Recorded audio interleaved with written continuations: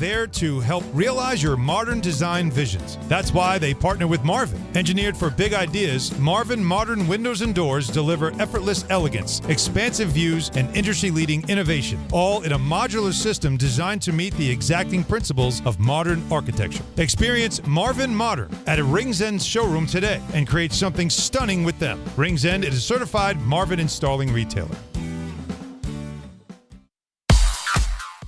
Good morning. We've got alternate side and meters in effect, 5 to 10 at the George, Lincoln, or Holland. Road work in Queens. This is on the LIE westbound through the BQE. Blocking 2 lanes. You're backed up from Maurice Avenue. Crash on Bruckner Boulevard southbound at 138th Street. So far, we're quiet in New Jersey. Westchester Bridge hit on the Hutch southbound of Mamaroneck Road. Just the left lane's getting by. Road work 2 lanes out on 95 northbound from North Avenue to Mamaroneck. We are sponsored by the New Jersey Department of Health. Public Health works behind the scenes, making sure your food and water are safe, preventing diseases from spreading, and so much more. One mission, working for you. This is Public Health. Learn more at nj.gov/health. I'm Susie Cerrone for 880 ESPN New York. Hi, I'm Kristen Bell. Millions of kids in America live with hunger every day. But we can change that. Let's give all the kids the chance to grow up healthy and strong. Go to helpnokidhungry.org today.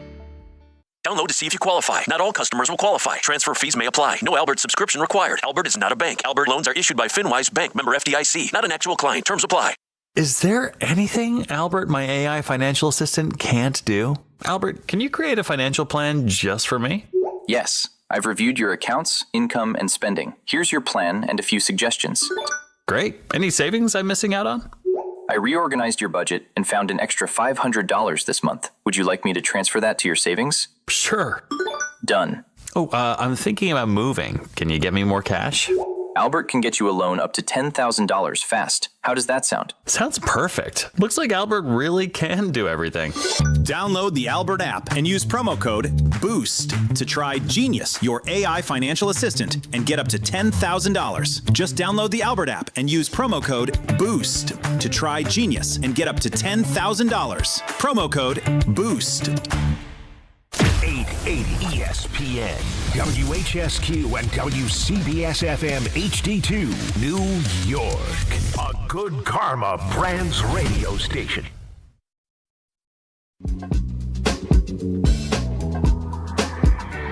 Got the #1 pick in the NHL draft, but the men they can't seem to stump. Do something dumb, that's an observation. CLT make them need to run. That's Lawrence Taylor! Call them every trash, CMT for short. Wonder if we best once you peep the score.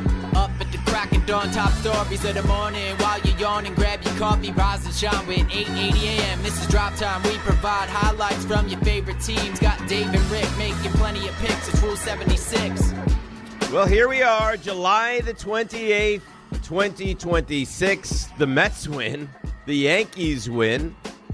Unbelievable stuff. Both baseball teams winning.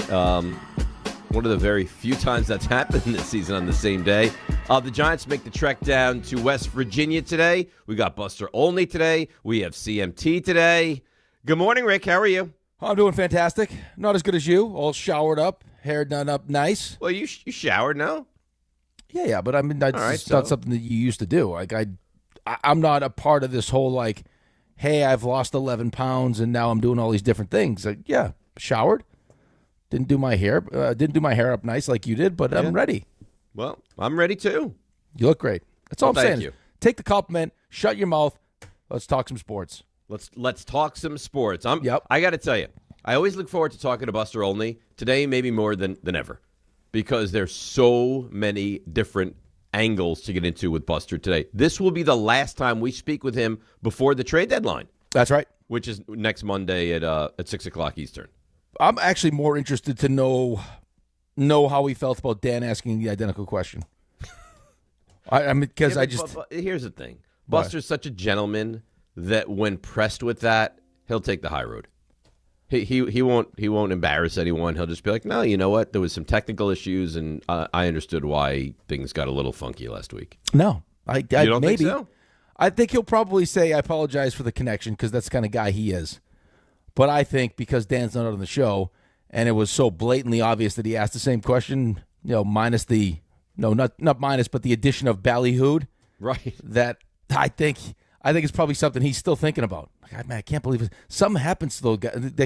There's something that happens to those guys when I come on the show. Something in the water at ESPN New York. Yeah, whenever I do a hit on DiPietro and Rothenberg, their brains get fried for some reason. There's going to be a 50, 55-second question. There's going to be a question, and then the same question will follow. I mean, something weird happens. One of the guys will ask a question and name every Yankee that's ever played for the Yankees. Yeah, I for some way I lost a bet to these clowns, and I somehow owe them a lunch at Peter Luger's. I'm not sure how that happened. That they'll never get. You think he thinks that? You think he's like, these guys, they can't even ask a question. Like, the show can barely ask me a question, yet somehow I lost a baseball wager to these clowns? Probably. Yeah, that's probably why we haven't got the lunch yet, probably. He's like, he still can't get his mind wrapped around the fact that he lost to us. Right. That was such a ridiculous bet from him, too. Yeah, 375 we got him to. I think it's 370, but he said Judge was going to hit 370. Yeah, well, he thought 400. But, well, I had to call him. He's like, I see no reason he can't hit 400. I was like, but now, Buster, with all due respect, 400? He's like, yeah. He's like, why not? I was like, why don't we figure out a happy medium here? 370? 370. Guys don't hit 370. Nah, he was that confident. This is the problem, though, when you have that kind of inside information and you're talking to people all the time. I mean, he thought he had good info. I talked to Booney. Booney said this, so I'm going to go with it. Do you think we'll ever see a guy hit 370 again? Oh, no. No? No. Never. Not now. I don't know. I mean, right now, the batting average is not a stat that Major League Baseball really takes seriously anymore. Look at Luis Arias, right? I mean, a guy who wins batting titles, it's like you can have him for like a decent prospect every year. Right, he's available at the deadline whenever you want him. Right. I mean, the fact that Aaron Judge won a batting title with as much power as he has and everything else was awesome. Right. But you go to these games now, they don't even have batting average on the Jumbotron. That's pretty wild. Because they're so bad. Batting average up. That's OPS. I know. So the Yankees, I mean, listen, it was a good win for the Mets last night, but again, Mets are irrelevant, so until they make a trade, doesn't matter. Yankees last night, I'm sure just about every Yankees fan was under the impression that they were going to lose that game, right? Because they don't really score a lot of runs. They're down 3-0. Now, granted, the White Sox didn't exactly have, top shelf pitching, but still. I mean, now you don't have Bellinger for 4 to 6 weeks. You don't have Judge. You have no idea when he's coming back. Stanton, I guess they say is getting a little closer, but that could, go in the wrong direction at any moment. So, I mean, we're kind of in a holding pattern here with the Yankees, but that was a good win, good comeback win last night. Yeah, it was a good comeback win. I think the bigger story for me coming out of the game was Bellinger going to be out 4 to 6 weeks. Right. I mean, you already needed help offensively, with Bellinger starting to kind of heat up, right? Like, I mean, with no Judge, Bellinger and Rice are your two most important offensive players. Right. Rice is clearly your most important offensive player. Correct. Yeah, but like, I mean, you paid look at the deal that Bellinger just got. And I know he's great defensively and everything else, but that's just you didn't sign him to that contract just because he has defensive versatility and he's a really good defender, really good defensive player. It was for all of it. It's a former MVP. You need him to be a really, really good player, bordering on a star player. Yes. Right. Like he's supposed to be that impactful, and he was starting to heat back up, and now he's out 4 to 6 weeks. Which again, it's a hamstring, so who knows what that means. Right, if it's 4 weeks, then it's a couple weeks to get ramped up. So then you're looking at 6, unless it's a full 6. So I mean, we're 4 to 6 weeks. We're end of July, right? This Saturday is August 1. You're talking about September now, right? You're looking best case. It's like he starts to ramp up in September, right? Because you're gonna let that thing heal 4 weeks probably, or whatever it is, and then you ramp it up. So I mean, that's kind of a similar timetable we think to what Aaron Judge is going to. What he looks like, and then who knows what Stanton looks like. So a team that's already desperate for a bat, more offense, now loses Cody Bellinger for a month and a half, maybe 2 months, who knows, with the hamstring. 2 months, by the way, is the end of the regular season. I get it. Yeah. I fully understand that. So now, I mean, the real question for Buster is like, you have all these teams because the American League's wide open, and maybe this year it really is a crapshoot, that still have a chance, right? Minnesota's only a game out. Houston's only a game and a half. Seattle 2, Baltimore 2, Detroit 4, Toronto 5. Like all these teams that might want to add, with how many teams actually selling, right? I mean, and our team's more aggressive because we don't know what baseball is going to look like next year. I mean, there's some owners, I read a report last night that think there's going to be no baseball. There might not be. I was at a function yesterday for Ben's, the guy that he hits with has a big function for raising money against pancreatic cancer. And there was the whole baseball community was there. There was a couple agents there. And I was asking them, what do you think? They're like, we could be really bad. Said it could be there's a chance that because they've already had the model, which, I mean, you had to in 2020, but he said they already have the model of a 60-game, regular season. They think they can just implement that and do that worst case scenario. Like, that was awful. Now, you had to, and I understand it 2020, but in a perfect world, you don't want to have a 60-game regular season. Right, but this isn't a perfect world. Well, no, not at all. No, I mean, you have billionaire owners that when they decide to dig their heels in and want something, they'll get it. And the fact that they actually have, like the agents told you, which is smart, hey, we got this model set already, so we can miss 100 games, play 60, go through the playoffs, have a World Series. We know how we can do it, yeah. Yeah. And we'll still have, we'll still have the Dodgers involved in that. So you'll have the Shohei and then the Yankees. I mean, I would hate to lose the momentum it feels like that baseball has right now. Not here, just because the Mets stink, but just in general. But if Rob Manfred, I mean, if that's part of his legacy is, hey, I'm going to get us a cap. Well, get ready for no baseball for a little bit. Yeah, that's scary. If each side is going to dig their heels in and say if there's a cap, we don't play, and if there's not a cap, we don't play. I don't know. I don't know how much, if any, baseball you're going to see next season. Well, I know because I lived through it, and we missed the full year, and still got a bad deal. That was the best part of it. It was like we didn't miss a year and get like a great deal. We missed a year and got a cap and escrow. Mm-hmm. So thanks for coming. Yeah, I don't know. I mean, we'll find out. I mean, this is probably not the time to talk about it because we have the deadline and everything else. But I mean, there could be a situation where a majority of the players, right, like that middle tier of players, doesn't feel like they're getting fair value because all the big boys are getting paid and they're not. Right. And now if we force the other teams to spend to a floor, that means more money for us. Well, I guess the question is, does that put more pressure on the Yankees now? Like, is this just a normal, regular trade deadline, or is this we don't know what baseball is going to be? We have, in some key areas, we have an aging team, right? Garrett Cole is not getting any younger. Aaron Judge is not getting any younger. Stanton, not that he's a huge focal point, but he's not getting any younger. Like, with all those factors in play, did the Yankees look at this and say, we have to try to go more in than we've ever gone before? Yeah, I even think regardless of what next year looks like, with the American League, the way the American League is, right? If you're confident that Judge is going to be back, yeah. I mean, you have to. I mean, the American League's wide open for you to take. You need to, again, unless this is okay with you, which, I mean, again, feels like we've been down this road a couple different times where Yankees fans are, hey, let's be aggressive, and they add but aren't as aggressive as Yankees fans want, and they end up disappointed because the results aren't there. But like you mentioned, like Aaron Judge is not getting younger. No. And then, God forbid, you miss a lot of baseball next season. Who knows what it looks like? Yeah, I would be aggressive because I think there's a real opportunity that if you make the right moves here, even if you don't, you still got a real good chance to get to the World Series. But if you do, then I think it almost eliminates the whole, like, this is a crapshoot thing, and we're just clearly, we're the better teams. We're the best team. I think you're the best team. If Judge comes back, I think you're the best team regardless in the American League. You don't think so? Yeah, I mean, that's up for debate. Depending on what version of Judge you get. I mean, you can't just say if that Aaron Judge comes back, yeah. I got to also take into account. I told you I'm not 100% sure Aaron Judge is going to come back this season. Well, but I also got to take into account the fact that, I mean, when he comes back, how long it takes him to get back to what we were accustomed to seeing. And by the way, you might not see that version of Aaron Judge this year. Well, yeah, but that's what I'm saying to you.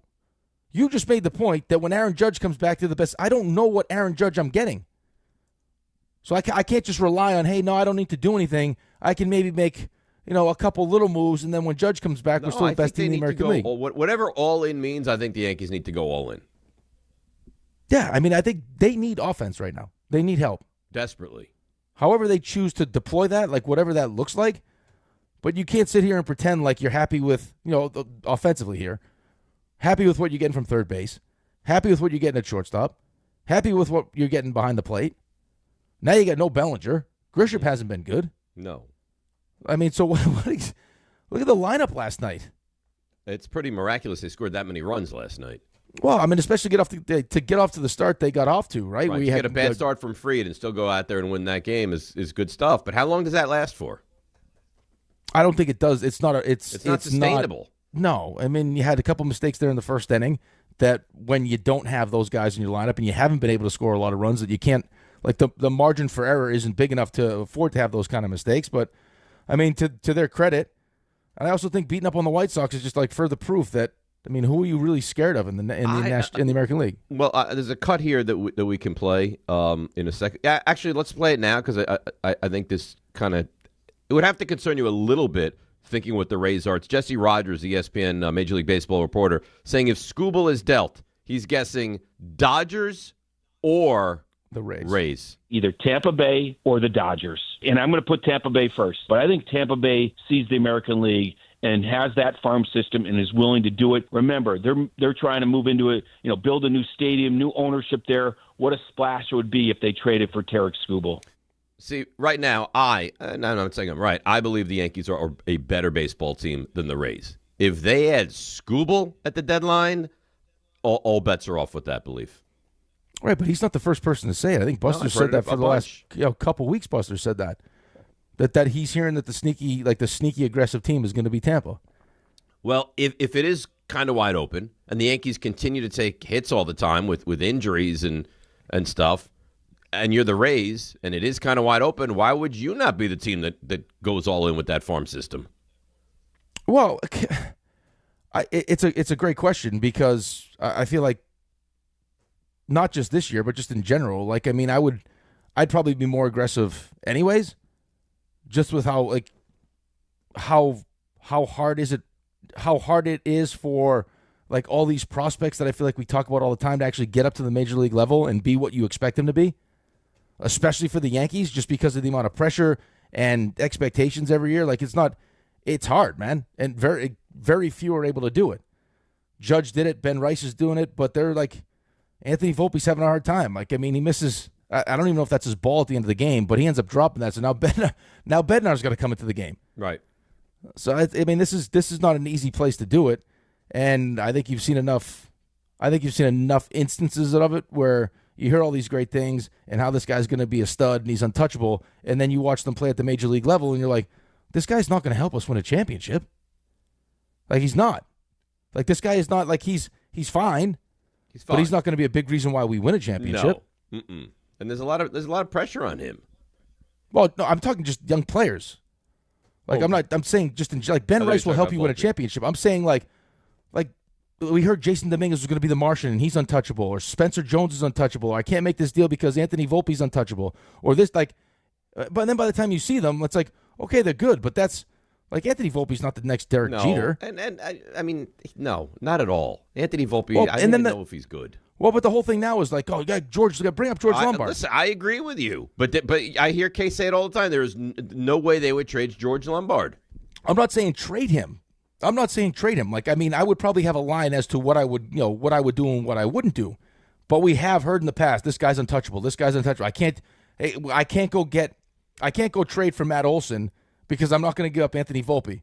Okay, well, we're now, how many years has Matt Olson been in Atlanta?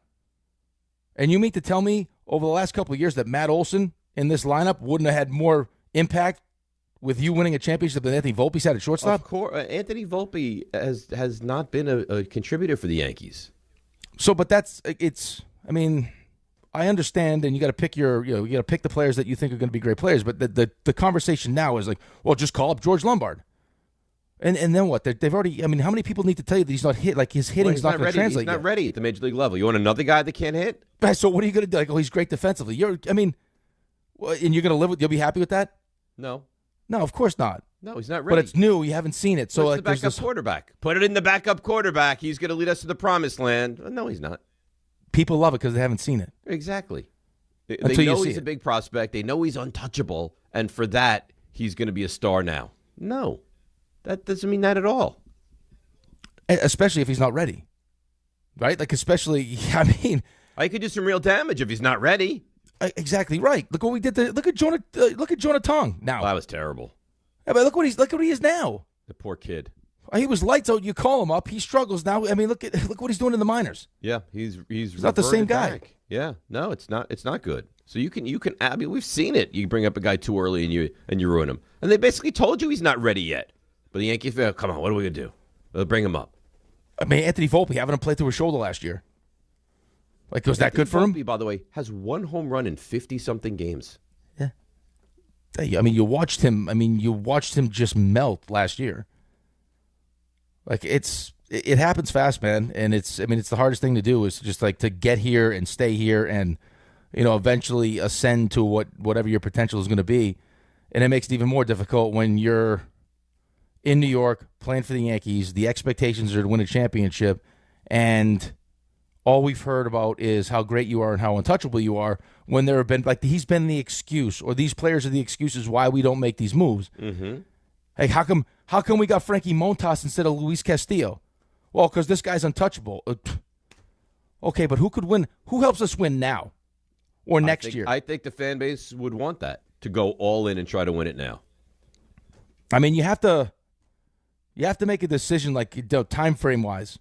Like, over this many years, we feel like Aaron Judge is going to be, Aaron Judge. So let's make sure we can capitalize. Will this player help us in the next 3 years to win a championship? If the answer to that is no, but like 4 or 5 years down the road, he's going to come through the system and be a really good player. Well, I mean, what is that? Like, I got the best player in baseball now, right? I got to capitalize on this window now. And we'll see if they do. I don't know. We'll ask Buster, like, are you going to get into one of those spots where there's just not enough players because there's all these teams that still think they're in the mix. Right. Although the more the Tigers lose, right, like they're starting to become on the fray. The Blue Jays. I think the Tigers are only 2 games out. At the moment, they're only 2 games out. They're 7 games under. I think they're only 2 games out of the wild card. That is really unbelievable. Tigers are 4. 4 games. 4 games. 4. Yeah, they're 4. Toronto's 5 out of the wild card. Toronto's 5. So I mean, Kansas City's open for business. The A's are open for business, and then you have the Langoliers injury. I know, right? Angels are open for business. National League, Colorado, but I don't even know what they have that you want because I can't imagine you're going to get Hunter Goodman off of them. The Mets and the Giants, and that's maybe the Reds. That's it. That's what you're dealing with now. That teams that are done. Yeah, unless there's teams that just say to themselves, "Hey, like we're just not good enough." Like, what does it mean if we're the third wild card? If we get in and we get bounced in 2 games? Right. Yeah, maybe. Well, we'll find out. We got 6 days to the deadline. So let's take a break. We'll come back. 800-919-3776. I guess the question let's start with is, are you, as a Yankee fan, are you willing to sacrifice some of the future now to go after this thing? 800-919-3776. Mets, big win last night. It's irrelevant. Doesn't matter. By the way, I know RJ's anti-weather conversation. It's going to be bad next, 48 hours. I'm seeing flooding, RJ. So you can laugh at the weather, but we have to take it seriously. So, Buster 735. We have CMT following that. Stuff you missed. We'll get into football, more NBA, a lot of baseball. Busy day. DNR with you right here on ESPN New York. There are a million reasons to love New York. Making your budget stretch isn't one of them. According to an independent study, Amazon prices average 14% lower than other retailers. Get food, fashion, furniture, and more shipped straight to your building. Plus, another study found Amazon Prescription Pass customers pay nearly 1/3 less out of pocket. Learn more at aboutamazon.com. Hey, Yankees fans! Join us at Yankee Stadium on Friday, August 21st, as the Yankees take on the Toronto Blue Jays. And don't miss Cody Bellinger Bobblehead Night, presented by T-Mobile. The first 18,000 guests through the gates will take home an exclusive Cody Bellinger bobblehead. Get here early, grab the giveaway, and cheer on the Bronx Bombers. Tickets are available now at Yankees.com/tickets. Good Karma Brands is proud to be an equal opportunity employer, providing equal employment, development, and advancement opportunities to all teammates and applicants. To learn more about careers with us, please send an email to talentacquisition@goodkarmabrands.com. That's talentacquisition@goodkarmabrands.com.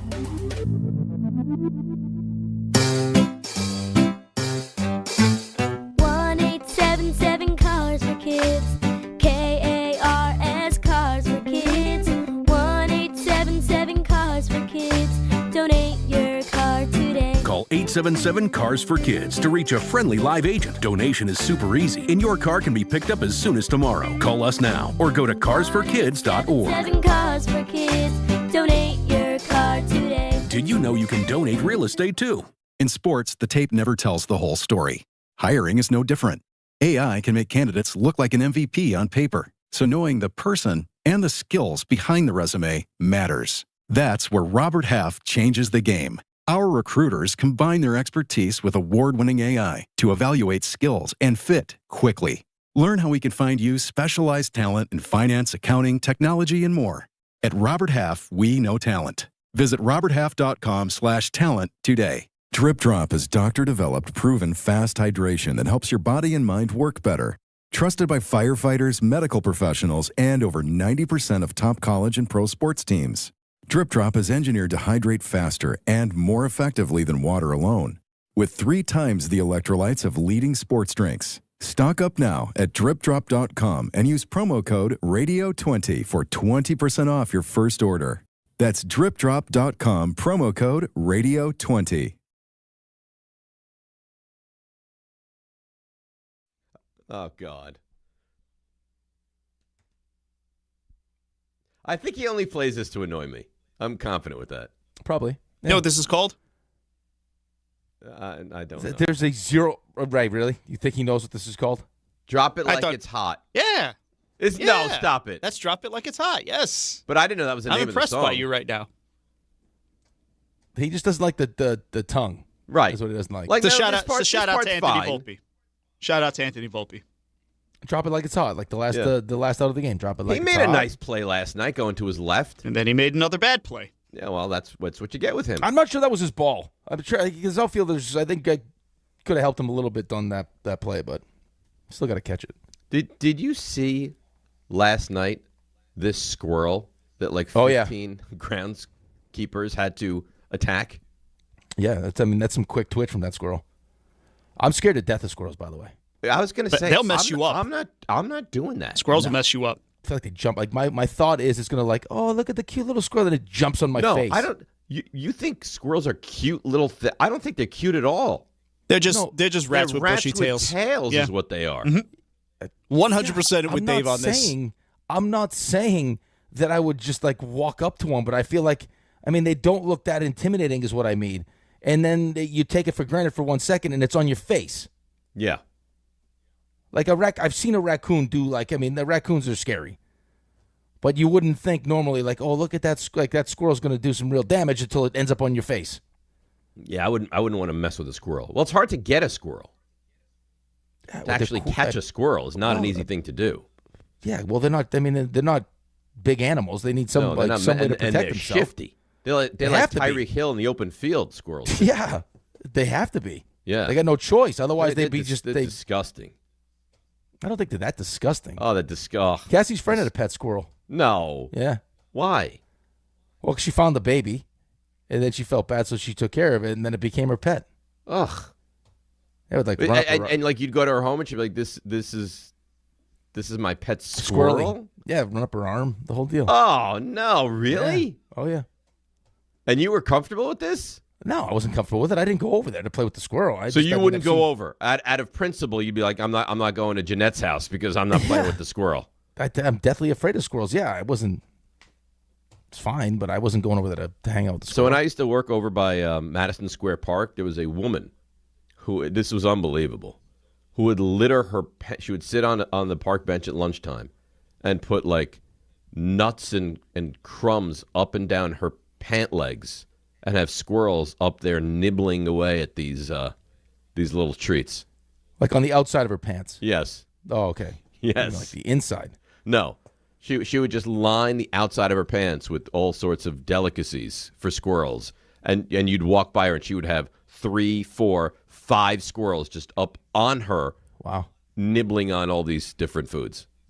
She liked the squirrels. That's disgusting. Yeah, she liked the interaction. That's absolutely disgusting. I think there's a guy on Little Six that also puts his nuts on a bench, but for different reasons. See, I got to be honest. I didn't see that coming. Did you? Like, is that something? I know you always say, like, don't go there. I didn't see by going there that would get me into that version of trouble. Did you see that? I will admit that one kind of took me by surprise. Should have known better in hindsight, but it did take me a little bit by surprise. Ray, what we've realized is if we don't just break down sports and like the nickel, coverage and dime coverage and the hit and run, we're at some point in for trouble. Yeah, you get what you get. You get what you get. I think there are certain words, right? That I think nuts is one of those words that takes me to any mention of peanuts or walnuts or any of that. Right. Just cross that off the board of words that we can use. Now you've brought nuts into the conversation. So now I can choose to use that and take it wherever I want. Stay away from that kind of talk, then I don't have any opportunities. Yeah, but why should I? Like, why should I be punished or the rest of us be punished that we can't mention? I don't think you were punished. The peanut. You told a nice story about a lady who would put stuff on her pants and had little squirrels. And then once I heard that in my head, my first thought was, hey, you're in Connor at Little 6th Avenue, and the lady's like, you want to have a good time? And I took that with the nut, and then that's what you got. All right? Oh, I guess. What do you want me to tell you? I just don't know why you always have to go there. The workplace is meant to be uncomfortable. Right. You're doing a hell of a job. Do you know who I am? This is who I am. Yeah, but somehow, some way, you seem to shock us continuously. Even if we know who you are, you still seem to find new ways to shock and impress us continuously. It's one of those ways. I would have to. Otherwise, how fun would it be to work with me if I never excited you or never surprised you? Yeah, but never and all the time are two different things. Yeah, it's like, it's like working with Boring Rick again. Now you're excited. Like, what's this idiot going to say today? No, I think that's fair. I think every day we go in thinking, at what point is Rick going to cross the line? If you had like 627 on your bingo card, well, you win. Yeah, second segment. That's solid. Okay, well, good for you. I thought it was like the most benign conversation. Did you see the squirrel at the game last night that all these jackwagons had to chase after? Eventually, they threw a towel on it, and the one guy dragged it off. Yeah, I got to get it. I'm telling you right now, I'm not doing that. If it was your job, you'd have to do it. No, I would not have. I would be the guy that pretend I missed with the towel. Yeah, right. And the next guy, he throws his towel. You go fake it. Like, right. But just missed it. Sorry, guys. Right. Yeah. They need real men out in the outfield trying to catch the squirrel. Yeah, I'm not a real man. No chance. No. Zero. No. That's where you could use someone like Harvey, who's used to. Harvey's got like 7, 8 cats. You know what I mean? He'd probably be out there. He could probably handle it. Probably. But this is really the entire grounds crew, though. This is insane. That squirrel. That's a shifty squirrel, right? Shifty. But why couldn't they just leave the squirrel? Why do you have to get the squirrel? Well, I don't know if you want the squirrel roaming around in the outfield while people are trying to play baseball. But eventually they just kind of go away, don't they? You hope. It's not like it was a dog in the outfield. Oh yeah, but what if the guy's up for a fly ball and the squirrel's running around? Oops. You saw what happened to the bird that flew across the field when Randy Johnson threw the pitch? I kind of understand. A squirrels, they leave. They don't want any part of that. Right, but I want it to leave in a certain place, though. I also don't want it to get spooked and run up the wall and jump into the crowd. Jumps in some kid's popcorn and starts eating its hot dog. Be a bad look. Yeah, right. So let's take care of it. All right. They took care of it. Made a mockery of that whole thing. They finally got it. Yep. So what do you think? You think the Yankees, your prediction, do you think the Yankees will make a big move? Do you expect a big move from the Yankees? Well, define big move. Like a Mason Miller kind of move? Something like that, yeah. Maybe not Miller, because I think they need offense more than Mason Miller. But, yeah, a big move. A legitimate household name. A legitimate household name? Yeah. Yes. I think they will get. Well, I mean, I'm loosely using household name. They will get a bat that people like have heard. Does Arias cross that off the list? Is that? I think it fits. I think it fits what you need. I also understand like where they're. Like defensively, he wants to play second base. You already have Jazz at second base. I mean, what exactly is he doing? Could he place him first, and then you can DH Ben Rice? I don't know. Do you need more now? Yeah, but long term, the idea is not to DH Ben Rice. Well, who's going to DH though? I mean, we don't know if Stan's coming back, or Stan's going to be capable of being a full-time DH. The other problem with Stanton is once he's on base, like, what are we doing with him on base now? Right. This is two separate calf injuries. Like, now he gets on base, and what, the bases are clogged up because he can't run anymore? He can't run. He can barely move. So, I mean, you may be looking good day, the guy can barely move. You may be looking at it. Well, he actually was running good. He was actually running good to start the season. I mean, maybe he's just a right-handed bat off the bench now, and that's how you approach it. I don't know if you're going to go into this. Like, I've heard, see if San Diego wants to get rid of Manny Machado. Do you really want to get stuck with Manny Machado's contract? Does Devers interest you? Yeah. I mean, I think that's more of an impactful, like that's a scarier bat. Yeah, it's a legitimate bat. But now you're going to be stuck with his money. How many years does he have left on his deal, Devers? Years. It makes a lot of money. And it's not like he's a great team player. When he's unhappy, I mean, everyone's unhappy. Like, you're just almost out of the Giancarlo Stanton business. Right, you got next year left, and then there's an option that you can RJ just told me. Now, Devers is still young, by the way. He's only 29. He's signed through 2033. Yeah.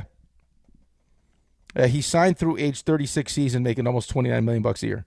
Now, hitting 246 with 22 homers and 60 RBIs. Right, but you also have no idea what the financial climate's going to be once the season is over. No idea. So do I want to be sitting with, $28.5 million? I got to figure out what to do with.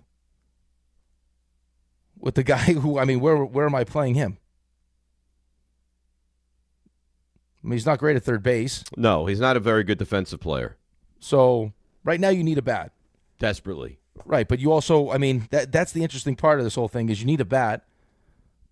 Your offense isn't very good, but you it's only going to get worse now. Right, but you also recognize that the great strength of your team is your pitching staff, and you saw what happened last night because of the defense.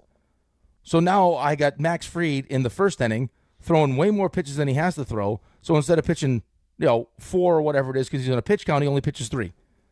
And now what happens to my bullpen? Now I got to tax the bullpen. They end up doing a good job, but still, I would like to have the ability to make some defensive decisions. Right, I got left-handed pitcher that I got left-handed guys that pitch to contact on the ground contact to the left side. So having a great defensive third baseman is to my benefit. But, yes, but the problem is the great defensive third baseman can barely hit. Well, it's not that he can't hit; it's that the catch can't hit. Shortstop doesn't hit very well. Like there's just two. Like I can't have all. I can't have all. That's where those you are holes. right now. I mean, you're gonna have a left fielder that can barely hit too, for the time being. So I mean, look at the lineup last night. I mean, to their credit, they scored. I mean, you end up. Sanchez ends up hitting a big home run. Jazz had a big hit. Ben Rice had a big hit. But still, you're just looking at it. It's. I mean, you're out 3 MVPs, right? I mean, Bellinger was an MVP, Judge is an MVP, and Stanton's an MVP. Yep. And Max Schumann leading wait off for their return, which is not imminent. It's not like you're getting a guy back next week either. It's going to be a minute. All right, let's break. We'll come back. 800-919-3776. DNR with you right here on ESPN New York. Fans arrive early at Yankee Stadium on Saturday, August 8th for the 78th Annual Old Timers Day presented by Fresh Direct.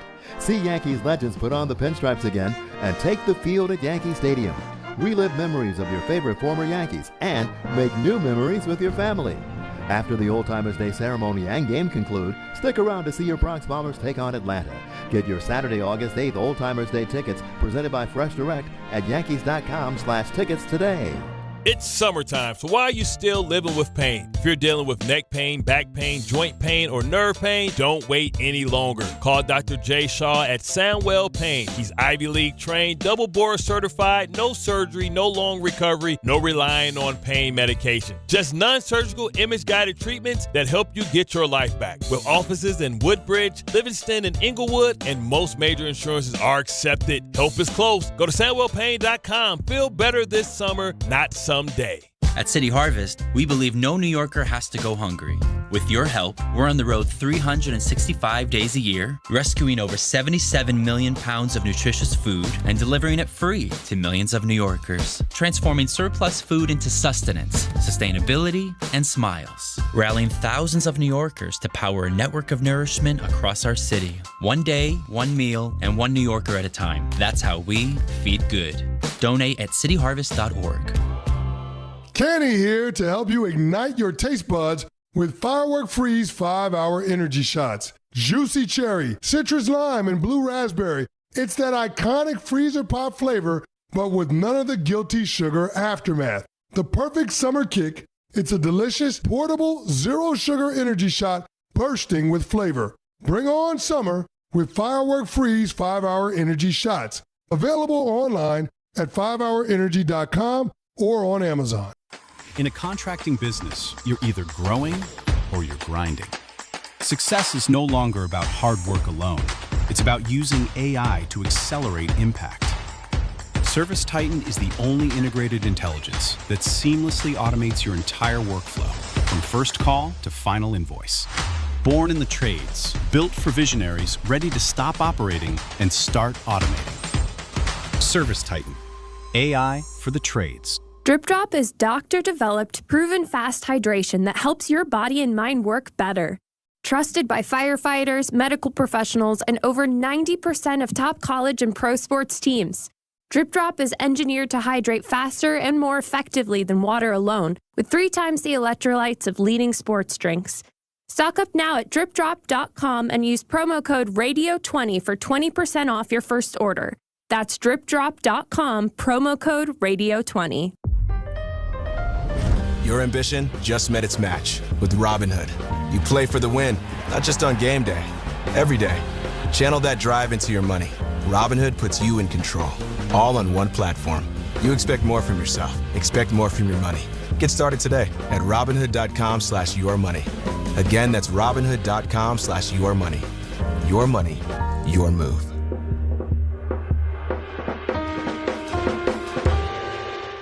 Congratulations, New York. The Knicks did it. Through battle after battle, they dominated to become this year's NBA champions. Day in and day out, the hard work paid off, and you were there every step of the way. Enjoy the crown. Own it, because this year is your year. A part of your legacy that will never be forgotten. So celebrate this moment, show your pride, and shop the largest selection of official NBA gear at NBAstore.com. A Fanatics experience.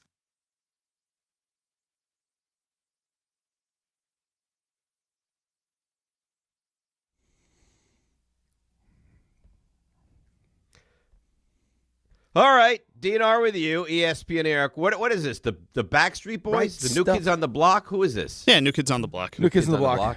Yeah. Who's in this?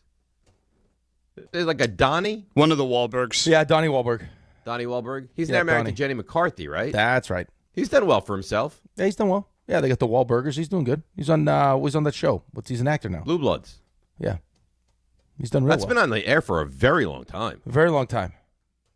And I all think we remember Jenny McCarthy in a certain publication. One of the all-time greats. What did she do? I think you know exactly what she did. What do you mean? Probably have the magazine still. I might. Yeah. Little schoolgirl outfit She had did on. Playboy, yes? That's right. Yeah. Yeah. Everyone loved Jenny McCarthy. Yeah, she was like America's sweetheart at the time.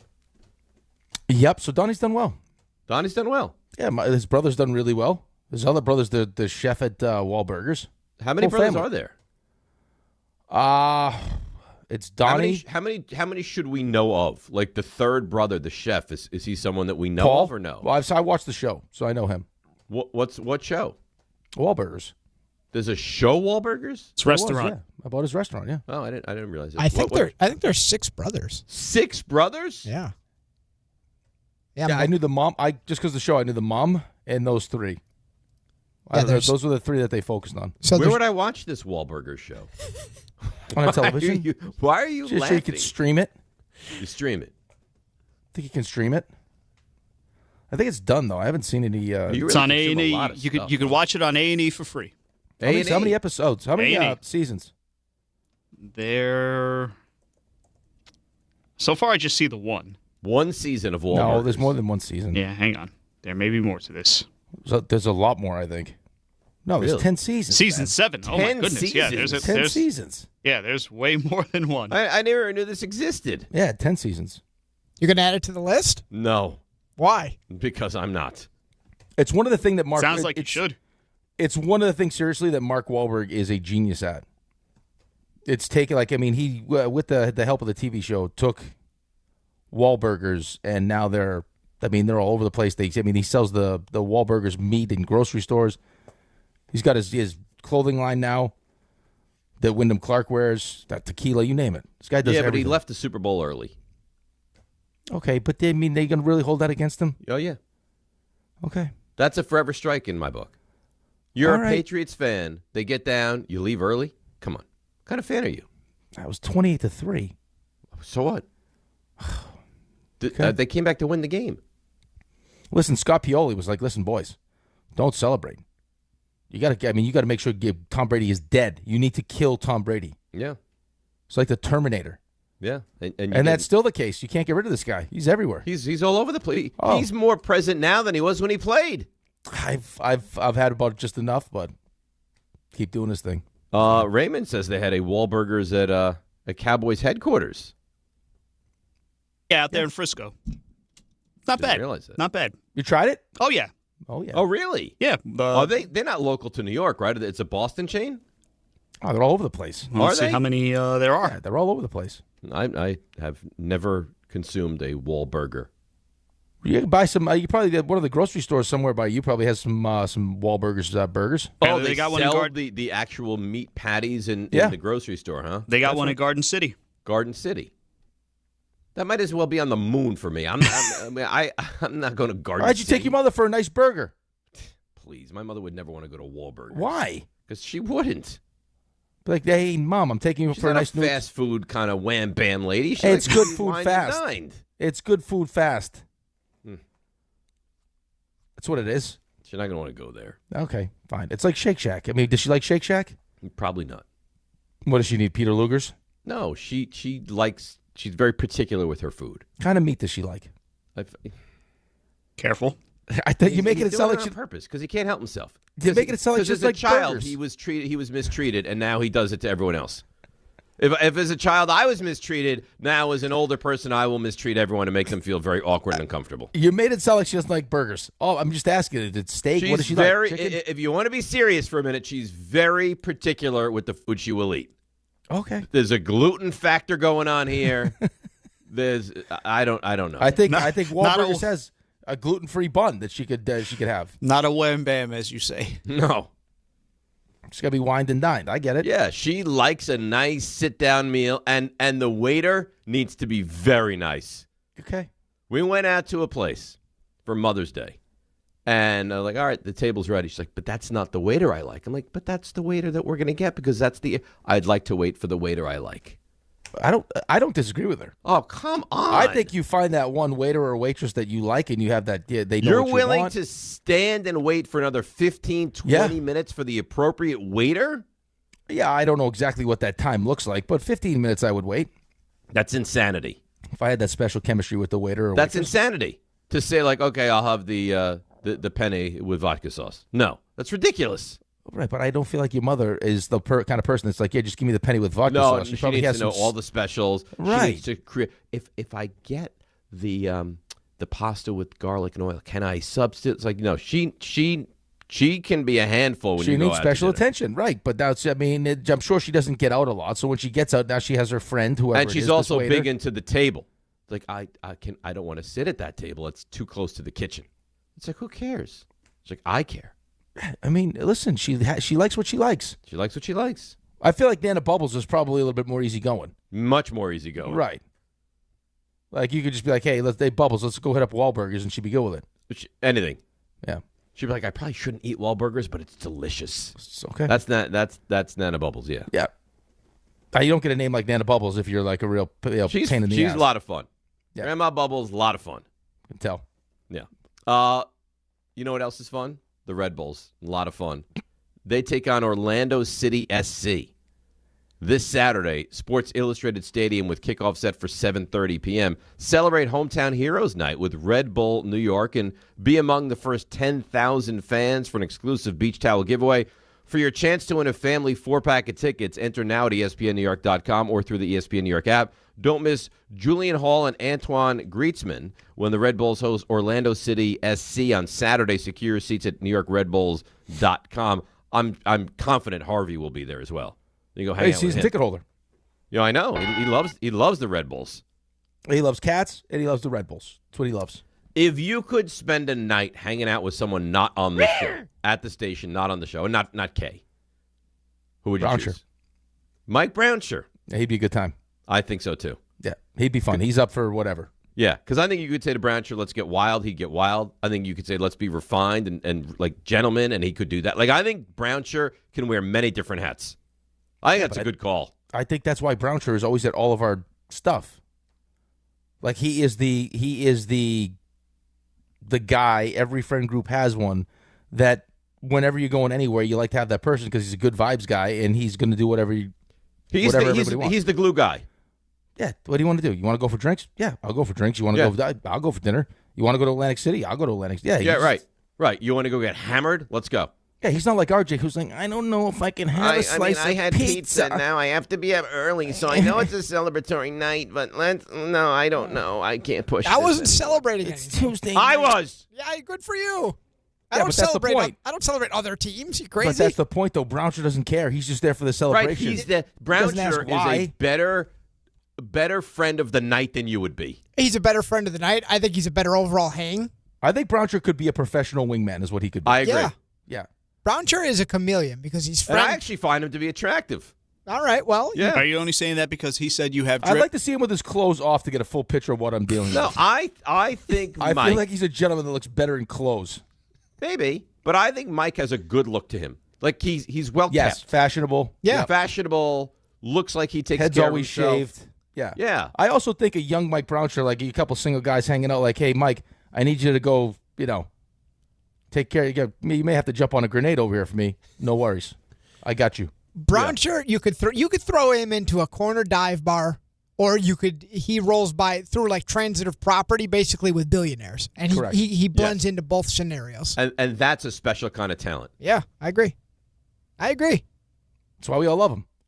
I think we Everyone could all likes learn some things from Mike Brownshire, especially RJ. I can't go on a Skits Tuesday. It's a school night. And this pizza is all I can really handle. It's already 11:30. 11:30 is late. I was going to take you out for wildness, RJ. Yeah, 11:30 is go late. See the naked ladies. Listen, we were going to hit the town. Who knows where you would ended up? I listen. Well, there's two things. One, if I'm so lame, which I mean, you've made some salient points. Why was I the only one with you? And two, I wasn't stopping you. I'm gonna go by myself. Why not? You've done. Come on. You've done plenty of borderline degenerate things on your own. Who's to stop now? Well, because he's an adult now. He's a 50-year-old man. Now he needs I need company. Yeah. I'm not allowed to go to the casino. He can't. You be know what? trusted, Don't take RJ. my bit. Don't take my voices and take my bit. It's not a denial. No, you know I'm not allowed to go to the casino. You know I have to be home when the lights are on. Yeah, but you could if you wanted to. Once. You could really. We could have gone out and had a great time. You could wear the pants for once. Be like, listen, Sherry, you know what? I will go to the casino. Why would I want to do that? Why would I want to upset my wife? See this money? I made this money. Oh, yeah. Now it's gone. See that money? That's my money, woman. And now I will bet it on red. Now, hey, know that money? It's gone. I'm so sorry. You were right. I was wrong. You know the mortgage money? We don't have it anymore. You know that Mercedes? That's gone. I lost it. Yeah. Great. So you're going to compare me not wanting to go gamble my face off in Atlantic City to RJ not wanting to go have a drink? No, RJ did the bit, not me. He did the voice. Yeah, RJ, you and your stupid bit. Hey, he's the one that turned the tables. It's not even your bit. It's not my bit. It's not your bit. You know what? You lack creativity to the extent that you can't even come up with your own bits. 11:30's late. All right. In fairness, to RJ, I stole your bit last week with Dan. What bit? The voices bit, where I used the nerdy voices bit. The nerdy voices bit's a great bit. Yeah, because he's telling me about his vacation in Turks and Caicos, and he's like, "Oh, I read this terrific U.S. soccer book." I was like, "Really? That's what you come on?" Was it like a pamphlet? No, it was a book. It was a 350-page book he started. On what? On U.S. soccer. Can you believe Alexi Lawless and so, honey, did you know that the only reason that we made it in 1932 was because there was 13 teams? Honey, when we get home, they'll have some penalties.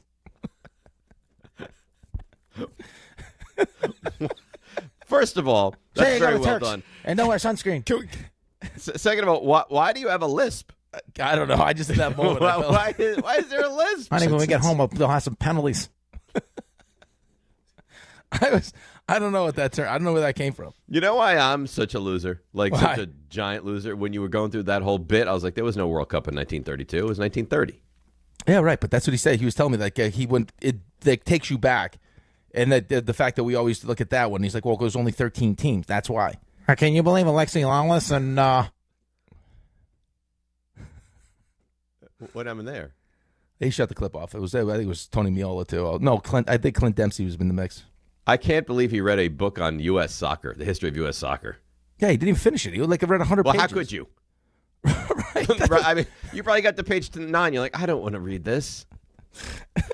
And I was like, do you think the author came with the book when you bought it? No, you should have heard him. You should have heard him try to pronounce it. Like the guy jumps from the back. He's like, I'm Steve, and I go with you now. You have me also. I'll work as your butler. No, he tried to pronounce it. He brought it up because he was so proud that he started reading. He's like, "Oh, it's a great book." I was like, "Oh, really? Who wrote it?" He's like, "Steve." Yeah, it was The Long Game, U.S. Men's Soccer, and its Savage 4-Decade Journey to the Top or Thereabouts by Leander Sherlakens. Well said. Leander Sherlakens. But the top, we're nowhere near the top. Savage. Sure. What is it? Orlando. 4-Decade Journey to the Top or Thereabouts by Leander Sherlakens. Well said. Is the name of the book The Journey to the Top or Thereabouts, or was that his? No, I think that's what it was called. It's The Journey to the Top or Thereabouts? Yeah, I think it's The Long Game, The Journey. Oh, my God. Yeah. Oh, yeah. RJ, could you imagine reading a book on the history of U.S. soccer? Yeah, that is the title, by the way. The Long Game, U.S. Men's Soccer, and its Savage 4-Decade Journey to the Top. It's Savage? And it's Savage. Savage. Or Thereabouts. Yeah. By Leander Sherlakens. I think Dan wanted to go out of his way to prove to you that he loves U.S. soccer more than anyone at the station. That's one way to prove it. Why would anyone read that book? So I happen to be listening during that segment, and if I'm remembering correctly, I think Rick also, I don't know if Dan picked up on it, I think he also took a side swipe at him because Rick said, you want to go on vacation to read, something you don't typically do. It's like when someone goes on, if you were to go on vacation and just start working out, you could do that as well. I was like, that wasn't He nice. did say that. That went over Dan's head? Yeah. And Dan was also going to the gym on vacation. You know those people that I'm talking about that have never worked there. They decide on vacation it's time to go to the gym at the hotel. Mm-hmm. It makes no sense to me at all. So he was on the beach reading that book. I'm sure the women flocking around him. You know what the center of my chest looks like right now? Seriously, I don't care to. No, it looks like, you know what I look like? I look like Tony Stark. Oh. And then he burned him. Then he savagely burned himself. That's why you wear a swim shirt. I didn't put sunscreen on. Well, swim shirt you don't have to. Yeah, built-in sunscreen. Who wants to wear? They had the sunscreen right by the pool or the beach. We could just. That's all you needed. A little squirt. Boom. You're done. So that was my week. Well, it sounds fun. Yeah, that was my week. No wonder you welcomed me back with open arms. Happy to have you back, buddy. Let's take a break. 800-919-3776. We'll get your calls on the Yankees. I got some Jesse Rogers to play, and I think Yankee fans will appreciate this sound. We'll get to the NFL. Buster as well, CMT. A lot going on. DNR with you, ESPN New York. Honey, when we get home, they'll have some penalties. Oh, boy. Let's see what's happening on the roads. Here she is, the great Susie Cerrone. Alternate side and meters both in effect today. Inbound George 20 at the upper, 10 at the lower. There's already road work at the outbound lower deck of the George in the right lane till 2:30 this afternoon. The Lincoln is 15. The Holland is 20 from the Turnpike, 30 from 1 to 9. The overnight road work out of there on the LIE westbound through Queens. Kearney is stall on Truck Route 1 and 9 northbound at Hackensack Avenue. That's in the center lane. The overnight road work on 95 northbound through New Rochelle is gone. This report sponsored by the New Jersey Department of Health. Public Health works behind the scenes, making sure your food and water are safe, preventing diseases from spreading, and so much more. One mission working for you. This is Public Health. Learn more at nj.gov/health. I'm Susie Cerrone for 880 ESPN New York. Hey, it's Alan Hahn. At Rings End, they're there to help realize your modern design visions. That's why they partner with Marvin. Engineered for big ideas, Marvin modern windows and doors deliver effortless elegance, expansive views, and industry-leading innovation, all in a modular system designed to meet the exacting principles of modern architecture. Experience Marvin Modern at a Rings End showroom today and create something stunning with them. Rings End is a certified Marvin installing retailer. Right now, police are stepping up patrols to make sure drivers and pedestrians obey our crosswalk laws. Why? Because every year in New York, people are injured or killed just crossing the street. So remember, pedestrians, obey traffic signals and use crosswalks. And drivers, yield to pedestrians in crosswalks. If you don't, we will educate you on the law, and you may get a ticket, because tickets get attention, and that saves lives. A message from the Governor's Traffic Safety Committee. This summer, there are 250 reasons to join T-Mobile. Girls trip? Booked. And switching to T-Mobile helped make it happen. With Experience Beyond, switch and get $100 back. Plus, $650 in value in built-in plan benefits. That's $750 in your first year, guaranteed. And honestly, that $100 back, I'm putting it towards the zip line. Now that's how you do summer. Exactly. Best switch I ever made. This is just one reason to join T-Mobile this summer. There are 250 reasons. Find yours. Savings based on the value of benefits included with Experience Beyond, like entertainment and 1 year of AAA Classic and Dash Pass on us. Benefits may require activation. See plan for details. Get $100 via virtual prepaid MasterCard with eligible port and no cash access and expires in 6 months. Issued by Sunrise Banks, N.A. member FDIC. Allow 8 weeks. You've probably heard all those ads for life insurance. Just a few dollars a day, apply online in minutes, no medical exam. Simple, easy, and cheap, right? Now you're thinking, maybe I should get a quote. Well, smart thinking. Everyone should have life insurance. But here's what they don't tell you. Those few dollars a day rates, they're for young people in perfect health. That's why everyone calls Big Lou the 50 to 60-year-old not-so-perfect candidate. Like you. You take prescription meds and you're overweight. Winner, winner, fried chicken dinner. Well, Big Lou works with life insurance companies that want people like you, with no surprises after you apply. In fact, if you're a 50-year-old guy with a few health glitches, Lou could probably find you $1 million of term life coverage for about $200 a month. So yeah, you need life insurance. But unless you're young and healthy, you gotta call Big Lou, because he's like you, older, heavier, and on meds too. Get a quote right now at 800-568-2790, 800-568-2790, or biglou.com. Do you have 3 ex-wives and your current trophy wife wants a life insurance policy 3 times the size of the policies you had to purchase for your previous mistakes? If so, you need to call Big Lou at Term Provider, 800-568-2790. Big Lou is intimately familiar with your problems, and if you're 50 or 60 years old and in reasonably good health, a $1 million policy should only cost about $100 to $200 per month. Big Lou may have a solution for your previous policies as well. You may even save enough money to lighten the load on your new $1 million policy. Remember, call Big Lou. He's like you, except he's only on number 2.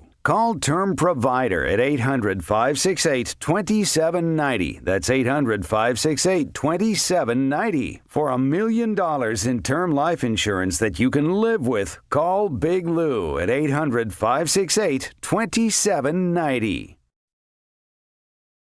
Hi, this is Don LaGreca. Just like the New Jersey Devils bring intensity on the ice, Viking Pest Control brings the same level of protection to your home. And I know because I use Viking at my own place. The season may be over, but pests are always in play. So it's time to lock in your off-season defense. As the pest control provider and proud partner of the Devils, Viking delivers 45 years of trusted experience to keep ants, cockroaches, stinging insects, rodents, mosquitoes, and more out of your zone. And when you bundle pest control mosquito services, you score big savings. One call, one company, total peace of mind. Visit VikingPest.com. Protecting your home inside and out.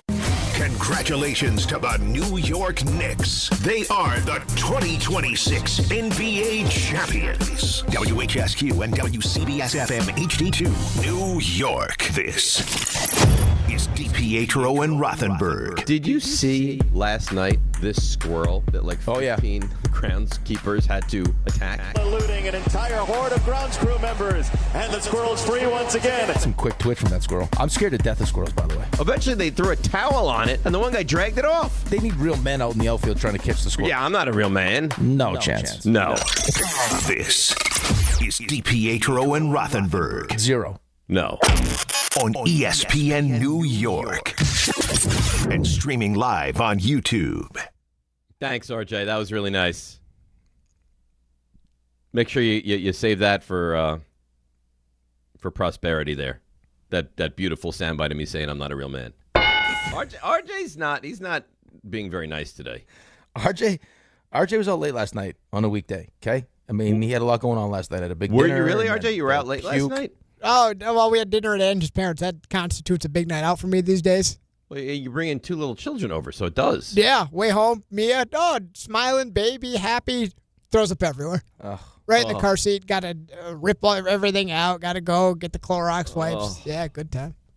Good time. That's the worst. I notice having 2 kids, like the 0 to 1 kid was more difficult of a transition than 1 to 2. But I notice it is more difficult than ever. Of course, having no kids to going to 1 is more difficult. I think you'd be surprised how many people would say the opposite. People, come on. Yeah, there's plenty of people that say going from no children to a child is the biggest adjustment you could ever make. I agree with you, but there are plenty of people that I think say 1 to 2 caught them by a much bigger of a life curve. Probably because you're both occupied all the time now. Yeah, I would think. Well, I agree with RJ. I don't know how RJ feels about it. I mean, you think 0 to 1 or 1 to 2? 0 to 1. RJ, 0, you can do whatever you want whenever you want. Yeah. 1, you're tied down already. For me, it's 0 to 1, but it's closer than Dave's making it sound. Right, but I mean, when you go 0 to 1, outside of like an unexpected pregnancy, like you're geared up already. Okay, like I mean, we recognize that once we have this baby, now life is going to be different. But you still have the 2 where it's like, okay, I'll wake up and then, feed, I'll change. Like, I mean, it becomes, the initial part is the no sleep and stuff is tough, but then you get used to it. You add a second one to the mix now, and you're worried about 2. I'm not saying it's easy, but your life is your own when you have 0. When you have 1, now your life belongs to someone else. No, I know, but you've also, like I just said, like we were like, and everyone's different, but we were committed to, yes, we know exactly what we're getting ourselves into. Because this is we're desperately trying to have this baby. Right. Going from the 1 to 2 now where it's like, okay, you take that one, I'll take this one. And it's just like, it becomes a lot crazier. Yeah, and going anywhere, physically going anywhere is it is. Look at the size of the stroller you got to walk around with. Yeah. That thing's like an extra car you got to put in the. You have a double stroller? It's actually Rick's old stroller. Oh, really? Rick gave it to me 3 years ago. And I never used it. Why did he give you a double 3 years ago? Well, because I thought they were going to have. I just loaded them up with everything. Just take all of it. They gave us a lot of stuff. He and Cass gave us a lot of stuff, which I'm very grateful for. But at the time, we didn't need the double feature. So you have the little compartment you can put in there instead of a second seat for a kid, and you could just carry around your stuff. But now we have the double. That thing's like a Jeep. So is this why you're kind of off your game a little bit today? Oh no. No, that's because when I got here, none of the computers worked. But that's not nice. Oh, okay. How dare you? What do you mean? He's never off his game. No, I didn't really mean that. I meant like he's a little belligerent, little combative. No, but what I was saying is when you go places, things exponentially are like you've doubled the odds that something will go wrong. Someone's going to puke on someone. Someone's going to urinate on something they're not supposed to. We're in the process of going into like the early potty training phase. That's not going great. Antonio's lobbing chicken nugget grenades. It's chaos. We're starting the potty phase. That's not going great. I mean, we were at a little kid party over the weekend. Another little boy who's 3 is going through that process. He just went to the corner and just started peeing. It's wild out there. God, it's not safe in those streets. It's really not. What kind of circles do you keep? Listen, kids, they run wild. Wait, he went over, stood in the corner, did not take his pants down, and just peed. Yeah. No, he didn't take his pants down. He just peed in his pants. I think he thought he was wearing a diaper. It was wrong. He just went to the corner. He walks over to the corner. Because you'll definitely get, RJ, I don't know if you'll experience this with Antonio, but, you will get to a point where they still haven't mastered where it's appropriate to actually pee. Yeah. So, they'll just, randomly, I'll never forget my nephew. We're sitting and waiting in line to get into this breakfast place, and it's outside, thank goodness. And he just pulls it out and starts peeing on the sidewalk. No, but this child, it sounds like, just walked into the corner, did not take down his pants, and just urinated all over himself. Did he have that sense of pride when he Is did that it? right, RJ? Hey, Mommy, guess what I did? So, pretty accurate. But I do think that, it registered I have to go potty. There were a lot of people around. It was a birthday party, so I wonder if that kind of made him nervous. So he's like, I got to go. What, do you typically urinate on yourself when you're at a birthday party? Well, no, but he was probably but he was probably sneaking away, because there are some kids that don't like to go to the bathroom in front of people.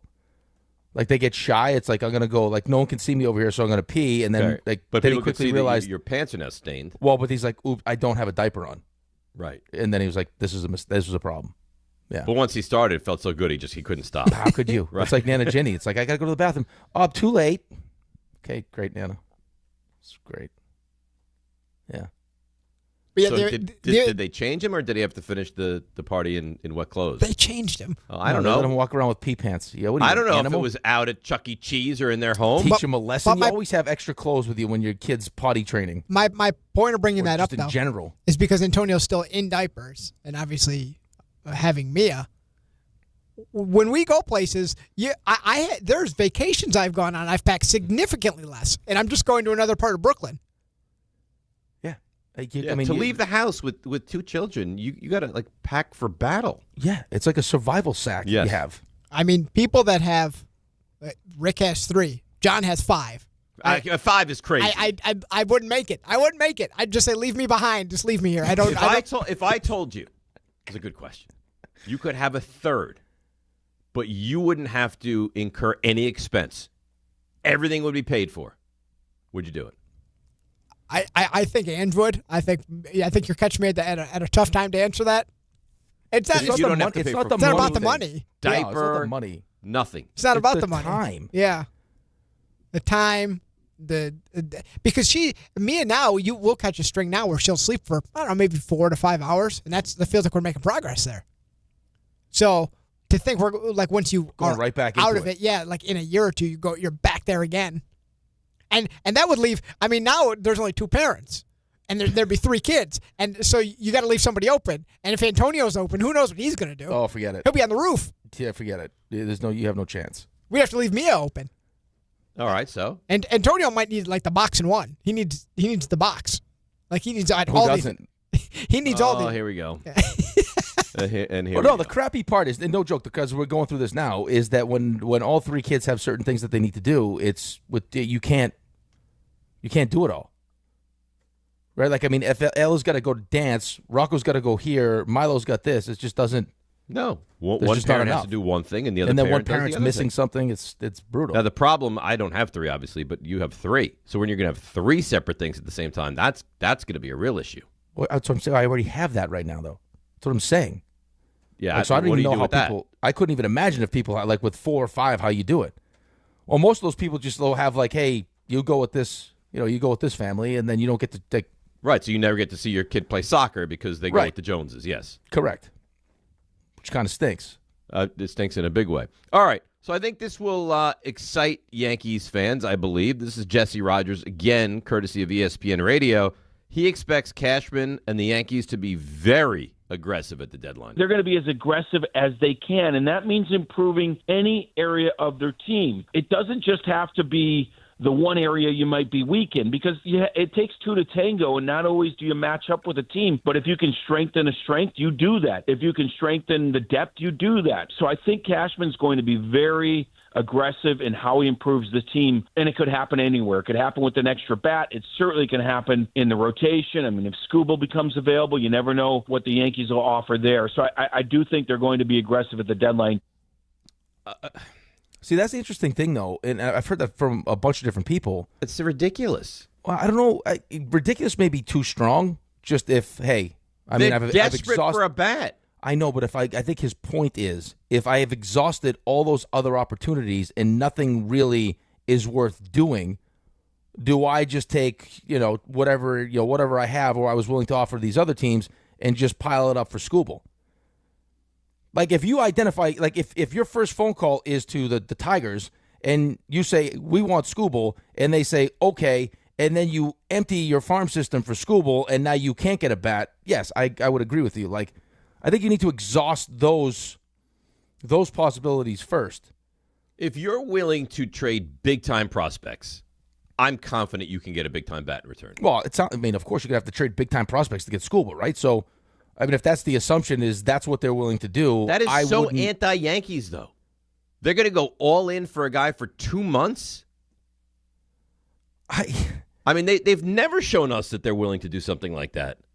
No, but, I mean, again, this is one of those opportunities, especially not knowing what's going on, Judge's age, all the different things that we've talked about. I just, again, having no Aaron Judge or no clear timeline for when he'll be back, and now Bellinger with the hamstring, and the unknown of Stanton, and you look at what this team is offensively, it's like, yeah, having Skubal would be great, but I still do need to score some. I need to score some runs. I mean, but you already have elite pitching, and I'm not saying that he's not amazing. He's amazing, but I mean, you have elite pitching now, and you don't score enough runs to continuously win games. No, I agree with you. So unless that was the only opportunity that presented itself, and you're like, you know what, hell with it. Like, let's just have hands down the best rotation in baseball, and we'll win like that. But I mean, don't you hands down have the best rotation in baseball now? I think you have absolutely one of the best rotations in baseball. I don't think that I would prioritize getting Tarek Skubal, but I mean, if that's the only thing that's available, and we're talking about going all in and not waiting because we don't know what's going to happen, right? And then I guess you'd pull the trigger on that. But I mean, you're not signing him. With all the money you have invested in your starting pitching staff. That would be so strange to me if the Yankees went all in and made a big splash for a guy that they were going to rent for a couple months. Because you're not what if the other option? Okay, but what if? Now I don't know how it would line up, but what if the part of the impetus to do it was, hey, if we don't, Tampa will. Yeah, and do we want to go down that road? That's certainly because Rasmussen's really good. Now, if you have that 1-2, presents a real problem. That team's not afraid of you. Yankees never felt like they were the kind of team that would make a trade to avoid another team getting a guy, though. No, but I mean, if it's already if it's already something that you're thinking about, I'm not saying be so knee jerk don't be so. I'm not saying that be your sole focus of why you made the move. Mm-hmm. Like, hey, we probably weren't going to do this. We had other priorities, but we want to block Tampa from getting them. I'm saying if it's already on your mind and it's something you're considering, and then you find out if it's not going to be us, then it's going to be Tampa, maybe that pushes you to making the deal. Maybe, yes. I would like to get help offensively, especially now having Bellinger out for the next month and a half, at least. Month and a half. And no idea when Judge is going to be back. Or what version of Judge you get. Yeah, I don't know that you're going to get the same version of Aaron Judge. I mean, last year was the first year you actually saw him be Aaron Judge in the postseason.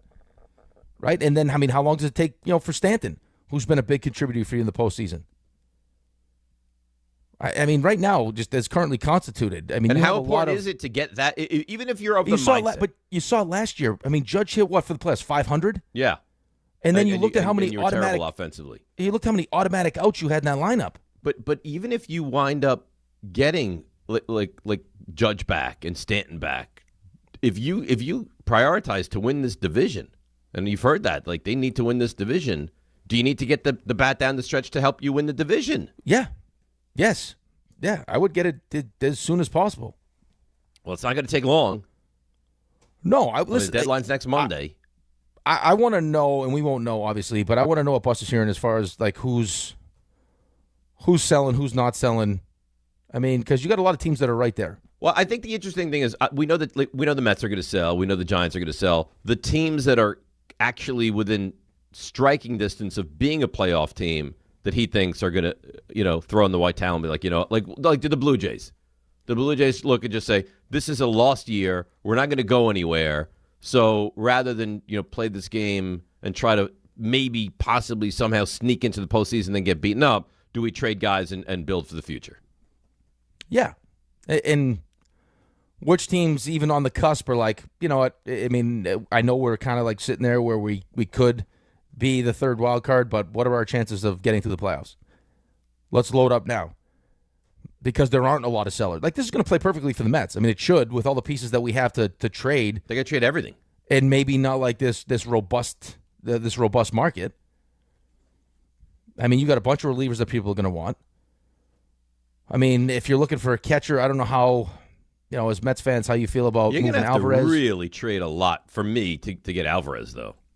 Yeah, but that's what you're doing. And this is as bad as David Stearns has been, right? Last trade deadline, not good. Offseason, not good. Great. I mean, he's got a real opportunity to reshape this thing. He does, but I don't know how you could have confidence that he's going to be able to. Well, I think those are two different conversations. Right. Yeah, he has an opportunity, but why would you believe that given the opportunity he's going to be able to succeed at that? No, you wouldn't. Right. So, and especially knowing that, like, this is not a rebuild. This isn't like, hey, I can I trade everything, and then I'll have the patience from the fan base that, hey, guys, this is clearly we're waving the white flag because we're rebuilding. This is like, no. I mean, get what you can get, but next year we fully expect to be competing for the division and being a playoff team. Right. By the way, this kid, Zach Thornton, he's good. Well, that would be one of the arguments as to not trade like a Terrence because of your young pitching staff and how he handles the young pitching staff. He's a terrific defensive catcher. Right, and you extended him. Because Alvarez is not great defensively, which is crazy because all you heard about when he was a young kid was like all the veteran pitchers, how much they love throwing to him. He's the opposite of Austin Wells. Well, how is that possible, though? How do you go from like, oh, we love throwing to this guy, he calls a great game, to now it's like, it's got to be just because of I don't know. I think it's probably just because of the ups and downs of the injuries, more focused on the offense. It's probably the reason why you wouldn't put Ben Rice behind the plate, because that would really solve all your problems for the Yankees. It'd make it much easier. Well, because now you have a legitimate bat behind the plate, right? And you have now you first base opens up too. Correct. Yep. And Absolutely. I got Goldschmidt whenever I want against lefties. Opens up DH. Right. I mean, now I got both of them in the lineup and the DH open. Please don't ask Buster that though. I'm not going to because I know the answer already. But it just, I mean, that would if all else fails, and you go through this deadline and you can't get Jeffers or like Langoliers is hurt now, or if it's whoever it ends up being, and you don't get those, you can't get those players, and you can't upgrade catcher. But there are other things that we could do, and how do we make it all fit? I mean, the guy was a catcher. Yeah, no, I understand. Like for a short span of time, how much does that affect his offense? For a full 162, I completely understand it. I mean, look at the season that the big dumpers having this year. Oh, well, it's hard. You can't just blame it. That's not just and I actually think that's kind of the reason we should break, but kind of the reason that maybe Raleigh should have gotten more MVP votes last year. Well, that to was do that at catcher is unbelievable. 100%, but that was it. Like that was the real like the like outside of just breaking the record, it was like, well, he's doing this as a catcher and he's a switch catcher is record setting. All right, let's break. We'll come back. We'll prepare for Buster. We'll try to put you in a good frame of mind to ask good, solid, concise questions.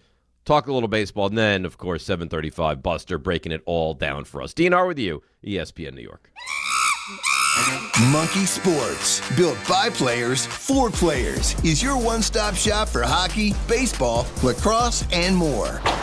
Find top-name equipment and expert in-store services like sharpening, break-ins, and relacing. Shop in-store at Monkey Sports in Farmingdale or Woodbridge or online for all the top brands.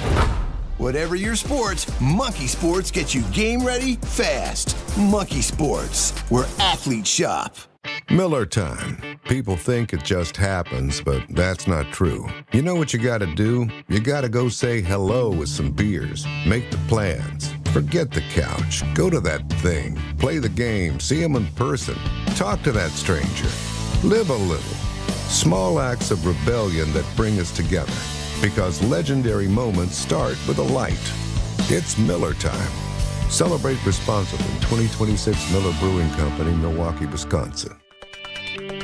When you manage an active facility, disruption is not an option. Tricon Construction specializes in healthcare, commercial, and industrial environments where work needs to happen without shutting operations down. That takes detailed planning, clear communication, and safe, disciplined execution. Because when patients are inside, tenants are working, or production has to keep moving, every decision matters. Tricon understands how to work around your business professionally, safely, and efficiently. For complex work inside active facilities, choose Tricon Construction. Visit TriconBuilds.com. That's TriconBuilds.com.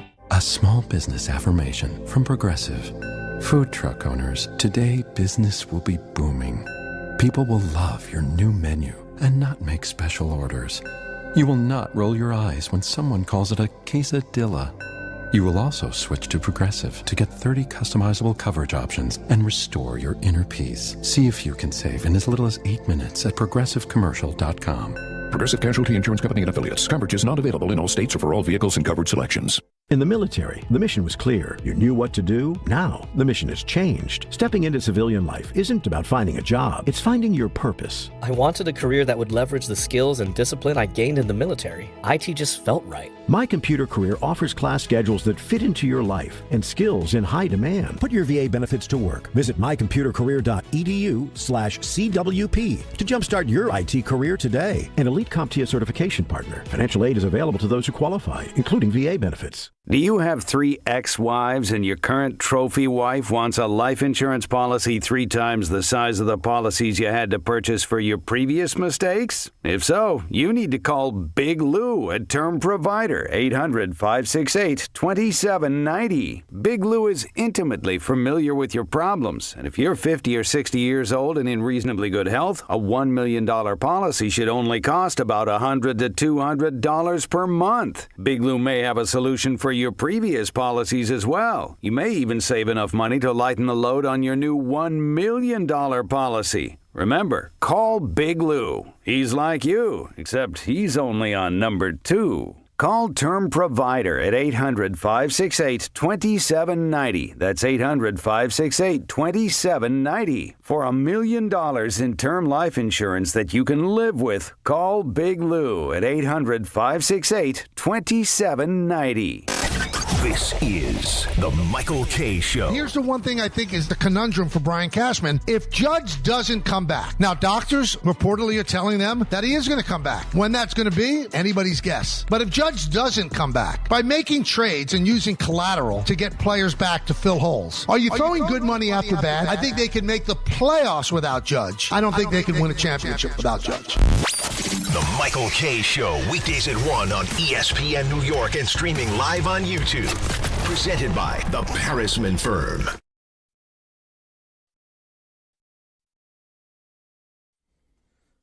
All right, DNR with you, ESPN New York. Buster Olney, 7:35, will join us. So much going on in the world of baseball. I mean, the Yankees' injuries. They're rampant. Look at how many home runs the Yankees have on the shelf right now. Bellinger, Judge, Stanton. I mean, you got 2. The Stanton thing, I mean, he's always hurt, so the expectation is he's going to miss time being hurt. But you're missing, 2 of your 3 best players. Gone now. Right. Thank God for Ben Rice. Ben Rice is having a great season. Unbelievable. I was actually surprised last night they pitched to him in that spot in the tie game. Yeah, I was surprised also just knowing what the rest of that lineup is. He's really, really good. And I will say this, because I heard Ty and Jake going back and forth about this, and I know he rubbed some people the wrong way, right? Who? The lollipop, roast beef sandwich, however you wanted to frame. He's a really good baseball player, man. At times. Yeah, but I mean, when he's locked in and he's focused, like he can do everything. Well, I think that's why you deal with all the things that are so frustrating, because when he's right, he has the ability to be terrific. I mean, how many guys in Major League Baseball are capable of doing the amount of things that he can do? Not a lot. It's now not a lot at all. So I agree with you. But even the bunt that he laid down last night, I mean, he can do everything. When he's not going well, he's maddening.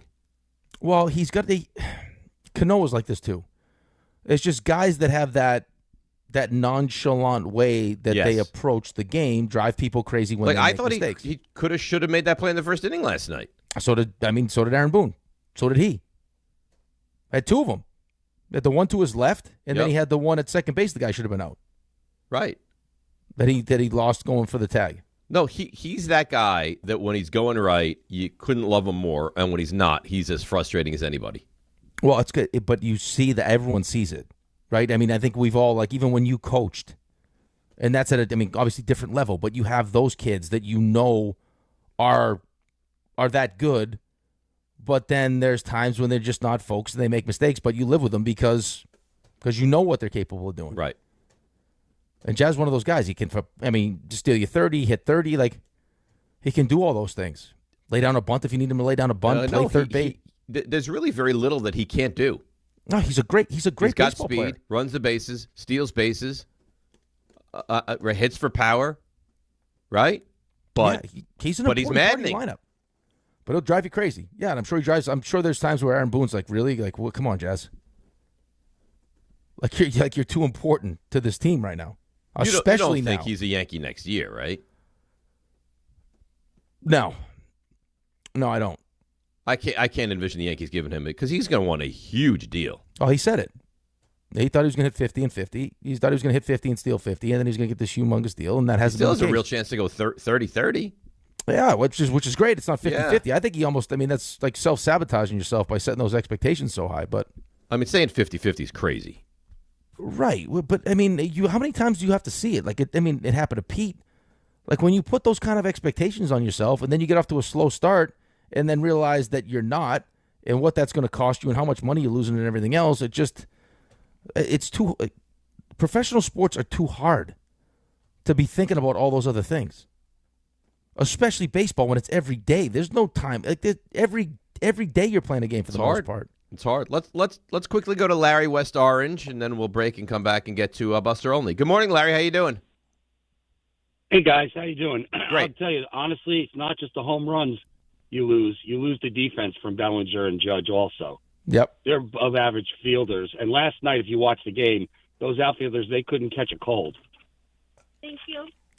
Dominguez is whatever. Schumann, Dave does not like how Schumann dives for baseballs. I've never seen a guy dive for a ball and be further away from a ball than Schumann consistently does. Yeah, you're talking about, Bellinger's probably one of the better.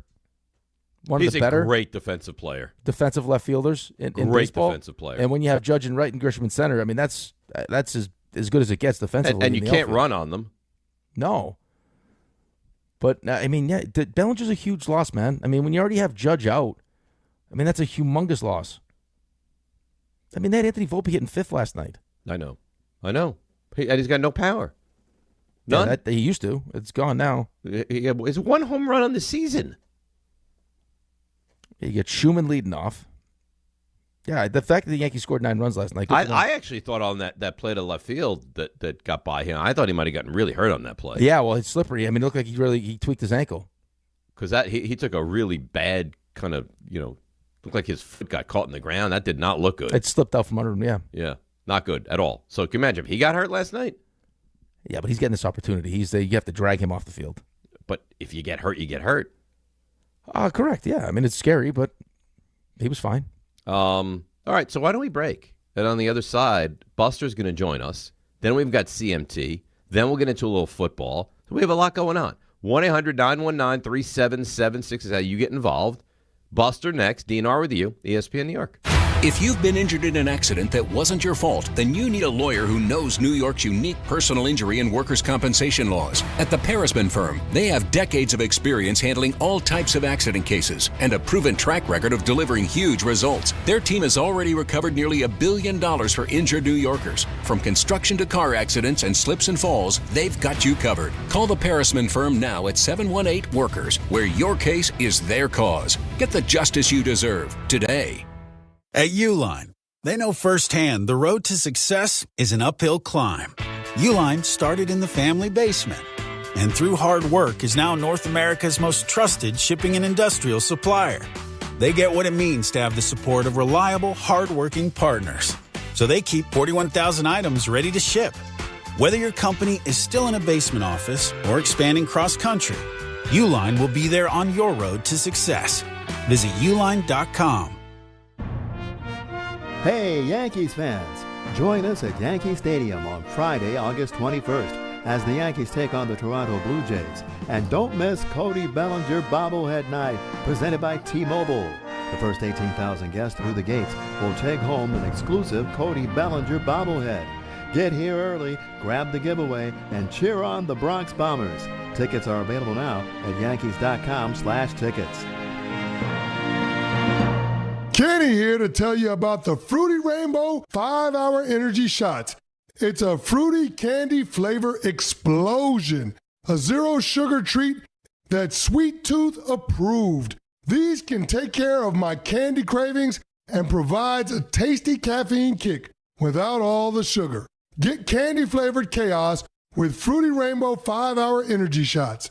Available online at 5hourenergy.com or Amazon.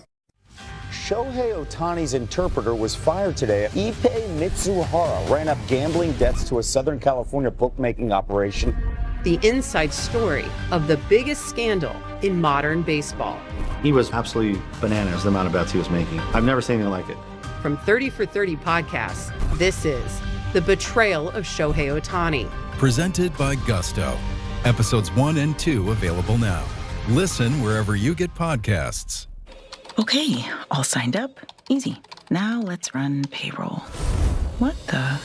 Hey girl, I'm you with more Gusto. Nice. Who's that? New social media manager, hired and onboarded with Gusto. And spoiler, we're kind of famous now. Wait, we're famous? Oh, well, I'm famous. Payroll, benefits, and HR. Designed and built for small businesses. Choose a future with Gusto. Your ambition just met its match with Robinhood. You play for the win, not just on game day, every day. Channel that drive into your money. Robinhood puts you in control, all on one platform. You expect more from yourself. Expect more from your money. Get started today at Robinhood.com/yourmoney. Again, that's Robinhood.com/yourmoney. Your money, your move.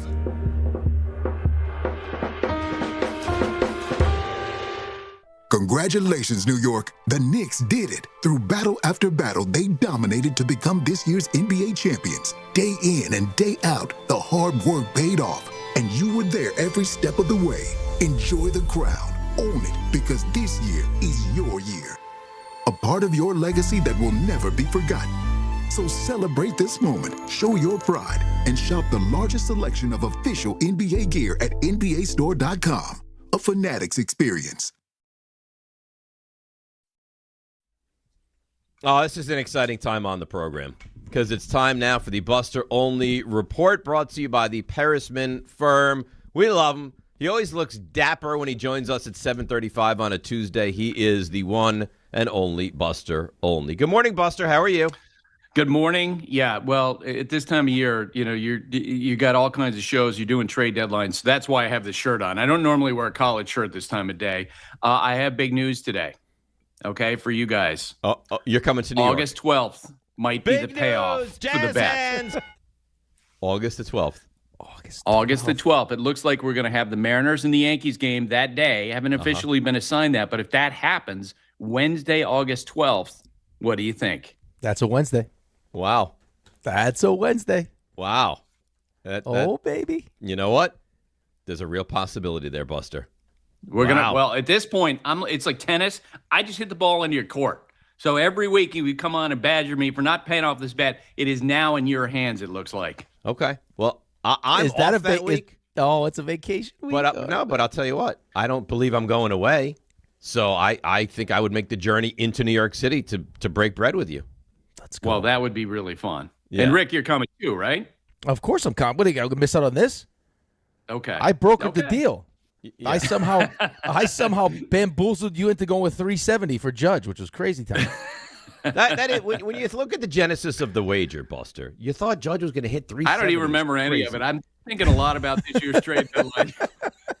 All right, so let's get it. There's so much to get into today. This is, by the way, the last time we're going to talk to you before the trade deadline on Monday at 6 o'clock Eastern. So there's a lot to get into. Firstly, let's look big picture. What are you hearing? Like, what teams are you looking at that they're saying they're done, even though they're still within contention? Like, what are you hearing big picture? And then we'll kind of dive into the Mets and the Yankees specifically. And I'm producing on the fly here, but we should do something next Monday morning. I'm going to be in Bristol. We should do something next Monday morning instead of Tuesday. I love it. So the big picture thing right now is the industry is waiting on the Tigers' decision with Tarek Skubal and the Padres' decision with Mason Miller. Last week we had the Tigers on a broadcast, and A.J. Hinch told us before the game and acknowledged freely, like, we're in a race against time, and we have to make up ground. And it was going great. And then they lost on Saturday, and they lost on Sunday, and they lost last night. And now they're 4 games out in the race for the wild card. Their playoff chances are 25%. The entire starting pitching market, and that's not fair, not all of it, but a lot of the teams that are looking at starting pitching will wait for the Skubal decision to come down from the Tigers, because that's the big fish. They don't want to go, and with all due respect to Freddie Peralta, they don't want to go and make a deal for Peralta, and the next day Tigers put up a first sale sign on Skubal, and they've cut themselves off. So you're going to have teams looking for starting pitcher wait for the Tigers to make their choice on Skubal. You would assume the Tigers play today against the Orioles. They play tomorrow. Skubal's scheduled to pitch on Wednesday. They have an off day Thursday. Friday, could be the day when they declare themselves. It's such a weird time of the year, because typically in baseball, it's large sample size, it's the analytics, it's numbers. And this time of year, it can come down to 1 or 2 games. And that's what it's going to be with the Tigers.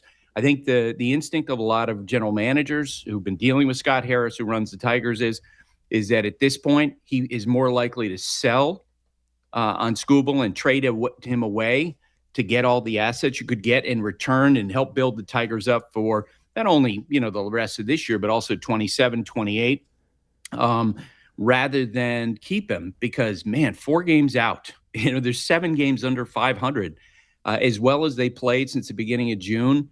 This late regression might wind up being the deciding factor whether or not to sell or hang on to Skubal. Buster, I was reading an article last night that kind of insinuated that owners are talking about, hey, we could really miss an extended amount of time next season, so let's be more aggressive at this deadline. Is that something that you're expecting from some of these teams? Yes, 100%. The labor agreement situation is on the front burner. It's affecting, players who are going to be, who are under team control through 27. I mean, and I'm not saying the Twins have Joe Ryan out there, but look at him, for example. If you're an acquiring team, okay, and you're thinking about getting Joe Ryan, and you're the Twins, you're selling, and the expectation of what you're going to get in return, how do you put a value on that, not knowing how much of 2027 will be lost, if some of it will be lost? It's part of the reason why, I thought it was so stupid that the Mets put Francisco Lindor's name out there. What was the purpose of that? All of these teams are so locked down now about 2027. They don't want to commit a lot of money to next year because they don't know what the economic system's going to be. At the back end, is there going to be salary cap, not a salary cap? Lindor in a non-salary cap world looks so much different than Lindor in a salary cap. So what was the purpose of that? Because teams are, generally speaking, going to be really conservative in terms of taking on financial obligations for next year, just because of all the CBA questions. So let's go back to Skubal for a quick moment. We've heard Dodgers, we've heard Rays. Are the Yankees realistic? Do they need that? I know he's a great pitcher, and you could always use that, but it feels like they're in the market for offense more than they would be pitching. So what would your guess be as to where Skubal would wind up if, in fact, he were traded? So, and we'll get back to the Yankees' priorities because it's fascinating, their situation right now. But number one, I think Tampa Bay. They have a loaded farm system. They have the ability to make a deal. Their general manager, Eric Neander, is not afraid of making an aggressive, big deal. He tried to get Ohtani. He tried to get Freddie Freeman when he was a free agent. And they have new ownership that's trying to win support for the ballpark in Florida, right? And that's part of the owner playbook is to show aggressiveness at the deadline. And they've got a good team, wide open American League. So they're definitely involved. The Atlanta Braves are very much involved in this, I think. The Philadelphia Phillies are looking for, I think, mostly they focused on mid-rotation type guy, but Dave Dombrowski, head of baseball ops for the Phillies, he's won in the past with big rotations. You put Skubal, Sanchez, Wheeler, yeah, and also you'd keep him potentially away from the Braves. People have wondered if there's a wild card in there. And you mentioned the Dodgers. Because they have so many assets, tradable assets at the top of their farm system, and the uncertainty around Shohei Ohtani, they could make that move. But I kind of wonder if it's going to be more of a case where they'll hang in the bidding just to force the price up for one of their National League rivals. All right, so getting back to the Yankees and their needs, I actually just saw you on SportsCenter talking about bullpen and Mason Miller. If they're going to go out and get someone like Mason Miller, that's going to be expensive. I asked you this question, and then Dan asked you the exact same question right after I asked you the question. But, no Cody Bellinger for 4 to 6 weeks, Buster, right? With, no real timetable Aaron Judge. They need offense, right? Are you going to give up all of that just to get Mason Miller when Bednar's been good, or would you prioritize a right-handed bat behind the plate or whatever the offense looks like? So I think if you were to draw up a list of priorities, starting pitcher, Skubal, the Yankees are always connected to Skubal, and I like that is far down the list. And you're not going to make a big trade for a reliever and add a hitter and get Derek Skubal. Forget it. So I agree with your instinct there. It's interesting because I think the feeling is, look, their offense is struggling now with all the the big dogs, 5 MVPs between them on the injured list. But they feel like that their biggest need right now is an impact arm in their bullpen. And so I think that's definitely something going to get, and they're going to add a hitter. But it might be, if you were to more directly answer your question, if you're going to devote assets to one position or another, if Mason Miller is available, then it would not surprise me if that's the one, because, man, you put him at the back end of your bullpen. And by the way, it's not only for this year, but he's under team control for a few years. Now, that all said, what I'm getting back from other teams is they think that A.J. Preller, who's famously aggressive, the general manager of the Padres, does not want to sell. Like other teams reading him like he's at a poker table saying he would rather keep him. Their playoff chances as of Friday were at 7.8%. They've gone up to 17% now because they had a great weekend in Miami.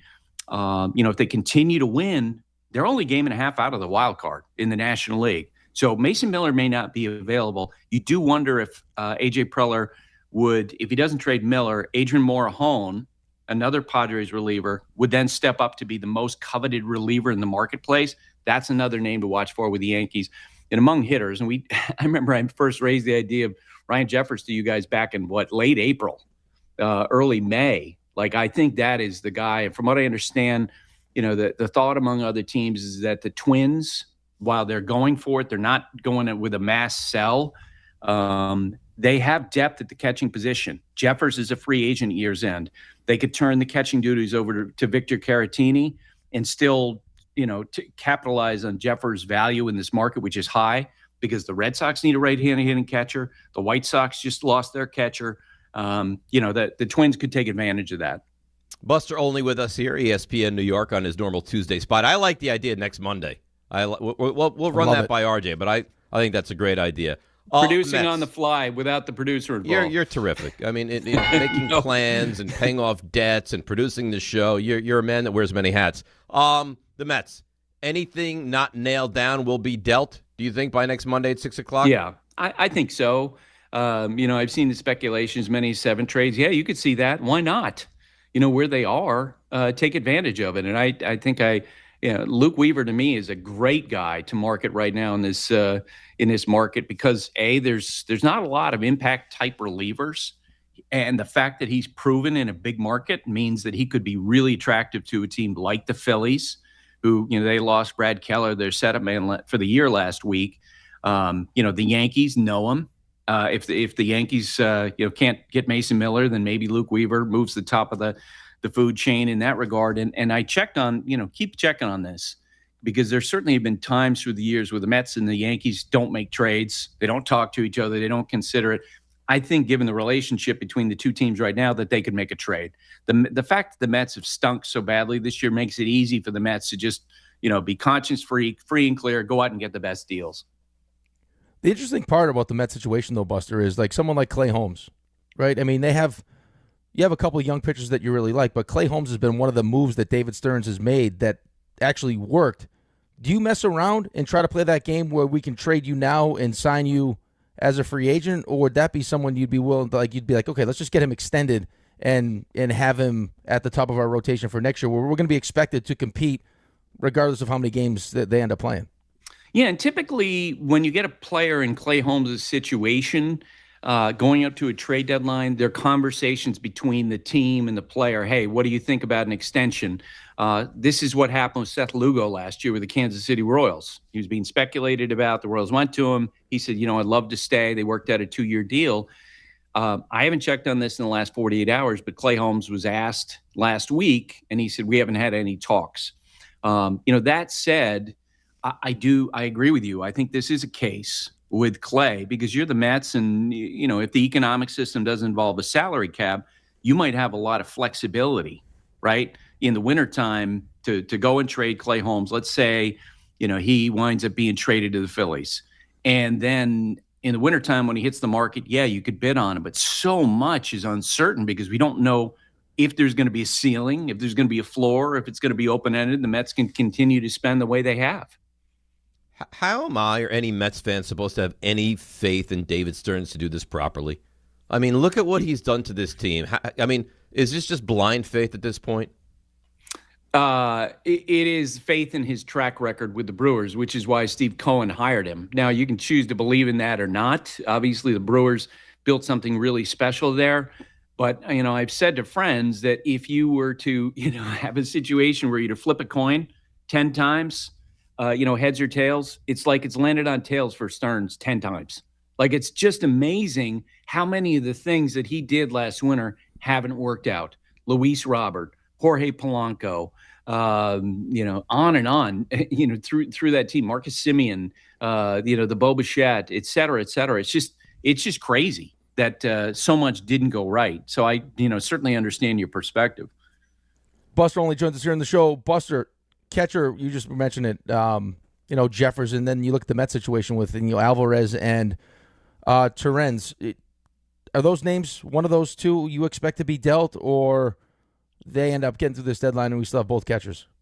So it's so interesting because Francisco Alvarez, of course, has been a big name for a long time, right? Yeah. He's been a coveted prospect. When teams acquire catchers in particular this time of year, they want someone who's a lockdown defender, who's going to adapt quickly to working with a staff. Famously, 3 years ago when Dusty Baker was manager of the Astros front office arranged the trade for Wilson Contreras, and Dusty didn't want him. He was like, I'm sorry, I want to keep Martin Maldonado, who's great with the pitchers. The pitchers have faith in him. And he went to the owner, and the owner overruled that trade and killed it. Francisco Alvarez, whether you agree with it or not, the perception of him in the marketplace is he's not good defensively, that he's too emotional behind the plate. There are a lot of ups and downs. Luis Torrens, I think, has a lot of value right now. And it was interesting. You assume it comes from Mets sources, reading some of the stories today where the Mets, well, we're not just going to give away Luis Torrens. That, to me, is a great way to posture because it's a great time to capitalize on his value. If you choose to do that, like if you really feel like that he's going to be a prime guy going forward, then you keep him. But if not, man, again, between the Red Sox, Yankees, White Sox, other Dodgers are looking for a guy just like Torrens right now because they don't know what's going to happen with Will Smith and his injury. It's a great time to capitalize on his value. We already had one pretty sizable trade with the Nationals and the Red Sox, that early for Meade Fascinating. deal. Yeah. who did you like as kind of winning that deal? And secondarily, how active are the Red Sox going to be at this deadline?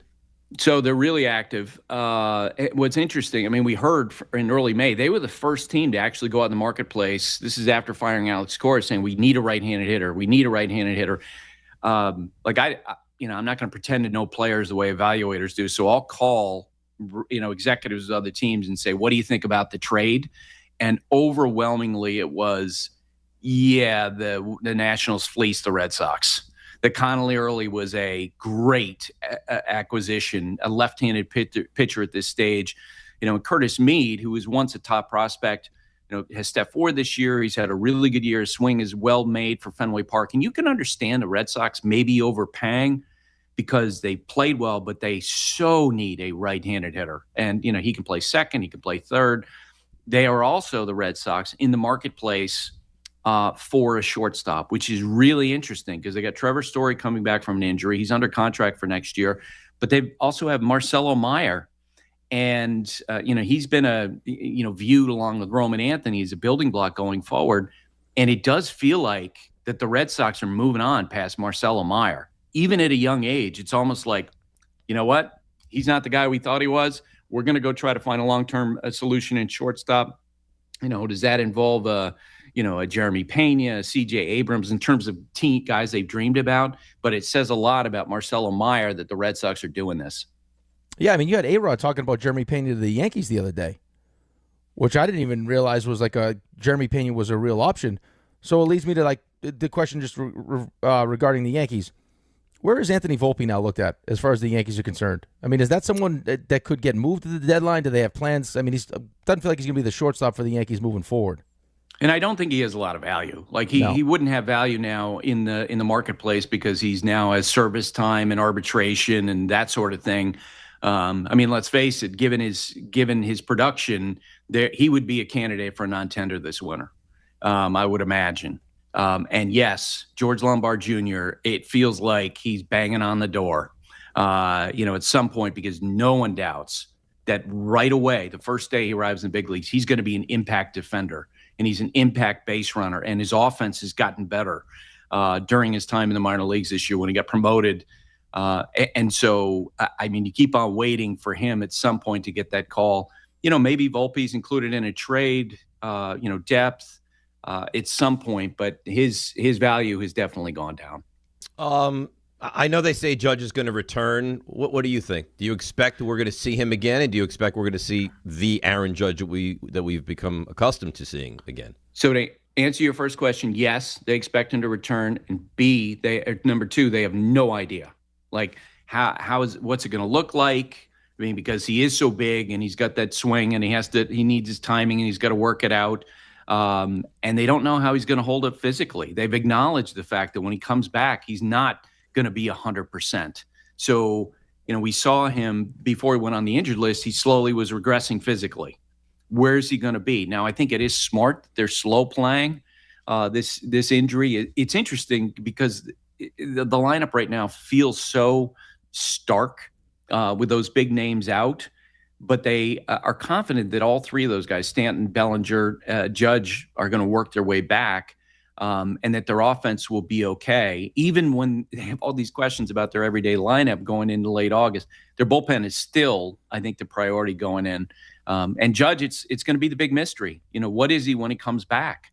And I know this, especially with Bellinger and a hamstring injury, they will slow play it, just as the Braves did recently with Ronald Acuna Jr., where it's like, oh, okay, the doctors say you're okay, we'll take 2 more weeks.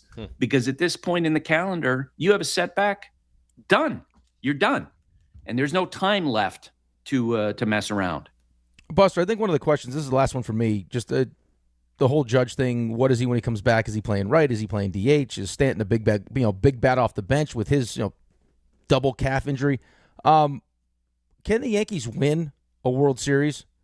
Including whatever they do at the deadline, if Aaron Judge doesn't return and isn't Aaron Judge, I know the American League stinks, but can they win a World Series without Aaron Judge being what we saw from him last year in the postseason?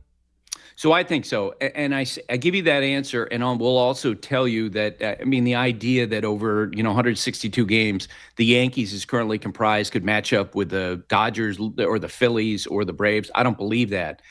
But it is funny when you're talking to GMs these days how often, especially the American League teams, they will cite the Toronto Blue Jays example, that the Blue Jays were basically an average team midway through last year. Then they caught fire. They advanced through the postseason. Vladimir Guerrero, one player, goes nuts, and they come within 2 outs and 1 run of winning the World Series against the big bad Dodgers. So I think everyone in the American League wants a puncher's chance. And if you are the Yankees, you can reasonably dream, because the American League is so mediocre, as you said. If you're the Rays, you're the White Sox, the Red Sox, you can reasonably dream that you could be in the World Series with a chance, take down the Dodgers or some other National League team. There's so much parity in the American League right now that these moves that are going to be made here in the next few days could be difference-making. Well, Buster, this was outstanding as always. We're going to pencil you in for next Monday. We'll be in touch. We appreciate you. We'll try to get that lunch on the table. What is that, the 12th you said?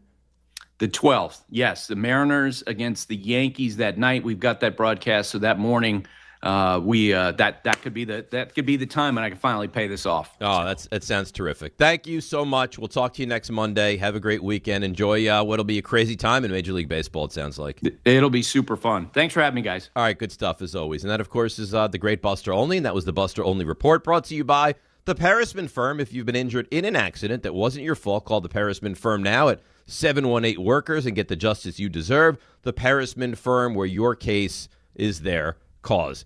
I'm surprised that the Yankees are looking bullpen before a bat. I'm very surprised by that.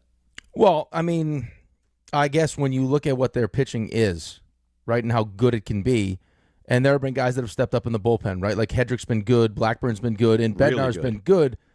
You don't have that real kind of like that guy, that power strikeout arm in the bullpen. And if you could add Mason Miller and you have him under control for the next 3 years, I mean, that's a pretty amazing. That's a pretty nice, right? You're getting the upper echelon, the best closer in baseball. He's the best. That's a big piece. So I could understand that. But I mean, offensively, I know we want to sit here and say, it's mediocre and everything else, but I mean, this lineup is currently constituted without any help or like legitimate help behind the plate or wherever it ends up being. And not getting what percentage you want to use, I don't know. But like a good Aaron Judge, I mean, they'd be hard-pressed to think that they're going to go beat the Dodgers in the World Series. I don't think so. I was surprised with that from Buster. Because when you asked that question, I was like, no, they can't. And right, but I feel like this is what baseball has done. Like they've turned this entire thing into the playoffs as a crapshoot. Just give us a puncher's chance. Look what Toronto. Yeah, but guess what? Toronto didn't though. Right? I mean, they could have, but they didn't. The Dodgers won. Again, for 2 years in a row. Right, and they're favored to win again. Right. So that would be 4 in what? 4 in 6 years if the Dodgers win this year? And 3 in a row? They won during the COVID year. They won 2020, and then they won the last 2. So, like, I mean, I don't know if this is part of, like, the plan. That, like, we're just going to feed the fan bases this crap all the time. That it's just the luck of the draw. Once you get, as long as we get there, anyone can win it. I don't think Yankee fans want to hear that anymore. No, they don't. If you're a Yankees fan, you hear that, you probably become nauseous from that. Yeah, because, again, you're supposed to be what the Dodgers are. That's what you were. I mean, that's in the Yankees fans' mind, that's what they used to be. That's what they were, yes. Right. So now the Dodgers are that, and it's like, well, how come we can't be that? And then you hear Buster talking about, well, the Dodgers farm system is so strong. So they have the best team on the field now, and their farm system is unbelievable as well. Right, and they also recognize, though, that's why you have the farm system you have, is to get guys in there now that can help you win. You take advantage of when you have Shohei Ohtani. Like the Yankees should be taking advantage of having Aaron Judge. I agree. You're listening to DiPietro and Rothenberg on WHSQ, WCBS FM HD2 in New York. I thought Buster was good today, really good, and I'm impressed that he's attempting to pay off the debt. Yeah, see, I'm not impressed. I just expected it. I think when he was, schedule-wise set up to be in New York to do a game, he'd love to take us out for breakfast or whatever. Sounds like August the 12th is the day this could really have some legs and happen. Yeah, we just got to keep our fingers crossed that that's the game he gets assigned to. Little Mariners-Yankees action. They stink, the Mariners, huh? Yeah, I don't know what's going on with them. What a disappointing season from them. They were one of the teams you would point to. That would give the Yankees a real run for the American League. I got an email during the Buster interview, which I thought was good. You agree, right? You enjoyed it, thought it was good? I always loved Buster, yeah. Thomas Early emails in, why are you talking Red Sox in New York, you piece of bleep? It was the first trade that got made. And the Red Sox are a relevant team in the American League now. Why even read it, though? I don't know. You're just setting yourself up. But I thought it was He funny. encourages it. Don't let him fool you. He encourages this stuff. He loves it. Well, I like when people reach out and give their opinion. Not opposed to it. I just think I actually like the question. Opinion is silly. I actually like the question because I was reading a lot about that deal. Just because very rarely, you have a left-handed pitcher at his age that you'd want to deal part with. Yeah, who's under control, who looks like he's going to get better, who's that young. Yeah, I was really, and it sounds like all of Major League Baseball was startled by the Red Sox doing that as well. Yeah, they looked at the need for a right-handed bat, how Meade's swing. I mean, he definitely pulls the ball quite a bit, how that fits into Fenway, and said, let's pull the trigger. That's good. They're going to be interesting at the deadline, too. Rays, Red Sox, Yankees, all interesting in that division. Well, I also think, too, like when I asked the Mets question, it's like, I think it's easy to sit here and just say, hey, if it's not McClain, Scott, Thornton, Benj, Ewing, Soto, like whatever else. But, I mean, part of that, too, is like you got to look at what's like available next year free agent-wise. Like, I don't think the free agent market, like the free agent class next year is great. So, like I can't trade everything. No, and I know that he's wanted on the open market, but Weaver's been so good and he's under control. Like, I would like to move forward with someone like Luke Weaver. Yeah, but that's the issue, though. What does the control mean if it's only for next year when you don't know what next year is going to look like in the first place? Well, if I trade him, I know next year's not going to be as good as it would have otherwise. Agreed. But I actually think it would, to your point, because maybe owners and GMs are looking at it as less valuable because we only may play 60, whatever, however many games it is. Yeah. You're not going to pay the premium for the one extra year of control because there might not be a next year. Who knows? That'd be real disappointing to go 83 wins this season and then have no baseball for Mets fans. Terrible. And then you've burned 3 Soto years. You're right. I mean, you're just burning his career. Gone. Is what you do. I wonder what RJ? We didn't ask. Sorry, RJ. We didn't ask Buster this. Why do you Stearns and the Lindor thing? You think there's would Stearns, if left to his own devices, like this offseason, move on from Lindor if he could? I think he might. Yeah, I think he might. He's going to systematically take down the entire team by the time he's Who's done playing here. shortstop for us? I don't know. Great. I don't know. I mean, I don't know why we're pretending like Lindor, like when he's healthy, he's not a really good terrific baseball player. I mean, you saw last night what he's able to do when he's healthy. He's terrific. RJ? Hey. What's wrong? No, nothing. Oh, okay. That was riveting conversation. Are you mocking? No. Yeah, it feels like you're mocking. I'm not mocking. Right? I agree. I can't even say anything nice. If we both feel like you're mocking, ipso facto, weren't you in fact mocking? No, that was good conversation. Listen, if you really need a shortstop, RJ and I can we interest you in a used Volpe, slightly used. No, we don't want a Volpe. That's a real problem too. He's not really worth anything. Right? It's like, what could you get for him? No, really nothing. You're not paying him anything. Maybe he gets non-tendered. I just throw him in somewhere. That feels like where it's at, though. That feels. Of course. That feels right. Yeah, add him to the back end of a deal because you don't really want him anymore. You think the Yankees have punted on him ever being that guy now? The shortstop, yeah. Yeah, you don't think that there's Lombard's in that organization? Lombard's the shortstop. Yeah. So RJ, hi. How you doing? Good. How do you feel about Buster kind of usurping your producing role and just being, I will be on the show next Monday? I think that's great. He made a point to drive home. He's producing with no producer, by the way. Really drove that home. Buster's a star. I know my place. Have we really had the best version of our producer today, though, anyway? Well, apparently RJ had some hurdles to clear, though. There was some computer issues this morning. I get it.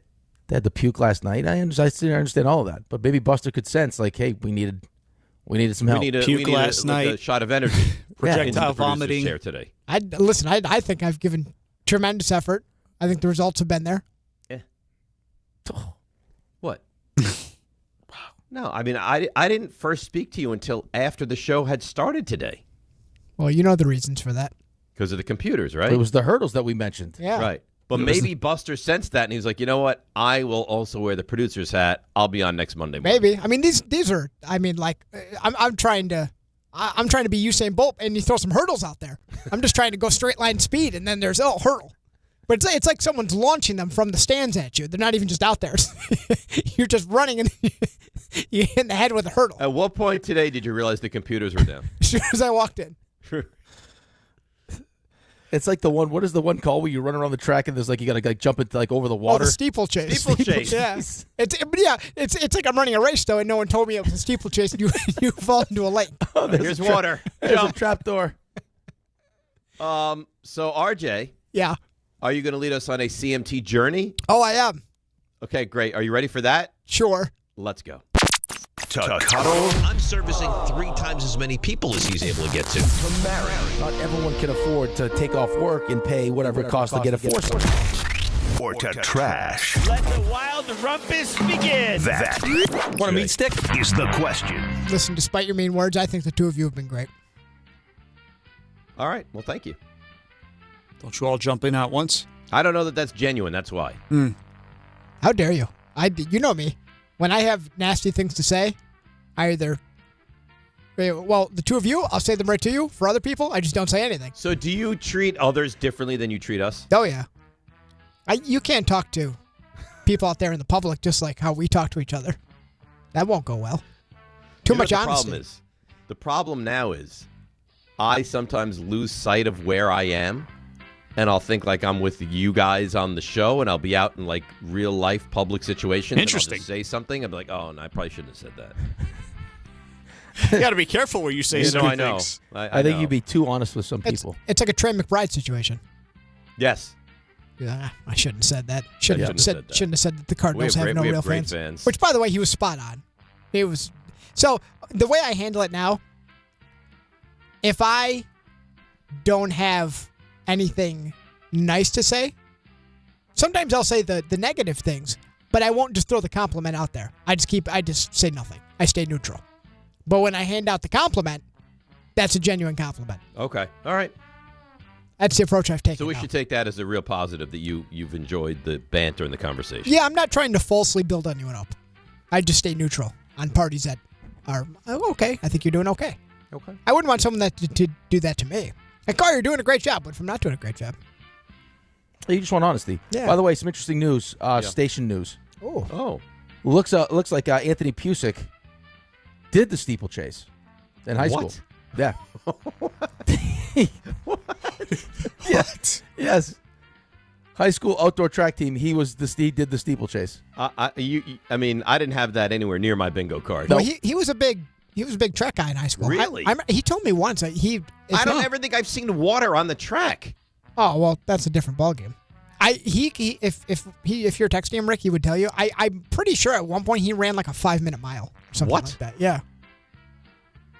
I'll ask him right now. I didn't realize Anthony was a star track and field specialist. Oh yeah. Apparently a steeplechase guy too. Yeah, don't judge a book by its cover. Be serious now for a moment. Did you have steeplechase at your high school? We didn't have like a little body of water that you would jump over. I don't think it's a little body of water. I think it's just on the track and it's a. Well, we didn't have that. I don't know if every high school offers the steeplechase. I don't know. So no one knew he was good. He wasn't competing against. Oh yeah, sub 5 minutes. His best mile was 4 minutes and 56 seconds. That's crazy. That's unreal. Yeah. Maybe if you have a steeplechase, you need it's like going to get a closer. Like you need a steeplechase guy. Did he do the javelin? I wonder if he did all the different events. Why I'll ask him. How many events did you do? What's the one you shoot out of your neck? That's the shot one out of your neck. Yeah, shot put. Yeah. Shoot it out of your neck. You don't shoot it out of your neck. You push you know what I mean? Like you run around and you hold it. Push it out of your carotid. Yeah. Yes. That. Your carotid. You act like it's like you don't you do not shoot the heavy ball out of a vein or you're not a human Pez dispenser. You know what I said? You know what I meant? Yeah, it's you hold it. Somebody could have heard that and thought you were talking about karate. I don't know. I wonder if Anthony's like capable of doing any of the field events. I'm sure he is. I mean, he's responding now. Yeah. I want to run the decathlon. How many schools offered steeplechase? High schools? Yeah. Not a lot. I maintain that if you have it and you don't have an elite steeplechaser, you need to make a move like at the deadline. Like after second semester, you're like, we need offer free tuition or something. We need Anthony. Yeah, let's make a move. Yeah, see, maybe that's what I do. Maybe we add steeplechase as one of our sports, and you bring, and then we just because there's not a lot of teams, we just get real good at it. You dominate. Yeah. Hey, 17-time steeplechase state What is champions. that, like run and then jump over a body of water? It's not a body of water. Google it, would you please? What Anthony am I Googling? Anthony steeplechase races. Anthony did no javelin, no shot put, mostly distant races. 800 meters, mile, 2 mile. I don't think you find a lot of like distance runners that also do the shot put. No, of course not. No, it's like the big, strong guys. It's the offensive lineman. Yeah, like the lineman from the football team. Hmm. And then like Lamar would do the javelin. Latrell Lamar. Yeah. Yeah. One of the great scenes in Nerds. Oh, unbelievable. What a great movie that is. Terrific movie. Yes. Alrighty, so on we go. Beyond the steeplechase, beyond the javelin, beyond the event where you shoot from your neck. All right, so he didn't have the apparently the track that had the steeplechase was on Rando's Island. The way we practiced, since they didn't have access to that all the time, was just doing hurdles. Hurdles, okay. And then you would just get to the... Or I guess they could outline the body of water on their own track. Just get like a blow-up pool. Yes. Like a kiddie pool. Like jump over this, and this will act as the water for the steeplechase. You don't want to lose that game. It's like, what happened to Anthony? Yeah. Doesn't feel like... Water. It doesn't feel like the appropriate practice. He's in the drink. I know we don't normally do this, but we're going to add some water to this. Yeah, make it really fun. How do you think they came up with that? Like, enough hurdles. Let's put water there. Maybe hurdles would just say, like, this is not difficult anymore. Let's add some. Let's challenge ourselves. It's like the Olympic. What's that event where they're out there skiing shoot? and then they just add guns. The biathlon. Yeah, the biathlon. You don't make we talked about this, didn't we? Yeah. So this event's pretty sweet. Cross country skiing's boring. How can we make it better? Right. Let's give them a weapon. Shoot guns. Shoot a target. Like, hey, you run the track, you throw in some hurdles, but that's not really enough. How about water? I mean, that's one step from like someone that's not like a hockey fan. Like, how do we really spice this up? Ever think of putting a polar bear out there that could eat people? Let's light the puck on fire. Yeah. They did that on Fox at some point. Oh, and it had the tail? Yeah. It was terrible. Oh, alrighty. So people couldn't follow the puck. You broke it down with Buster really nicely. Monday, trade deadline. We're under 1 week. So if you are Brian Cashman, I'm not saying what you think will happen. I'm saying what you would do if you're Brian Cashman. So I've taken 3 Yankee prospects and layered them in terms of tiers of how I did a brief survey of where they're generally rated. And you guys were talking about if you're willing to give up high-end prospects, you could get high-end players. Well, what is the highest of high-end prospects you'd be willing to part with if you ran the Yankees? Would it be George Lombard Jr.? Would it be Carlos Agrange, who I know has had some injury issues, but let's assume he's back at full strength? Or would it's not LaGrange? It's not LaGrange. Or would it be someone we've seen a bit of, Spencer Jones? So I'm marrying the one I would most likely give up. But what am I getting in return, RJ? Well, that's tough to know because I don't know the level of it. I mean, if you were talking about Mason. I mean, if I deal Lombard, I'm getting back a stud. Well, I may only get you. Right, but what are you willing to max out, though? Like, I mean, how like in are you? Right. Because for context here, Lombard he's the guy. He's number 1 prospect. No more needs to be said. LaGrange usually, he's in that like 3-ish range. You can see Dex Kilby up there, but I feel like people are a little less familiar with him. And then Spencer Jones is somewhere in that like 5, 6, 7 range. All right, I'm gonna trash Jones. I would go bigger than that. Really? Mm-hmm.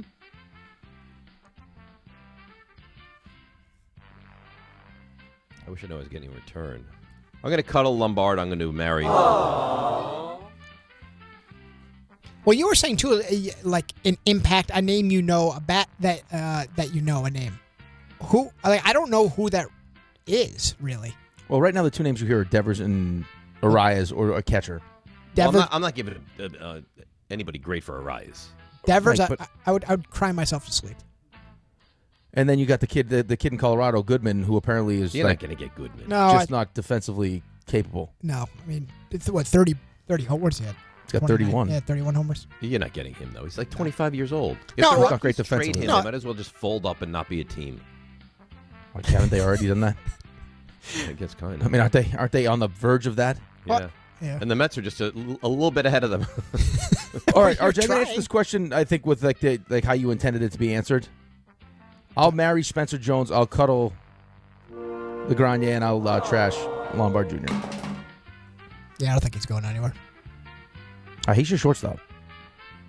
So, Dave said yesterday, and I asked this to him off the air, if he really, had given a moment to think about it, if he still felt that same way. The Jets have, isn't it? The what? Jets. Yeah, Jets have no chance to win 7 games. Like, it's not even in the possible range of outcomes, even if things go well. So disrespectful. It really is. Is it disrespectful, or is it being realistic? Well, for perspective, the Dolphins won 7 games last year. Like, and they weren't good. Nobody would mistake them for a real contender. But he's got a real Jets bias. Yeah, that's not true at all. Well, my thought process here, because I wanted to take your words, with seriousness. If you stripped away the coach and the quarterback, I know this is a foolish argument. God! But I mean, those are the two most important things. But what I would say, though, what if one of them is better than you think? Could that get you to 7 wins?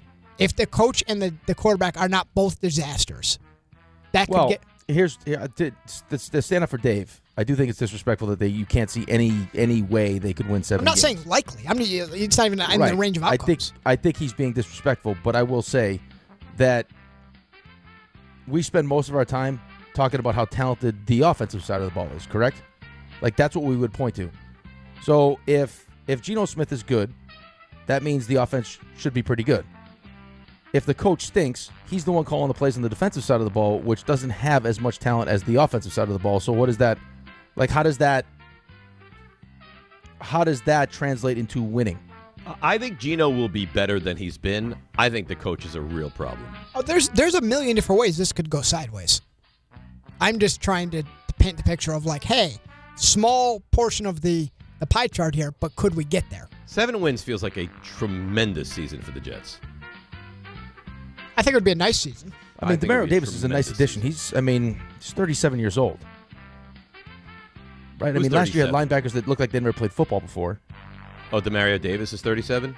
Demario Davis is 37. I mean, the over-under that for is old for a linebacker. Well, it is, but it takes tremendous care. I read an article about him a couple of weeks ago. It takes tremendous care of his Still a body. good player. Yeah, travels with his never whole let him team. get away. I mean, but the over-under for the Jets is 5.5, which is to say that, Which I think is one of the lowest in the NFL, though. Yeah, no, it is, but I'm saying that offers the suggestion that there's at least parties on both sides of equal amount that think you could get to 5 or less, or you get to 6 or higher. So 7. Now you're asking 7. So you're not saying get to the 6, which is the over. You're saying get to the 7, all right. which is so a game and a half. Yeah, but he's saying it's like a soft 5.5. Soft 5 could get to 7. All that is to say, you think this is lining up to be just a disaster of a year. So I think this is probably a 4-5 win team. Yeah. Okay. You're disgusting. So why? What do you think they are? Can I answer the question, please? No, I would like you to answer my question. I haven't come out with my wins. I haven't come out with a wins prediction yet. when do we get the wins prediction? Soon. Before the season starts. Okay. So what happens first this year? The Jets win 6 games. Geno Smith is benched, or Aaron Glenn is relieved of his head coaching duties. I'll marry Geno Smith benched. Whew. I will cuddle Aaron Glenn relieved of his duties, and I will trash the 6 wins. And you agree? I mean, you look at the first 12 weeks. Depending on what happens week 1, it's hard pressed to find 6 wins potentially there. And then once you get past the bye going into week 14, the only game you would point to is the one at Arizona, but you got Denver, New England, Minnesota, and Buffalo to finish off. That really is tough. That's 4 of your last 5. I mean, even if you win the games you think you should win, like the Clevelands and the Raiders and the Dolphins, I don't know if you sweep them. I mean, you're still talking about, 4 or 5 wins. Maybe you get one. I don't see how the Jets are. I'm going to agree. You're going to have to sweep Miami. But don't you think Miami? I mean, Miami might be terrible. Miami's saying the same thing about you. 100%. Right. Like, so is Vegas, though. But everyone is. There's no team that the Jets will play that at the moment isn't going to say, we're going to beat the Jets. So here's the thing, though, about benching. Because if I were answering this, I would also say that benching Geno would be my Mary. But what are we rushing to get to? Cade Klubnik? You know that Klubnik. People are going to go crazy for Cade Klubnik. Underachieved on a 7-6 Clemson team. But that's not ACC. the point, though. But it's RJ, not to see if Cade Klubnik can take. To. Yeah, it's not to see if he could be the quarterback. I mean, that's part of it. But it's also, hey, let's see what we have because we have 3 first-round picks. And if in the process we find out he can't play, and we lose football games, then no worries. Great. Yeah. Right. And what happens if you play him and he's good? Now, I can't imagine that you wouldn't still take a quarterback somewhere, but I mean, maybe that answers some questions. Maybe. So we spoke a bit yesterday about the NFC North. We talked about all the divisions, but some of the betting odds to win the divisions. The one that I found most entertaining, most interesting, was... Is anyone else, quickly just to interrupt, anyone else shocked that Daniel Jones is fully cleared to participate in training camp already? I was surprised by that. A little bit. Guys are worried. I mean, surgery's unbelievable now. Yeah. Everyone is ready in 15 minutes except for my receiver. That's because he had the meniscus repair, buddy. Like week 15, no problem. He's ready to go. Jones, no problem. He's ready to go. Listen, he's off the pup. Take what you can get. The meniscus repair essentially ended my career. I understand the magnitude of it. Yeah, he had a second surgery, so it's not fair to compare it. But everyone is smooth sailing except for my guy. And you yelled at me for being... He looked good in dodgeball in the softball game, too. I was there. You were at the softball game? Softball game, yeah. Yeah. That's right. Yeah, with Jordan. Look at you. So, NFC North, I found this most interesting. I'm not going to tell you which teams are which, but the shortest odds, there's 3 teams, all range from plus 180 to plus 305. So, pretty tightly bunched. Cuddle my trash, who you think wins the NFC North? Lions, Packers, Bears. Oh, my. That's right. I got to tell you. Sorry, Vikings. I don't think there's a 0% chance the Vikings win this division. Not a 0, but they are distant fourth. Right. But so they're the plus 300, whatever? No, they're higher than that. Oh, really? Yeah. Okay. Someone's going to separate themselves in that class. I'm going to marry the Packers. How much of the season are we planning on Micah Parsons missing? Any idea? He's on PUP, right? They expect him to start the season on PUP? So he's missing a month, maybe? Yeah, I would say. If he's on PUP. 4 to 6. Well, you got to miss 4, right? That's a minimum for. Yeah, I mean, you can come off PUP at some point during camp, so I guess we'll see. If you start the season on PUP, then you're, I think, at 4. I would say you have him. You start looking at week 5 or week 6. Yeah, I would say between week 6 and 8 would be my guess. Yeah, their report's unlikely before at best week 4, so you'd imagine he starts the season on PUP then. Yeah. I'm still gonna marry the Packers. I'm going to cuddle the Lions. I'm going to trash the Bears. I know you'll disagree, and that's fine. Trashing the Bears, huh? Mm-hmm. Wow. All right, I will.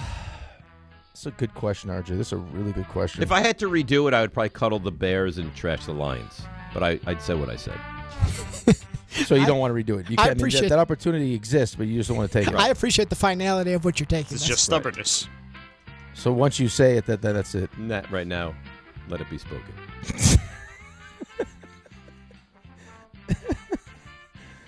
Let it be spoken. I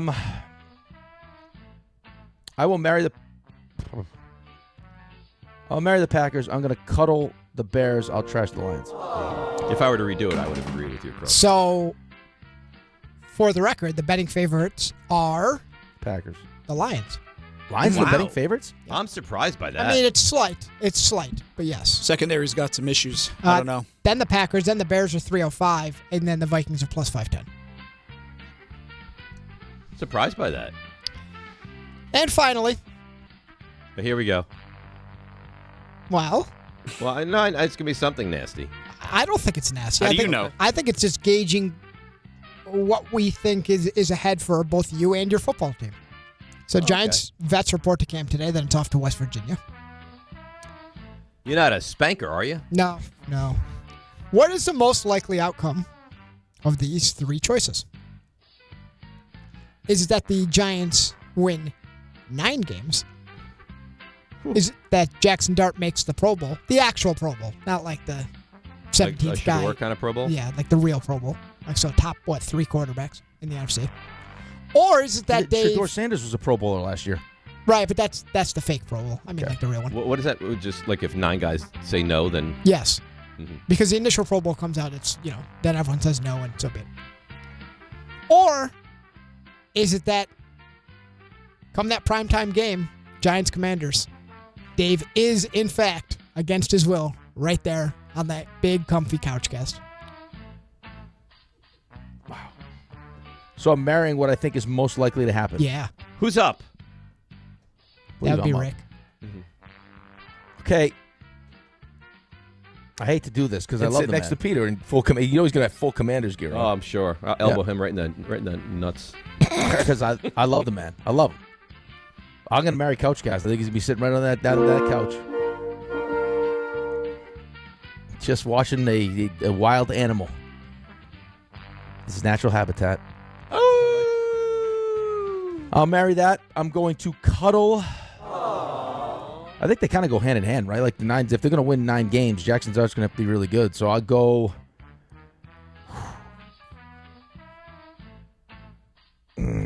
I'll cuddle 9. I'll trash Dart Pro Bowl. All right. I will. I'll marry 9. Yeah. I'll cuddle couch. I'll trash Dart Pro Bowl. Interesting. Yeah. So Rick said they were tied at the hip. You disagree? I disagree, yes. So you think... No. I think Dart can be really good. Look at the quarterbacks in the NFC. Right, but you think they can get to 9 wins and Dart just is like good, like solid. Well, you can be really good without being a Pro Bowl quarterback. No? Yeah, I mean, true. Jaden Daniels has the potential to be awesome. Dak is really, really good. Yeah. Jordan Love is really good. Goff is good. Yeah, I agree. Stafford, Purdy. There's a lot of. Darnold. There's a lot of really, really good quarterbacks in the NFC. So that's. I think Dart could be excellent, still not be a Pro Bowler. So that's cuddle my trash. But real quick before we're done the segment, percentage that you would assess right now, odds maker Dave, that you're on that couch. 50-50. Assaulting Peter. You know what? Higher than I thought. I think he's finally recognized, Archer, that he's going to have no choice. That's right. No, I'm going to have a choice. No, I don't think so. I'm going to bring it up at the meeting tomorrow. No, you won't. No. Okay. I think that would go poorly. Why? Because I think there's a real chance that if you brought that up in the meeting, the quote, "Don't act like a a-hole, Dave," would be the next You know what? sentence. I welcome that. I would take his spleen. I would be walking around like that guy. Yabba, yabba, yabba, yabba. That guy. That's cuddle my trash. That's nice. Yeah, we'll You see did you on a the good job couch today. Thank you. We'll see you on the couch. I don't think so. Yeah. RJ, is it true that I heard that Kyle Shanahan almost lost his eye in the accident? Yeah. Ugh. Didn't look great. Sims said that, yeah. They're buddies. Maybe he Really didn't look. good Have you seen a picture of it? I have not seen a picture, but apparently Sims knows more. Ugh. It looks like he was on his cell phone. That I don't know. Oh, is that what it was? I thought I read that he was on his cell phone. Oh, boy. That I don't know. Confirm that before we start spreading that. All right, let's take a break. We'll come back. We'll get to your calls, and we'll do a little NFL as well. DNR with you. Busy Tuesday, ESPN New York. All right, let's see what's happening on the roads. Here she is once again, the great Susie Cerrone. Hey there, guys. Starting in Manhattan, there's an accident on the FDR South at 71st Street, blocking at least one lane. The FDR South and is backed up from the lower 100s. Alternate side meters in effect. Inbound George, 15 at the upper, 10 at the lower. The Lincoln is 15. The Holland about 25 from either approach. Crash in East Rutherford, 17 northbound at Union Avenue, blocking a lane. Jackknife tractor trailer, 78 eastbound at exit 20. It's in the right lane. You're backed up exit 16 to 20. Crash in Newark on the eastern spur northbound at 15E. Accident in Larchmont, 95 northbound. Your exit 17, and that's in the left lane. We're sponsored by the New Jersey Department of Health. Public Health works behind the scenes, making sure your food and water are safe, preventing diseases from spreading, and so much more. One mission working for you. This is Public Health.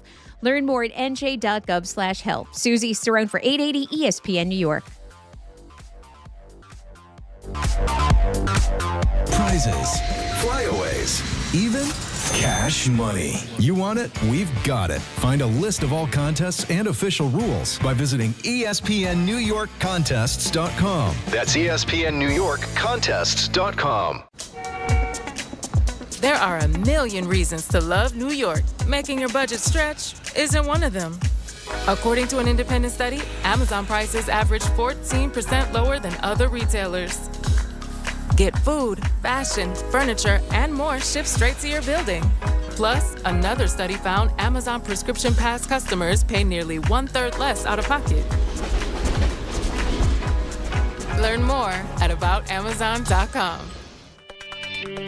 When you manage an active facility, disruption is not an option. Tricon Construction specializes in healthcare, commercial, and industrial environments where work needs to happen without shutting operations down. That takes detailed planning, clear communication, and safe, disciplined execution. Because when patients are inside, tenants are working, or production has to keep moving, every decision matters. Tricon understands how to work around your business professionally, safely, and efficiently. For complex work inside active facilities, choose Tricon Construction. Visit TriconBuilds.com. That's TriconBuilds.com. Summer's here. People are outside walking more, traveling, going to games, barbecues, the beach, just enjoying life. But if you have joint pain, sciatica, or back pain is still holding you back, you don't have to live like that. I'm Bart Scott, and Dr. J. Shaw at Sandwell Pain is the real deal. Ivy League trained, double board certified with non-surgical treatments that get real results. No cuts, no downtime, no pain medications, just a smart, targeted approach that gets you moving again. Same day or next day appointments are available. Go to SandwellPain.com. Don't let pain steal your summer. Every 40 seconds, a child is reported missing.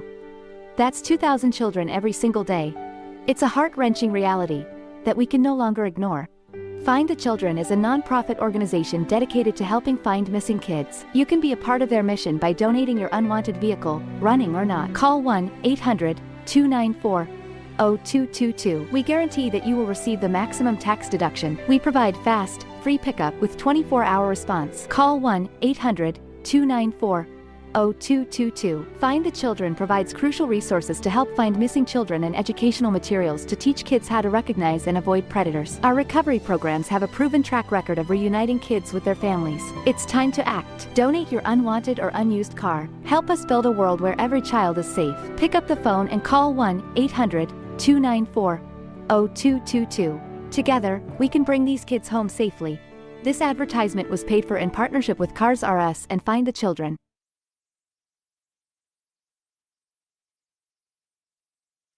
All right, DNR with you, ESPN New York. We roll along on a Tuesday morning. Training camp starts today. Today, Giants make their way from up here in Jersey down to the Greenbrier in West Virginia, and practice 1:30 tomorrow in the heat of West Virginia is on for the Giants. How excited are you right now? This is very excited. I mean, are we excited enough where we actually may go down to the Greenbrier, or is that I'd say it's 33% chance that we do. We're thinking about a get in the car Friday after the show and hit the Greenbrier by dinner time and spend the weekend and then come back. Wow. That's what we're thinking about. Me and family Alex, trip. Little boy. No, not the family. Little boys road trip. Look at you. All right, that sounds nice. I think it would be great. I think you should do it. Boots on the ground. Yeah, then you get a tour. You get a nice tour of the bunker, the whole deal. Yeah, I would want to get up close and personal with like the Giants. I would want to walk up and down the hallway, see some of the guys, what's happening, who's rooming with who. I want to know what's happening. Yeah, but I don't know if that's going to be they probably have like their own area of the hotel. You can't get into. Yeah. I don't think they want fans walking around like But I'm not a the typical halls of the normal hotel fan. Like I think I'm within the organization. I'm they know who I am. We can't even get a Giants guest outside of Jordan. I mean, what do you mean they know who you are? Yeah, but that doesn't mean they don't know who I am. Right. It's probably not to your benefit that they know who you are. Maybe not. I mean, you could say, what happens if you see Darius Slayton walking around the hallways? I mean, I wouldn't have any problem with seeing Darius Slayton. You wouldn't say something nasty? Probably not. How about Deontay Banks? Well, probably not. I mean, he's a hell of a kickoff returner. He's a really good kickoff returner. Yeah, I'm excited to see Colton Hood. Why do you look at the negative?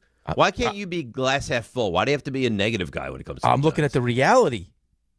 I don't want you to get your hopes up that all of a sudden you get down there and you're like, hey, so-and-so Yeah, just put me on. Put me in the same floor as the Giants, right next to John Harbaugh's suite, and then you're just walking around, just like maybe I put on a little wait staff attire and I deliver room service. Then I get in there and then I start to do a little reconnaissance. So, coach, right? It's meet right. Denard So Wilson. you deliver him okay to know. Mm-hmm. Correct me if I'm wrong, though. You're also the same person that was given Brian Dable's phone number and never used it. Yeah, I think that was more Carlin than anything else.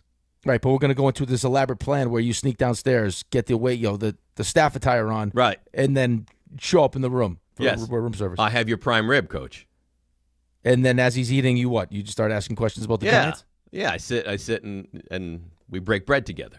Yeah, I don't see that happening. I don't have a feeling that would. Well, why am I going to go then? Oh, because you'd be on the practice field. I'm sure you could get passes to go on the practice field and stuff. Right? I mean, Jordan's going to be there. You know people. Jordan would be there. You know people. Jordan gets in the car today. Today he's leaving. Today he's leaving. Yeah, I think he's driving down with Connor Hughes, the two of them. Do you think his wife celebrates when he leaves? No. Why? I don't know. It doesn't seem like she cares for him a lot. Why would you say that? I just get the vibe. I think Jordan's in a really nice marriage. I think you underestimate Jordan. I think Jordan is elite. I think Jordan's elite also. I listen to the show when you do the shows with him. I just don't get the sense that there's... You don't think there's true love in that marriage? Well, this could be love, but it's like a nice little vacation from him. Mm. You know? Yeah, but there's two kids. Now his wife has to deal with both of the kids, and I think she works full time, so that can't be easy for her. That's probably not easy at all. I think the daughter's away at summer camp, though. Right, man. It's just easier not having like a third responsibility at home. Like my wife has to deal with. Right. She's probably like, I've been highly helpful around the house lately.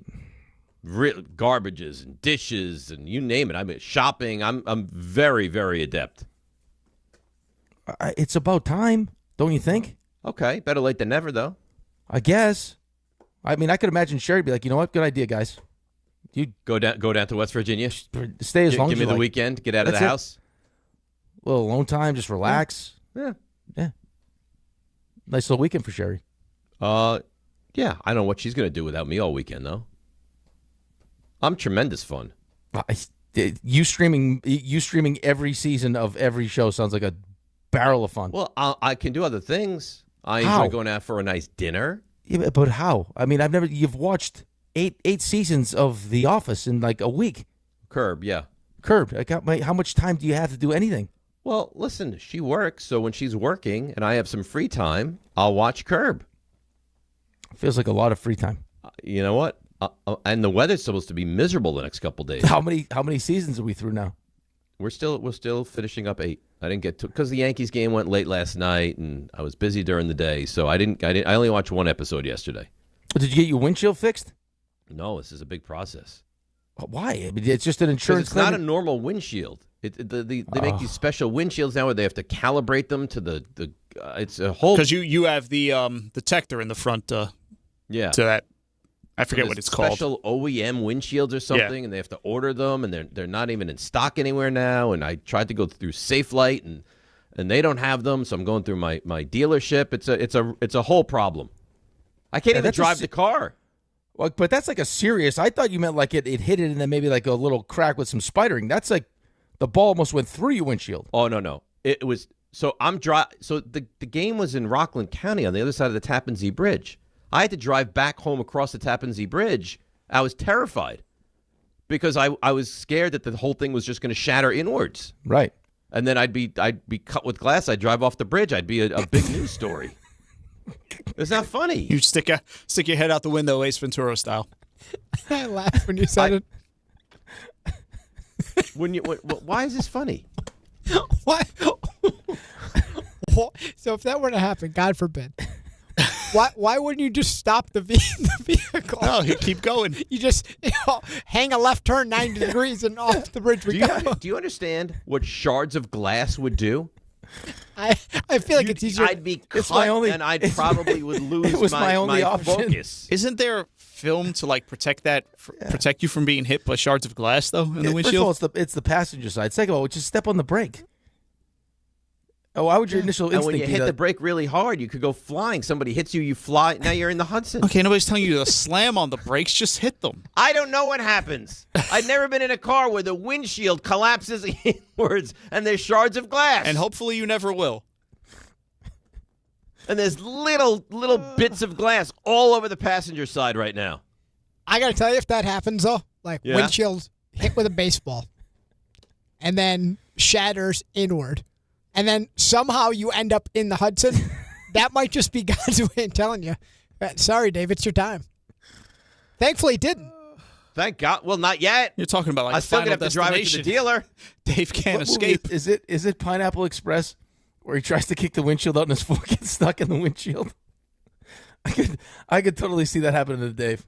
I don't see how this is funny. Well, because you just said that your biggest fear going from Rockland County to your home was that the window caves in, and for whatever reason, your first instinct is to drive off the bridge. Good call, No, Pineapple it's not Express. to drive That off was- the bridge. That was James Franco. Good call. But I have shards of glass going at my face, my jugular. Who knows what it's going to hit? Oh, my God. That could have happened. Why are you... I don't understand how this is funny. Any of it.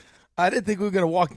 I didn't think we were going to walk down that road where they get glass case ipso facto. I'm dead in the Hudson. I didn't think that was what the thought was. Did it happen in Florida? Gentleman tried to kick his windshield in. If that did happen, I would tell people, you know what? That's how he would have wanted to go. That's not how I want to go. That's the last way I want to go. Fighting with the windshield because of a baseball. Shattered it. Oh my God. That's not shattered. That's the ball. I don't. Right off how the you didn't tap find the and see. baseball in the windshield is beyond me. And that as ball- I'm walking from the field, I see a black car. And I'm like, oh, man, some poor, his car, his windshield. And then I continue. I was like, oh, my God, that's my car. Yeah, that's direct hit. Oh, yeah. Almost Not led good. to you being in the Hudson. Not good. I think we should all. I mean, We're all so close. hey, Dangerous. thank God it didn't. Thank God it didn't. Thank God. Yeah. But as I was driving across the bridge, I was very nervous. And I thought I was going to get pulled over. For the windshield. Right. Of course. I thought a cop was going to see me and pull me over and be like, you can't drive like this. But what was I supposed to do? To get it towed, probably. Oh, can you imagine that? No, it's better than driving into the Hudson, no? I mean, Yes. and in doing so, in explaining your situation, you have put a direct target on your back now. Why? Because now you told us you intend to put yourself in danger of the Hudson once again as you drive. No, I'm not going to go Hudson again. I'm just going to drive it about 5 miles to the dealership. What happens if I hit a pothole and have to drive myself off the bridge into the Hudson? But I'm not going to be driving across a bridge.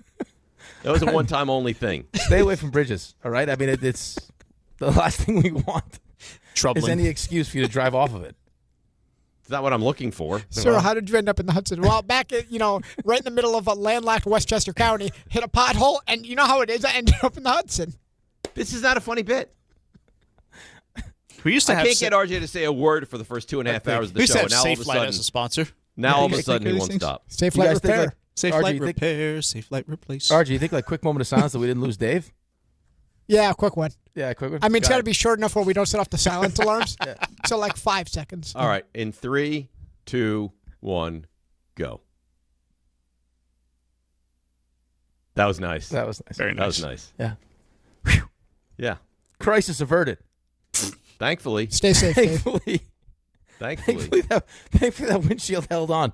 Otherwise, who knows? And Sherry calls me. I go, my windshield hit the whole thing. She goes, well, don't drive too fast. She goes, because the more wind pressure you could put on that thing, the better chance it explodes all over you. I was like, oh, come on. Watch it, Rick. Yep. Watch I'll it. leave that. I'll leave that. Watch it. I'll leave that. Don't do that. I'll Don't do leave that. it. I'll My leave life is on the line here, and all you can do is think like it's a porno movie. Listen, I'm just happy nothing exploded all over you, and you're safe. For the moment, yes. Ugh! There was shards of glass on my steering wheel, by the way. Yeah, I mean, it wasn't. I mean, I thought when you first said it, until you sent me the picture, that it was going to be like ball hit it. Maybe like it was a crack with some. No, like I said, No, this no, was no. This was like It looked like a bomb went off on the windshield. Right? Right? No. It looks like one of those. Have you ever seen the sticker that has the baseball on it, so it looks like the baseball. That's what it looked like. That's what it looked like. Yes, exactly that. All right, so after that great conversation, let's take a break. We got calls. We'll get to you guys, 800-919-3776. I do want to get into the Giants a little bit. RJ mentioned 9. Is 9 a possibility? We'll get to that as well. DNR with you right here on ESPN New York. Fans arrive early at Yankee Stadium on Saturday, August 8th for the 78th Annual Old Timers Day presented by Fresh Direct. See Yankees legends put on the pinstripes again and take the field at Yankee Stadium. Relive memories of your favorite former Yankees and make new memories with your family. After the Old Timers Day ceremony and game conclude, stick around to see your Bronx Bombers take on Atlanta. Get your Saturday, August 8th Old Timers Day tickets presented by Fresh Direct at Yankees.com/tickets today. 1-877 Cars for Kids. KARS Cars for Kids. 1-877 Cars for Kids. Donate your car today. Call 877-CARS for Kids to reach a friendly live agent. Donation is super easy, and your car can be picked up as soon as tomorrow. Call us now or go to carsforkids.org. 7 Cars for Kids. Donate your car today. Did you know you can donate real estate too? You're in charge of ordering boxes. Small boxes, really big boxes. You're in charge of tape, labels, mailers, bubble wrap, extra bubble wrap, just for fun. You're in charge of warehouse cleaning and safety supplies. Good thing there's Uline. Thousands of quality products for your business and warehouse needs, always in stock, ready to ship same day, and backed by Uline's legendary 24/7 customer service. Uline makes it easy because you already do enough. Uline, we warehouse for you. Download to see if you qualify. Not all customers will qualify. Transfer fees may apply. No Albert subscription required. Albert is not a bank. Albert Instant Loans are issued by FinWise Bank, member FDIC. Not an actual client. Terms apply. Kylie, what's wrong? I just got hit with a car repair bill. I'm behind on rent, and I feel like I can never save any money. Have you tried the Albert app? Albert is your financial assistant, helping you find ways to save and create custom budgets to actually grow your money. Plus, you can get up to $10,000 for big expenses or advance up to $1,000 fast when you need cash right away. Albert can get me up to $10,000? Exactly. Albert spots you in a pinch and helps you grow your money in the long run. I'm downloading Albert right now. Download the Albert app and use promo code CASH to borrow up to $10,000 for whatever you need. The Albert app helps you budget better and save more money so you reach your financial goals faster. Download the Albert app right now and use promo code CASH to borrow up to $10,000. Use code CASH to borrow up to $10,000. Congratulations, New York. The Knicks did it. Through battle after battle, they dominated to become this year's NBA champions. Day in and day out, the hard work paid off, and you were there every step of the way. Enjoy the crown. Own it, because this year is your year. A part of your legacy that will never be forgotten.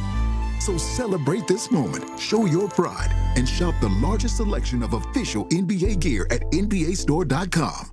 A Fanatics experience. The success you've had in life matters. The late nights, the extra shifts, the moments you've stood up and said, I've got this. At University of Maryland Global Campus, we value your achievements because we're a school for real life. With UMGC, you can earn up to 90 credits toward a bachelor's for prior learning and relevant life and work experience, or transfer up to 12 credits toward a master's. We offer scholarships, affordable tuition, and online and hybrid classes, all with the support you need from your first day to graduation day and beyond. As an accredited state university, we've been transforming lives for over 75 years. Choose from more than 100 undergraduate and graduate degrees and certificates, and get ready to succeed again. At UMGC, success is yours for the taking and the making, and nothing should keep you from it, especially not an application fee. Apply now and we'll waive your application fee. Classes start August 12th. Learn more at umgc.edu. That's umgc.edu. Certified to operate in Virginia by Chev. This is the Michael K. Show. Here's the one thing I think is the conundrum for Brian Cashman. If Judge doesn't come back, now doctors reportedly are telling them that he is going to come back. When that's going to be, anybody's guess. But if Judge doesn't come back, by making trades and using collateral to get players back to fill holes, are you throwing good money after bad? I think they can make the playoffs without Judge. I don't think they can win a championship without Judge. The Michael K. Show, weekdays at 1 on ESPN New York and streaming live on YouTube. Presented by the Parisman Firm.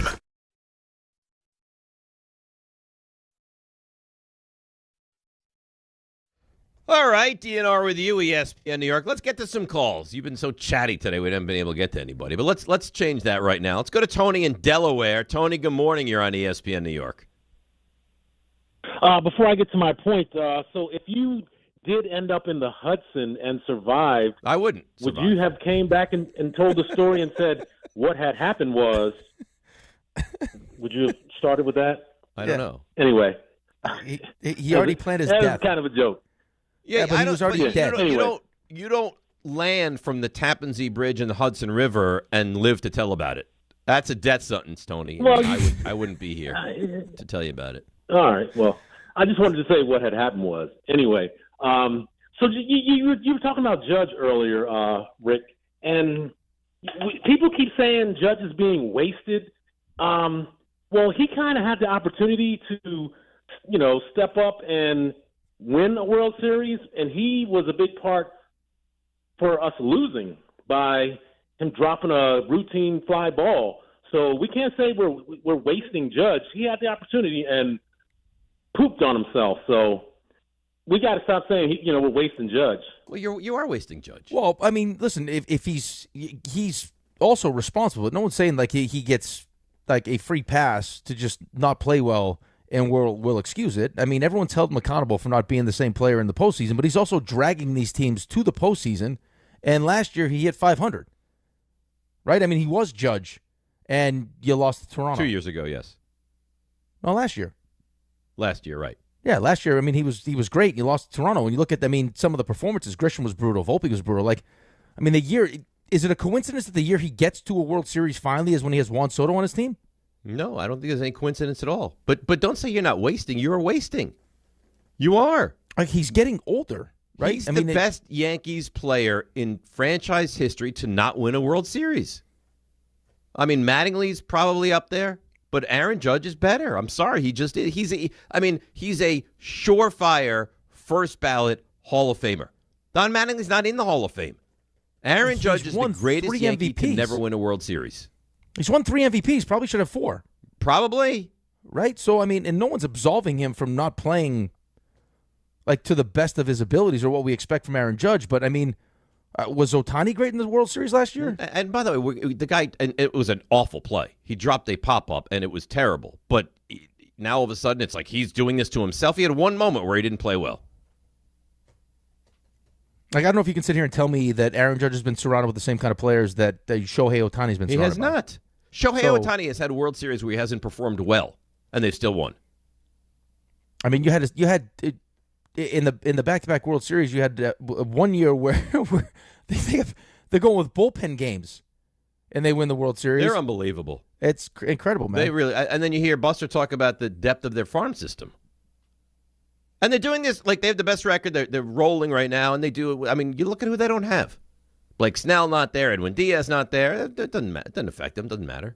Well, it's what happens, though, when you pick up, now Kyle Tucker hasn't had a great year, but not still, at all. he was the big name in free agency. Edwin Diaz was the best bullpen arm in free agency, and they end up with both of them. Right? Yeah, because right now they're the perfect organization. Yeah, I think it helps having Shohei and how Shohei didn't, deferred the money and everything else. But the way they're doing it is, I think, how every Yankees fan wishes.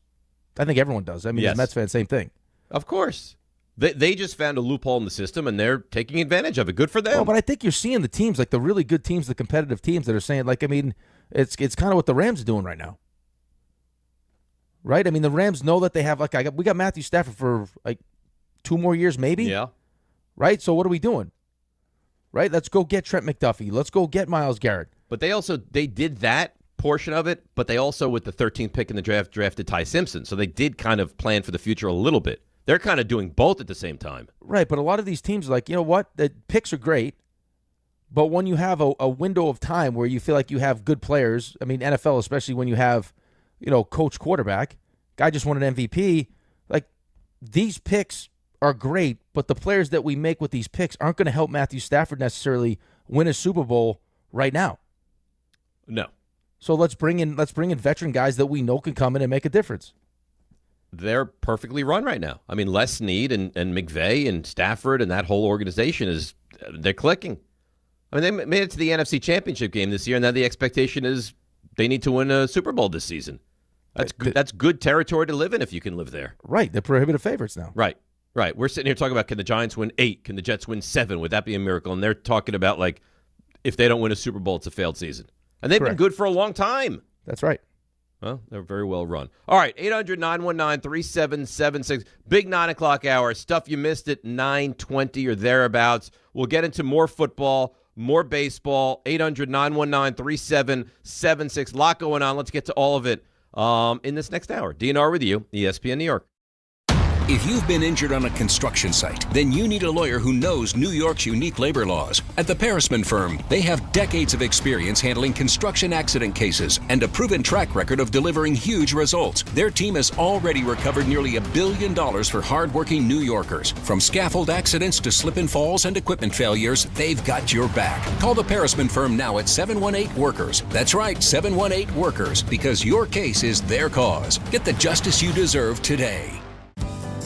Hey, it's Alan Hahn. At Rings End, they're there to help realize your modern design visions. That's why they partner with Marvin. Engineered for big ideas, Marvin modern windows and doors deliver effortless elegance, expansive views, and industry-leading innovation, all in a modular system designed to meet the exacting principles of modern architecture. Experience Marvin Modern at a Rings End showroom today and create something stunning with them. Rings End is a certified Marvin installing retailer.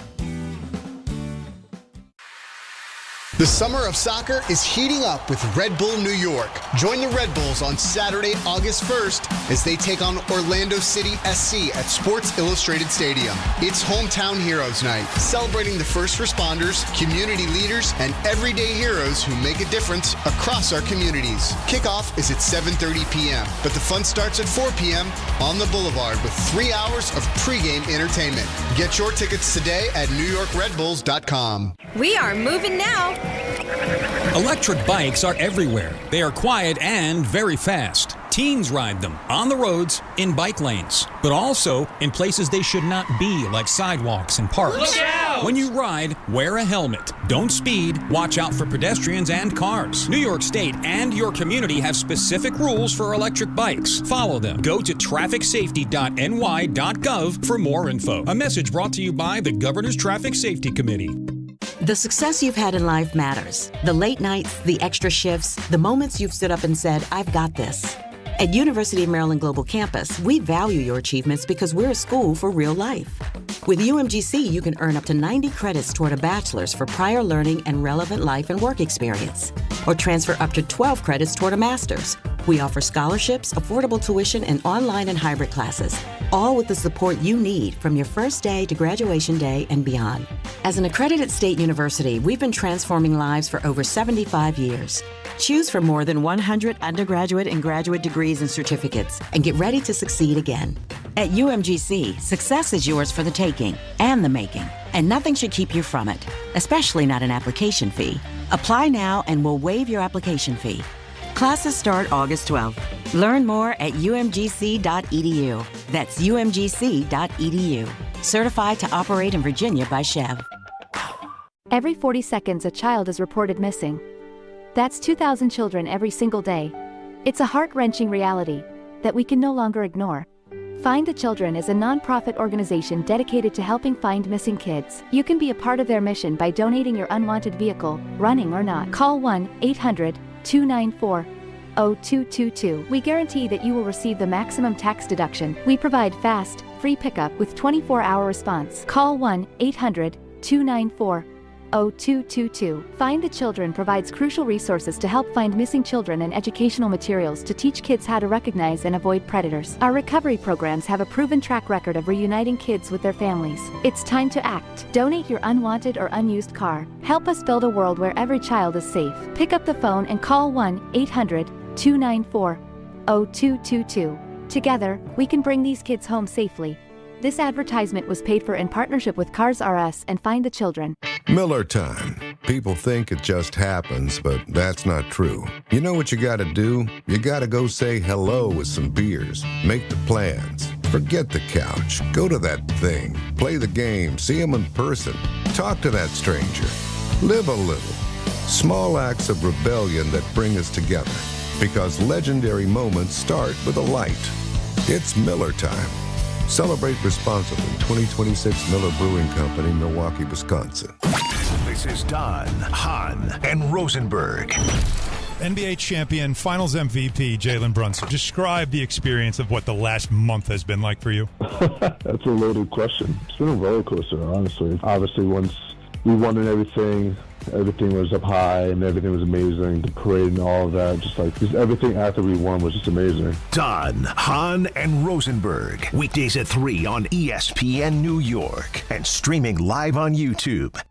If you've been injured in an accident that wasn't your fault, then you need a lawyer who knows New York's unique personal injury and workers' compensation laws. At the Parisman Firm, they have decades of experience handling all types of accident cases and a proven track record of delivering huge results. Their team has already recovered nearly $1 billion for injured New Yorkers. From construction to car accidents and slips and falls, they've got you covered. Call the Parisman Firm now at 718-WORKERS, where your case is their cause. Get the justice you deserve today.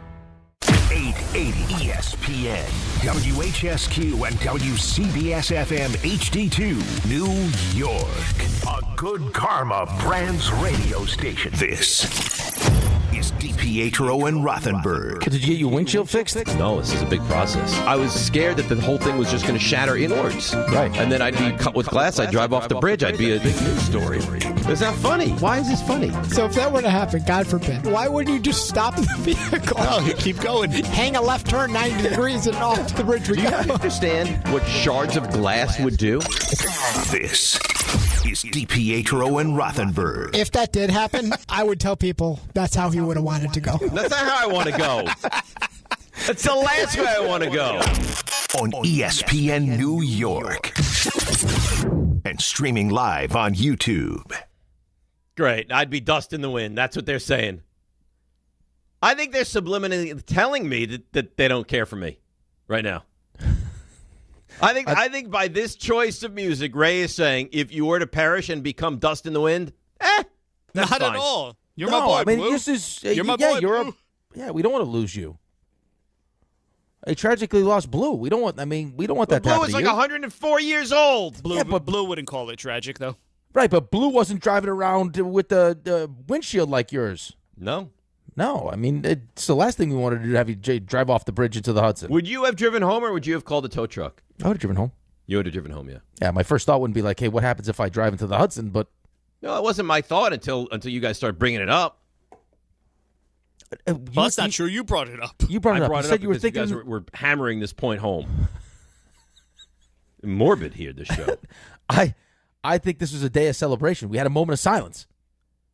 What could have happened? Yeah, we were all thankful that we didn't lose you. You know what? I think if the Giants lose games this year, we do full shows moment of silence. Nope. Like the next day. No. Giants, God forbid we lose that game to the Cowboys Sunday night. The next day, full show moment of silence. Sure, that's on the table. There's no chance that happens. Ray is keeping mental receipts of everything you've said. Everything. All I said is we're going to win. I've been nastier to RJ than I have to Ray. He has been nasty to RJ, which I can't understand. Really don't get it. Raymond is going to be a nightmare to be around if they smash you on Sunday. What's the difference? They smash us every year. It's a big difference. Dude, you can't play that game now. We're not going to get smashed. What's the difference? There's a huge difference. I don't think I'll be any different than I've been in the past, but like you have to be. He's smug. That's the thing. That's the thing. You want to Yes, just yes, smack him yes, across the face because yes. he's so smug. See that part right there, because he'll take what I say, and I'm very matter of fact about it, and he'll take it as me being smug. That's it. You won a That's it game right there. 40-0, and you're like, we have some things to really. I saw things I He didn't was right. like. I saw things I didn't like. Dallas He was certainly didn't play a perfect game. There's things to clean up. Clean up. They won 40-0. I saw things I didn't like that night. Stop it. You're embarrassing And I was yourself. right. Stop it. Stop it. We're going to get you week one. See? You see? All I'm saying. You see? We get him week one. This show that Monday morning will be electric. Electric. And if you don't, it'll be depressing. Yeah, the dead body. It'll be depressing. It's Hopefully the Jets can win Monday. that day so we can focus on them. 4 hours of Jets. It's Monday. Revenge game. Thank goodness no one's dead. That's what will be on Monday. The real test is going to be week 3. That's the one I got circled. Was that Titans? That's the Titans one. We're not losing that game. That's the one that's circled right there. Best 2 quarterbacks in that draft will be going at it that week 3. Yeah, but I mean, you get Dable, the whole deal. Yeah, we're not losing that game. We're not losing. I'm telling you, man. I feel good about the Giants here. I know you feel good. I'm happy you feel good. You should feel good. There's some real talent. I mean, I know everyone says that stopping the run is the big thing, and of course it is. But I think there's some real talent on that defense this year. Yeah, but you're also, I mean, and now it wasn't the best version of Dexy last year, but you lost one of the best defensive tackles in football. I'm not arguing that. However, they were the worst team at stopping the run in the NFL last year. So it's not going to get worse than that. You can't be worse than the worst. Well, I know, but you're also, I mean, you talk about 9 wins and everything else. It's going to have to be better. It can't be status quo. Well, of course it's got to be better. I know, but it's not like you've got guys you brought in that you're pointing to that's going to be like, okay, I think there's a guarantee we're going to be better at stopping the run. I was listening to Jordan this week, and he said he thinks there's going to be a real emphasis for the linebackers to stuff the hole and come up and make a lot of plays at the line of scrimmage. Yeah, and then one of the things that they said about Arvell Reese is, he is a good off-the-ball linebacker. Yes, and you added Tremaine Edmonds, and I think your linebackers are definitely better than they were, right? I mean, you got Thibodeau, and he's a good player. Not great, good player. Well, I'm hoping you see the better, like the version we saw Abdul Carter when he started to be held accountable. I think you're going to see a real jump from Abdul Carter from year 1 to year 2. Because Brian Burns, we know what Brian Burns is. Right. So, I mean, all of a sudden you start to look at some of these pieces defensively, and they do have pieces defensively. I know. But they had those same pieces. They had Brian Burns last year, and they had Dexter last year. And Burns was great last year. I got some secondary questions. Who's going to be your second corner? I think Newsome. Okay. I mean, could it be Colton Hood? I mean, your secondary wasn't that's great. Distinctly possible. I didn't think Javon Holland was great last year for you. He wasn't great. I think your safeties are, on that defense, the 2 questions that I would say are, how am I stopping the run, and what am I doing at safety? I think that's very fair because Newman and Holland are probably about certainly lower third of the NFL in safety play. Yeah, and what version of Adebo do you get? Right, as he gets healthy and he's right, he's pretty good. Right, but as he gets further away from the injury, are you going to get a better version of him? I mean, you get Denard Wilson talking about this deal, talking about this team and how this team was put together and some of the pieces on this defense. Like, I mean, I would be excited. Of course you're excited. You got John Harbaugh as your coach. Right. You saw Jackson Dart play really good football last year. There's every reason in the world to be excited. And I am excited. Offensive line should be better. They had a legitimate stud at right guard. Illuminor back at right tackle. Andrew Thomas, one of the best in the game at left tackle. Right. Schmitz is serviceable. We'll see what they do at left guard. There's a competition there. Again, Neighbors is a big question mark, but I feel good. I don't have this pie in the sky they're going to win 11 games in playoffs, and I've heard people say that. I don't agree with that. But do I think 8 or 9 wins this year and some credibility return to the organization? That's what I want this season, and I think that can happen. Well, at the very least, that's what you need to have happen, right? I mean, with where the expectations are now, and I think some are more realistic than others because I've heard the same things that you've heard, right? From NFL people on television talking about. Yeah, but people say crazy stuff. I understand that. Well, that's the business now is say crazy stuff and no one holds you accountable when you're wrong. But at the very least, like John Harbaugh being here needs to translate to, hey, we're back to being a professional organization here that actually knows what the hell we're doing. Yes. We're not the Jets anymore. But you are going to ask, I went through this with Dan last week, like you're going to ask Jackson Dart to do a lot. A lot. Because it's a new offense. And who knows when you're going to get Malik Neighbors back. And do I think Isaiah Likely is going to have a big impact? Yeah, right? I mean, we've seen the talent. Now he has the opportunity to be the guy. He's not behind Mark Andrews. But you're still talking about a wide receiving core without Malik Neighbors. And again, I know he didn't really play with Malik Neighbors last year. But new offense, crazy high expectations is you got guys. Right? There's just guys. Like Calvin Austin had 31 catches last year. Mooney had 32. Isaiah Likely had 27. Right, and this is not discussed. And do I think he's worthy of a massive deal like he got? No. Wanda Robinson was a good receiver and was kind of the security blanket of Jackson Dart. So that's a loss that I haven't heard that discussed even a little bit. And that is no, and there's a real chance he turns into that for Cam Ward. Absolutely. In Tennessee. Absolutely. So, yeah, I mean, playing Dallas week 1, I mean, I know the history, and we make jokes with you and Ray and everything else. But it can't be 40-0. It can't. If the Giants, listen, I want to win that game. I need to win that game. If the Giants lose that game 23-20 because Aubrey makes a 54-yard field goal at the buzzer, as upset as I would be, at least you're adding some competitiveness and some credibility back to this team, right? Yeah, but you're also talking about, I mean, this is a division rival that is familiar with you. You're familiar with them. They know what you're good at. They know what you're bad at. And when you look at the Cowboys offense and some of the questions surrounding the Giants defense, I could understand why Ray's confident going into this one. Ray's not confident, though. He's cocky. Yeah, well, I mean, if you have a team that hasn't proven they can show the run, we know we can run it. And, oh, by the way, once you stop that, now who's your second corner? Because I got CeeDee Lamb and George Pickens. Good luck. Yeah, they're talented. There's no doubt about it. Their offense is real talented. For some reason, he thinks the defense is going to make massive leaps, be really good. Well, I think Caleb Downs is going to be a huge piece of that. Sure they also got Quinn and Williams. Really They can't be. I mean, they're saying the same thing you just said about the Giants, right? The Giants' run defense can't be any worse. Their defense can't be any worse than it was last year. Their defense was so bad. It's got to be better. I mean, I would argue it was about the worst defense I've ever seen last season. What Russ did? I mean, remember the game? How Russ looked against them? Russ threw for 450 yards. Malik Neighbors was running wide open. Do you know how many quarterbacks we had their coming out parties against our defense last year? Didn't you guys lose at home to the Cardinals last year? We lost to the Cardinals. Yeah. We had Caleb Williams had like a career day against us. How many quarterbacks had like career days? All of them. It's ridiculous. Everybody. Yeah, I can tell you this: there's not going to be 4 or 5 quarterbacks who have career days against the Cowboys defense this year. I'll tell you that. What do you think the Cowboys are a legitimate threat to what this year?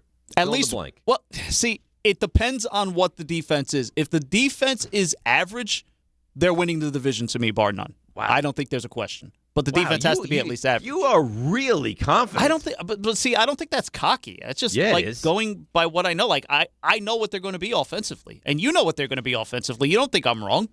I think they're going to be really good. They were really good last year offensively. Yeah. So if they just have a decent defense, like and again they improved in the latter half of the season. It was still a bad defense because they were still running the Eberflus scheme, but like as long as they are average. They hold opponents to under 30 points, they'll be okay. I'm not saying they're not going to run the table. I'm not thinking Super Bowl or anything. I just think that they can easily win the division. So, could the Cowboys win a playoff game this year? If the defense is able to be what I think it could be, sure. But I don't know that yet.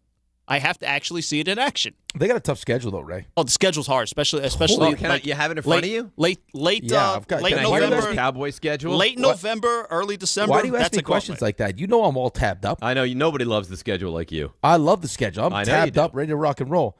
Okay, so you got the Sunday nighter against the Giants. Yep. You follow it up at home against the Commanders. Now you got the Ravens at home. Oh. At the Texans. Ravens is Brazil. Okay, Brazil. Brazil, right. Yeah. Ravens, Brazil. That's a home game for the Cowboys?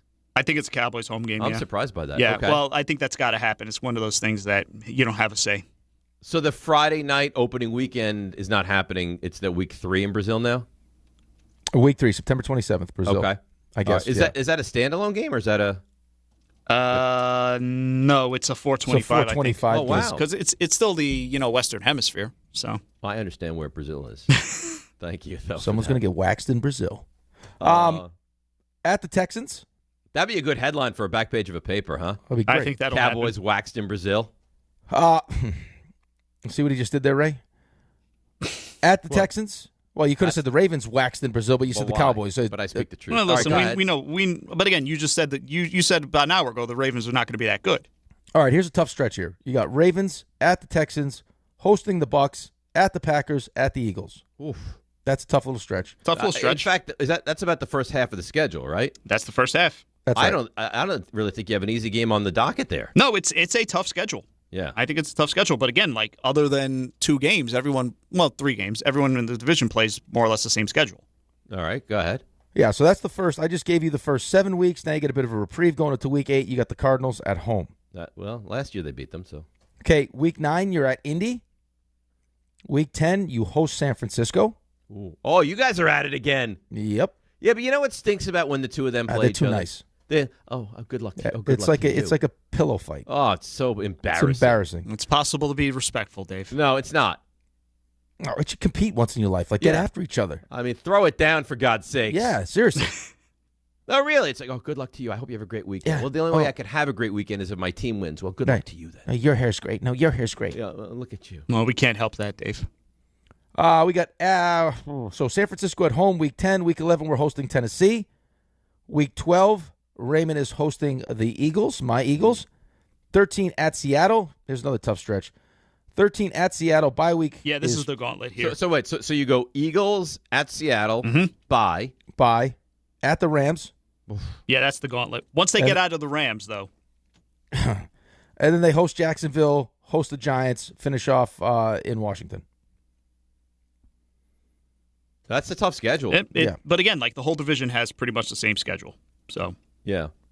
But of the games he just went through, I only really heard Titans and Cardinals is like, okay, they should definitely win that game. Well, you just said the Cardinals are going to beat them. No, I was just kidding because they beat them last year. Yeah, right. I think it's more like your first 7 weeks. You got some. Yeah. Some real work to do. Don't get me wrong. It's going to be a battle every single week, but that's good for them. 2-5 through 7. I don't think that's going to happen. But it would be so good for everyone. Because for me, so the Eagles have, right? I mean, you're still seeing, they still see San Francisco, they still see the Rams. They host Eagles now. Eagles. They host the Rams. They get Carolina. They got the Steelers at home. They got Arizona on the road. They got Indy at home. Their last 4 games, though, outside of the Giants in Week 18, they got Eagles play Week 15. They host Seattle. Then they host the Texans, and then they're at San Francisco. So that's, the last 3 or 4 are good, tough games. So the division has the NFC West. And the AFC South. Yep. Yeah, and that AFC South is not an easy division either. No, it used to be, but not anymore. Not now. Because, Jacksonville's good, and they're well coached. Indianapolis is not exactly easy. Houston's Indianapolis started the way they started the season, and then you got Houston's defense is ridiculous. Terrifying. If they can ever figure out a way to make C.J. Stroud back into what he was as a rookie, that could be a legitimate Super Bowl contender. Correct. The problem is that's not where he's trending at the moment. No. Do you think that you're going to have to pay him, aren't you? I think this is the year they have to make their decision. Right. He wins a playoff game every year. That defense is so good, though. I think you kind of have to, yeah. Right. What's the other option? I don't know. But if he doesn't have if he has another year where you're like, they won because their defense is so great, but they had no chance to win the Super Bowl. Do you think about it, or you have to pay him anyway? I don't know what the better option is. I mean, you going to draft a rookie and put him with that defense? No, but you're going to spend $140 million on C.J. Stroud when he's showing you that he's regressing? Yeah, I don't know. That's a tough question to answer. I just know that their defense is a Super Bowl caliber defense. Beyond that, they're great. Yeah. So, he's got one of the better receivers in the league. I think Will Collins, Anderson is amazing. Yeah, Will Anderson is an absolute stud. Daniil Hunter, they're just just watching them play is like the speed and aggression and physicality of that defense. The problem is, like you said, if you could take C.J. Stroud from his rookie year and put him with this defense, now you're cooking. But that hasn't been the case. Last year played 14 games. Oh, he was so bad. Threw for 3,000 yards, 19 TDs, 8 interceptions. They also didn't. He was terrible in the post. Remember how bad he was in the postseason? Yeah, he was brutal. They awful obviously against the Steelers, and they won that game. They also didn't. They also didn't run the ball well. Well, their running game was non-existent. No. And Nico Collins got hurt. And who was the other receiver? The guy that's torn his knee up twice. Tank Dell. Yeah, he's supposed to be back. Yeah, and they added David Montgomery. And he's a good coach too. If they're out, I almost feel like they're the opposite version of the Cowboys. If you told me their offense was mediocre, I think they'd be a real problem. Yeah. Their defense is a scary defense. That defense is a nightmare for best defense in football. I think it's right there. Who else would be considered the best defense? They have a killer mentality too. Denver? Philly or no? Philly's defense is going to be really. Philly's defense is going to be really good. The question with the Philly is, You know, how much of A.J. Brown being a pain in the ass affected Jalen, right? They bring in Mekhi Lemon. Can Devontae Smith turn into a number one guy? Philly's making a lot of changes to their offense, too. Yeah. And I don't know that translates to Hurts' game really well. They're basically running the Shanahan. You got a first-year offensive coordinator, right? Sean Mannion? Yeah. They're running the Shanahan offense, essentially, now, which is going to be real interesting. He's got that's what I'm saying. Like, he's got to go under center more. Yeah, he's got to maybe I don't see it, man. Like turn your back to the defense. Right. It's like timing, more precision. We're going to find out if Jalen Hurts can make more than one read. We'll find that out this year. What would concern you the most, or me as an Eagles fan, concerns me the most about last year was the conversation around Jalen. Like, here are things in the offense we'd like to do, and he's like, no, I'm not doing. I don't do those. He doesn't want to do that, and he just kind of refuses to do it. Well, right. I mean, he's going to have to do them now. Like, he doesn't really have a choice based on what I'm hearing. This is what the offense is going to be. It's not going to be what he likes. He's going to have to get out of that box. Well, their offensive line's getting a little bit older. Is that a smart thing to do, though? Like, if the guy is uncomfortable doing certain things, you're going to force feed him that you have to do these things? If it makes your offense predictable, where like you're not in situations where you build around what his strengths are? What are his strengths? I think at a certain point, though, like if you want to be considered, like, I mean, there was the whole, like, Jalen is being disrespected because he won a Super Bowl, and also in the Super Bowl they lost, he was better than Mahomes, and all these different things surrounding it. Like, it's like there has to be like a natural progression. Right, like the offense has to continue to add and evolve. If you can run the ball, effectively, and you're always finding yourself in like 3rd and 2, 3rd and 1, or 4th and 1 situations where you can use the tush push and you can win a bunch of 20 to 17. You can win a bunch of 20 to 17 games. It's all good. I don't know that they can do that anymore. Right. I think it was. I mean, let's be honest though. The year that they won the Super Bowl and they were clearly the best team. Clearly, like this version of the NFL. You're hard-pressed to think that they were going to be able to take what they did in that season where they were more explosive running the football with Saquon than throwing it and have that happen last year.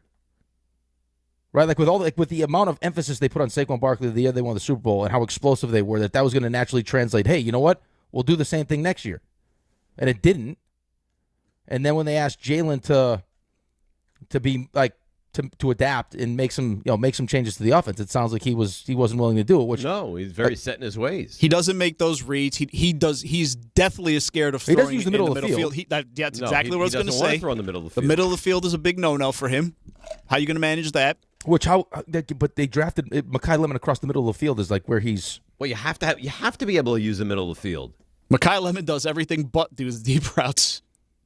Right. I will see. It's what Devontae Smith is, because he's always been asked to be the number 2. Now he's going to be the number 1. Their tight end is good, too. Yeah, but he has number 1 talent. Devontae Smith has number 1 talent. He's also an undersized guy. I want to see him as a number 1 receiver throughout the full season, making it through. I'm also interested to see what A.J. Brown looks like with Drake May now. Could be awesome. Because that offense last year was explosive, man. Happy to be back with Vrabel, allegedly. Yeah, and the puppies. Sounds like it sounds like A.J. Brown's favorite team growing up was the Patriots. No, I think that's right. There you go. Woof, woof. Yeah. Welcome home. RJ. Hi. What are you laughing about?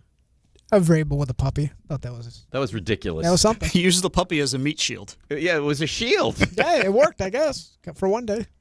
What's a meat shield, Ray? What do you think it is? Interesting. Seems dirty. It seems very dirty. Yeah. I would say human shield, but the dog is not a human, so... The doggy shield. Yeah, dog shield, not a meat shield. I guess. Anyway, RJ, how you doing? Good. Good, great. Computers functioning well? Yeah. Allegedly. That's nice. High level. You ready for the stuff that people might have missed? Sure. Let's go. Now. Walk-up three-pointer. He got it! See ya! Score! Put it in the box! The you missed. This is a good time. I enjoy working with you guys. A meat shield. We almost lost Dave, RJ. Almost lost Dave. You almost drove into the Hudson. You don't understand the height of the Tappan Zee Bridge is very high. We're not disputing that. Yeah, well, it's not the height of the bridge. It's the fact that your first thought was that your instinct is I'm going to jackknife myself into the Hudson. Just saying, I have shards of glass shooting at me. Odds are I'm going to go careening into the river. Like a hero. I don't know how heroic it would be. Why are the odds that you're going to go careening into the river? Just step on the brake. Why all of a sudden? Because you have shards of glass in your lap, you're going to just smash the gas down and drive off a bridge. Because I don't know what happens. You're going to jerk the wheel? Maybe I take a shard right into the calf muscle. There are wide lanes on that bridge. I think Blood you'll be is okay. spurting all over. I can't think about safety. I have to try to save myself. Yeah, it's the only option left. Anyways, so long as Dave makes it through today, he will be able to monitor the Giants on their journey down to West Virginia. Yeah. Giants, Jets, veterans report today. I'm going to text Renan right now. Should also tell you that former Jet Jamal Adams, who's 30 years old now, time flies, is signing with the Vikings. How is he only 30? You feel like he's older. Linebacker now. He's only now 30? Yeah. Two-time Pro Bowl defensive tackle Vita Vea also has requested a trade from the Buccaneers. Bucs got some stuff going on. Yeah, they can't lose him. They can't lose him.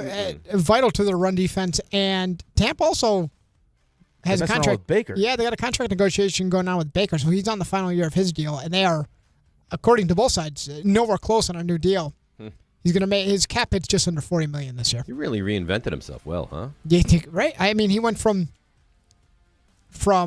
Cleveland to Carolina where he was cut by, and then to the Rams. Yeah, and then he plays for the Rams for a month.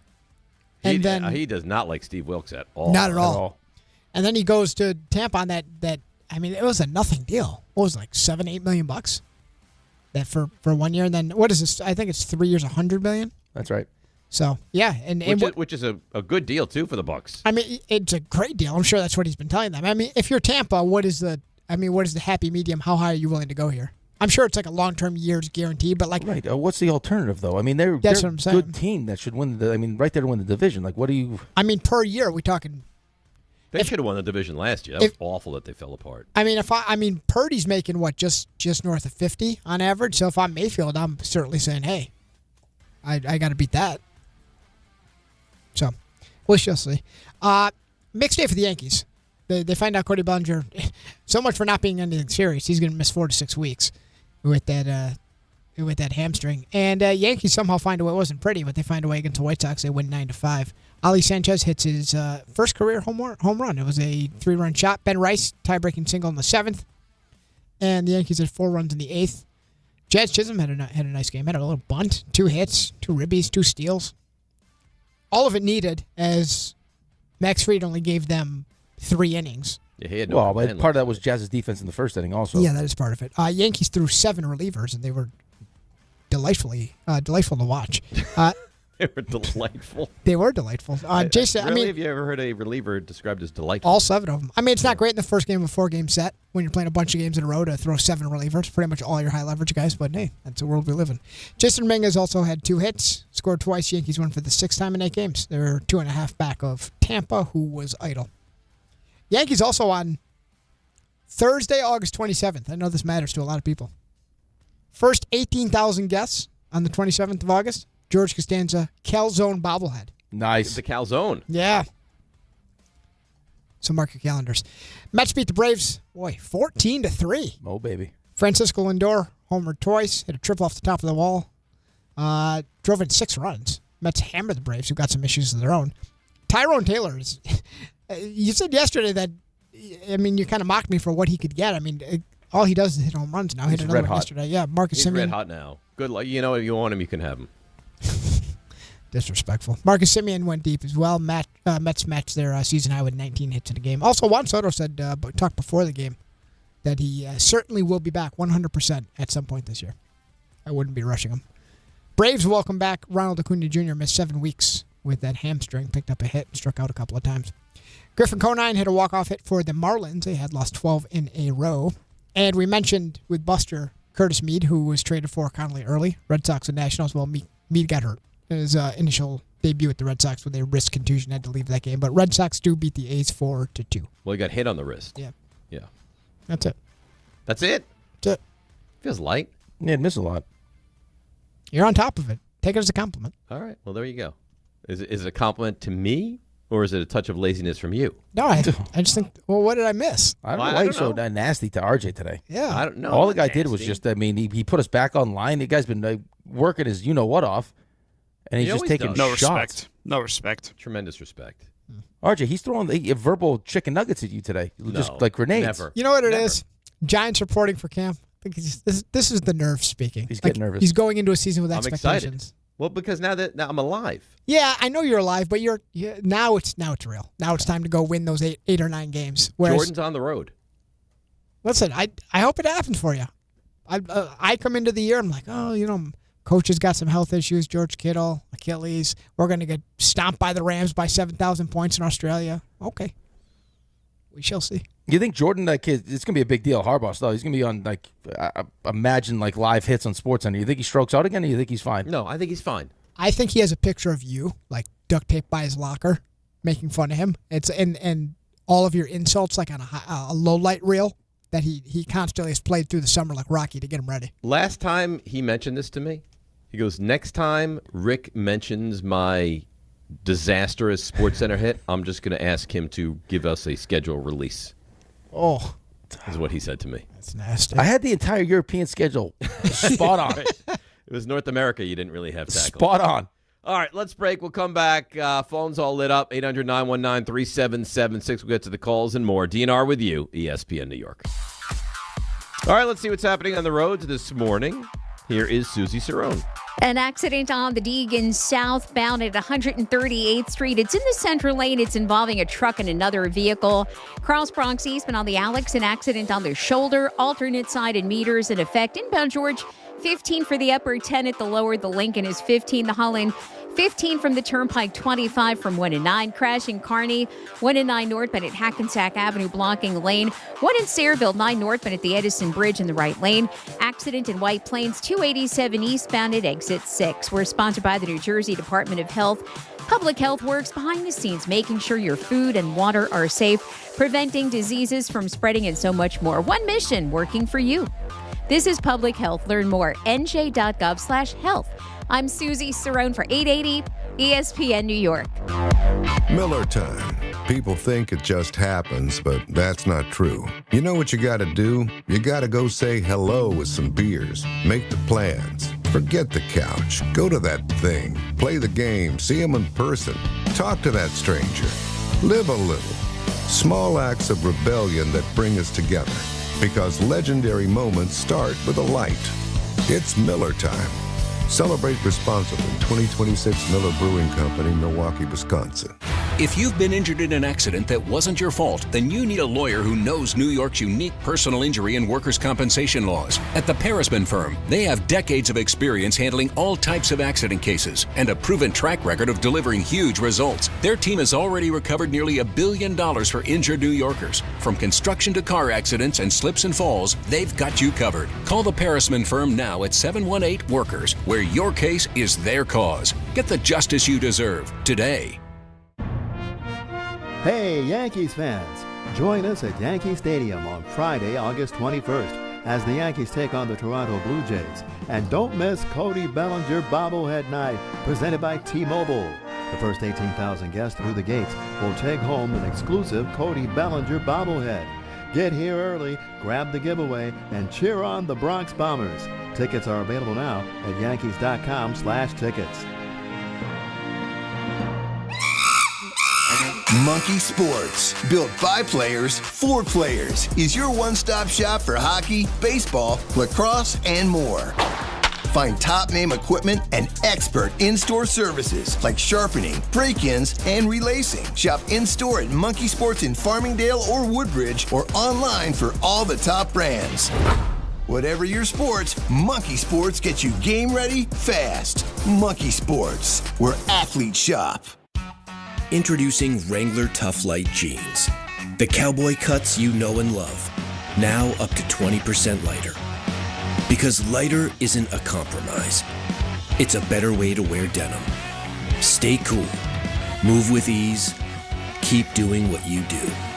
The durability you expect from Wrangler without the extra weight. Wrangler Tough Light. Tough jeans just got lighter. Every 40 seconds, a child is reported missing. Find the Children is a nonprofit organization dedicated to helping find missing kids. You can be a part of their mission by donating your unwanted car. Call 1-800-294-0222 you'll receive the maximum tax deduction, and we provide fast, free pickup. Call 1-800-294-0222. Donate your unwanted or unused car. Call 1-800-294-0222. This advertisement was paid for in partnership with Cars R Us and Find the Children.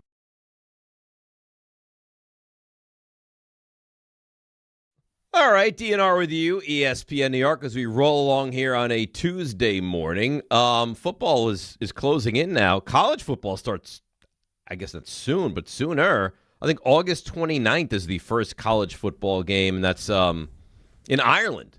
UNC, who's under some scrutiny now with the whole Mike Lombardi thing, they take on TCU. Remember, TCU beat them up in Chapel Hill last year. This Belichick experiment in college could not have gone worse. It's not off to a great start, no. It's awful. Yeah, this is not, I don't think this is how anyone envisioned it. I'm stunned that it's gone this badly, and it could not have gone worse than it has gone.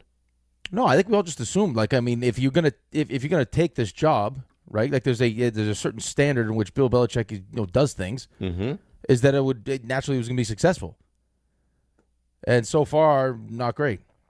It's been terrible. Right, like you saw the impact Dion. It's just again, I don't know if it was.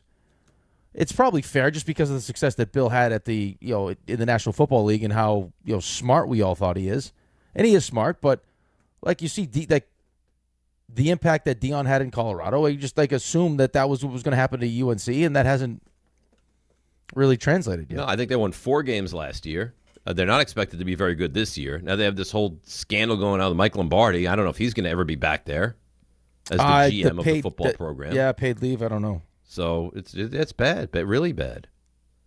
Well, it's also, I don't know if it was the ideal time to jump into college football either. No, it's a disaster. With what these schools are doing with the collectives and It's not even NIL. Like NIL is name, image, and likeness stuff. No, I was just reading an article. You get paid now. You sign contracts now.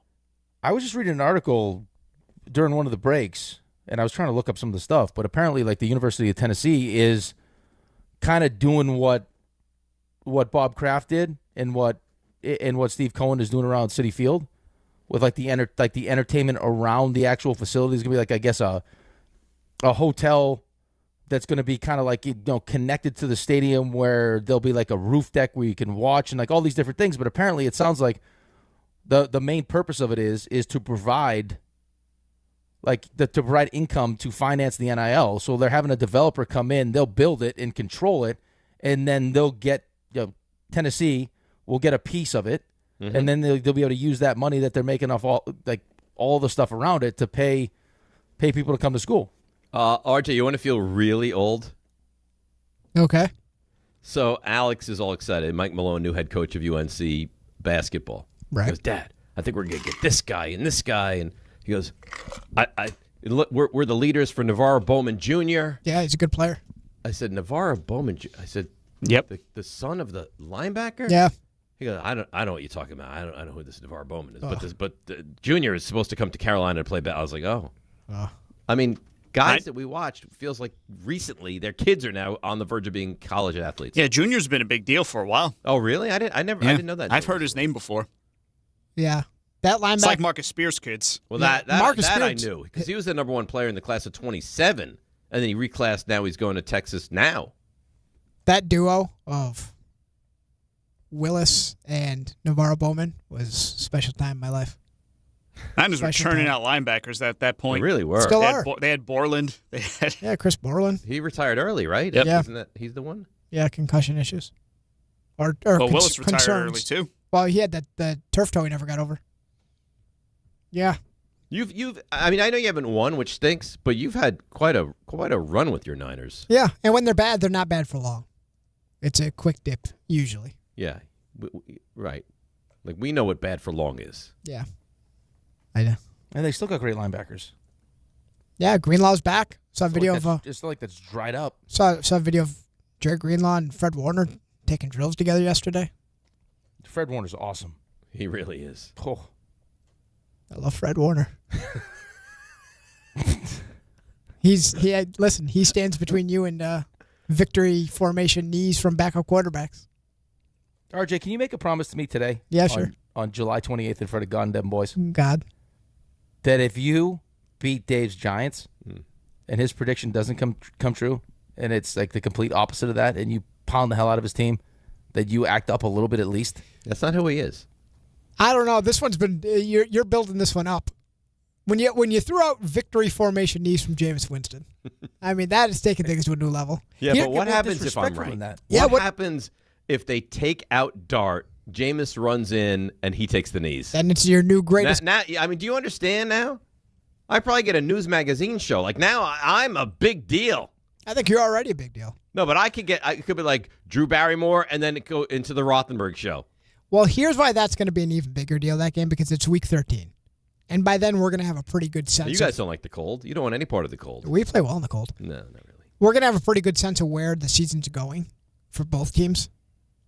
So there's going to be a lot emotionally that hangs on that week. You don't talk a lot about your team. You have to go to the playoffs, right?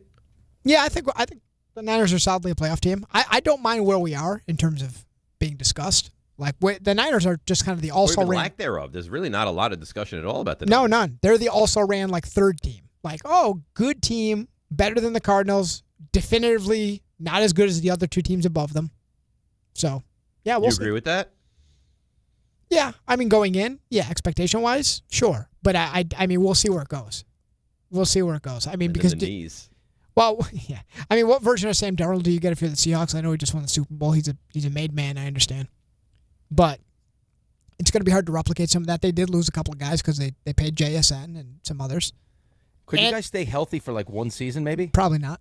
They never do. Move away from that power facility. Yeah, I think this is real. Dave, there's a chance they don't even feel the cold when when they're all lit up with all the power at their practice facilities. That's true. And I'm also interested to see what version of Aaron Donald comes back. I'm not saying he won't be good, but he has been away a couple of years.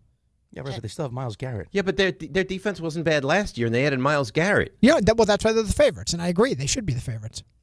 But we'll see. I mean, the Niners always play well against the Rams. I'm not ruling a week one victory off the table. I think they'll be favored by over a field goal, and they should be. Niners have a lot of questions. That's the Thursday game, right? Yeah. Yes. I mean, Niners don't even have an active head coach right now. So there's a lot of dominoes stacked against them. But Rams are minus 3.5. But for whatever reason, the Niners always play well against the Rams. So we'll see. You're going into that game thinking you have a real chance to win it. Yeah. I won't be broken if they don't, but whose home game is that? Rams. Oh, so that's good. Well, no, they were actually upset about it because it's a de facto home game for whoever plays. It's not even just the Niners. Like the Cowboys go in there, they run that show. Everybody's a home game. Yeah. The Eagles have gone out there. Yeah. Same thing with the Chargers, though, right? They have no home field advantage. No, they have to go silent count at home. That's so pathetic. So yeah, it's here. They don't have to worry about it because you love. I mean, you love the Chargers. I love. I when we get to prediction time, look out. You love the Harbaughs. Loves them. It's a great family. I agree. I was. They're winners. I was involved with them for a time. Yeah, I mean, look at what Jim did with your organization. I love Jim. I still do. If I had to pick an AFC team, it'd be the Chargers. Yeah. See, so you agree with me? You're bullish on the Chargers too? I don't know if I'm as in on them winning the division as you are, but I'd love to see it. Who would you pick to win the division then? I'm having trouble getting away from Kansas City. Really? Yeah. Wow. Look at you. I'm having trouble. Well, it scares me that maybe this is the middle portion of their two runs. Maybe they kind of take a breather like New England did, where they're still competitive and they're still going to the playoffs, but they're not winning the division every year. They're not. Well, the New England still win the division most years, but they're not like the one seed. Well, the New England's division didn't look anything like this division. Correct. Mm-hmm. So, but you know how there's kind of like two pillars, and then there's like the bridge in between where they're good, but they're not great. Maybe that's what we're seeing right now from Kansas City. But I mean, Brady had like 3 separate careers. Yeah, it's amazing. He didn't win a Super Bowl for like a decade. Yeah. 10 years, yeah. And then came back and won multiple Super Bowls again. But I take the same approach with Kansas City as I did often with New England. I will be the last one to say. Yeah, no, I think that's very fair. Yeah, but what you're telling me pretty much is that neither of you have any respect for Bo Nix at all. Right. Right. That's what I'm saying. That's essentially what you're saying. Right. Is it Bo Nix or maybe you should have a little more respect for Sean Payton? Well, whatever it is, what they're telling me is they have no respect for Bo Nix. I have to look it up, like 8-1 in one possession games last year or something like that. Stuff like that. That usually corrects. It comes back to bite you the next year. They also listen, their defense is really good. They're well coached. Yeah. They also just added Jalen Waddle also. Yeah, they sure did. All right, let's break. 800-919-3776. We'll close out with some calls, and we'll send it over to Chris Carlin and Dan Grassa in today. DNR with you, ESPN New York. 1-877 Cards for Kids. KARS Cards for Kids. Ready to get rid of that old car? Donate it to Cars for Kids. Call 877 Cars for Kids to reach a friendly live agent. Donation is super easy, and your car can be picked up as soon as tomorrow. Call us now or go to carsforkids.org. 1-877 Cars for Kids. Donate your car today.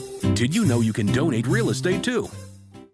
There you were, surrounded by fans. Everybody remembers the game. Nobody remembers the guy coughing behind you. Till a few days later, at 2 a.m., you wake up with a fever and your throat's on fire. Now what? Urgent care? Closed. ER? Slammed. Telehealth? Maybe, but the pharmacy's closed. You needed a medical emergency kit. These aren't first aid kits. They contain essential prescriptions used for over 30 common conditions. Sinus and ear infection, UTIs, stomach bugs, traveler's diarrhea, and more on hand before you need them. Use your doctor-developed guidebook to select the right prescription or call their telemedicine doctor standing by. It's like an urgent care and drugstore at home. When you're sick, traveling, or stranded, you'll wish you'd ordered a medical emergency kit. Order online in minutes and it's shipped to your door. And save $45 with my promo code 880 at urgentcarekit.com/880. That's promo code 880 at urgentcarekit.com/880. Progressive knows that boat days can come with unexpected problems.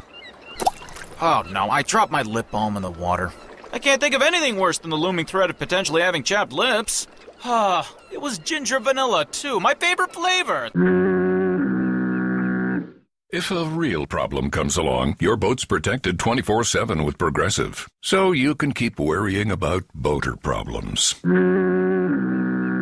Progressive Casualty Insurance Company and Affiliates, not available in D.C. Rich Eisen here with some advice. If high-interest credit card debt is grinding you down, it might be time to call an Audible with a SoFi personal loan. It consolidates your debt into one low monthly payment with no fees required. And with as soon as the same-day funding, you can make the right play fast. Call an Audible on your debt today at SoFi.com/debtplay. Loans originated by SoFi Bank N.A., member FDIC. Terms and conditions apply. NMLS 696891. Fast funds terms apply at SoFi.com/debtplay.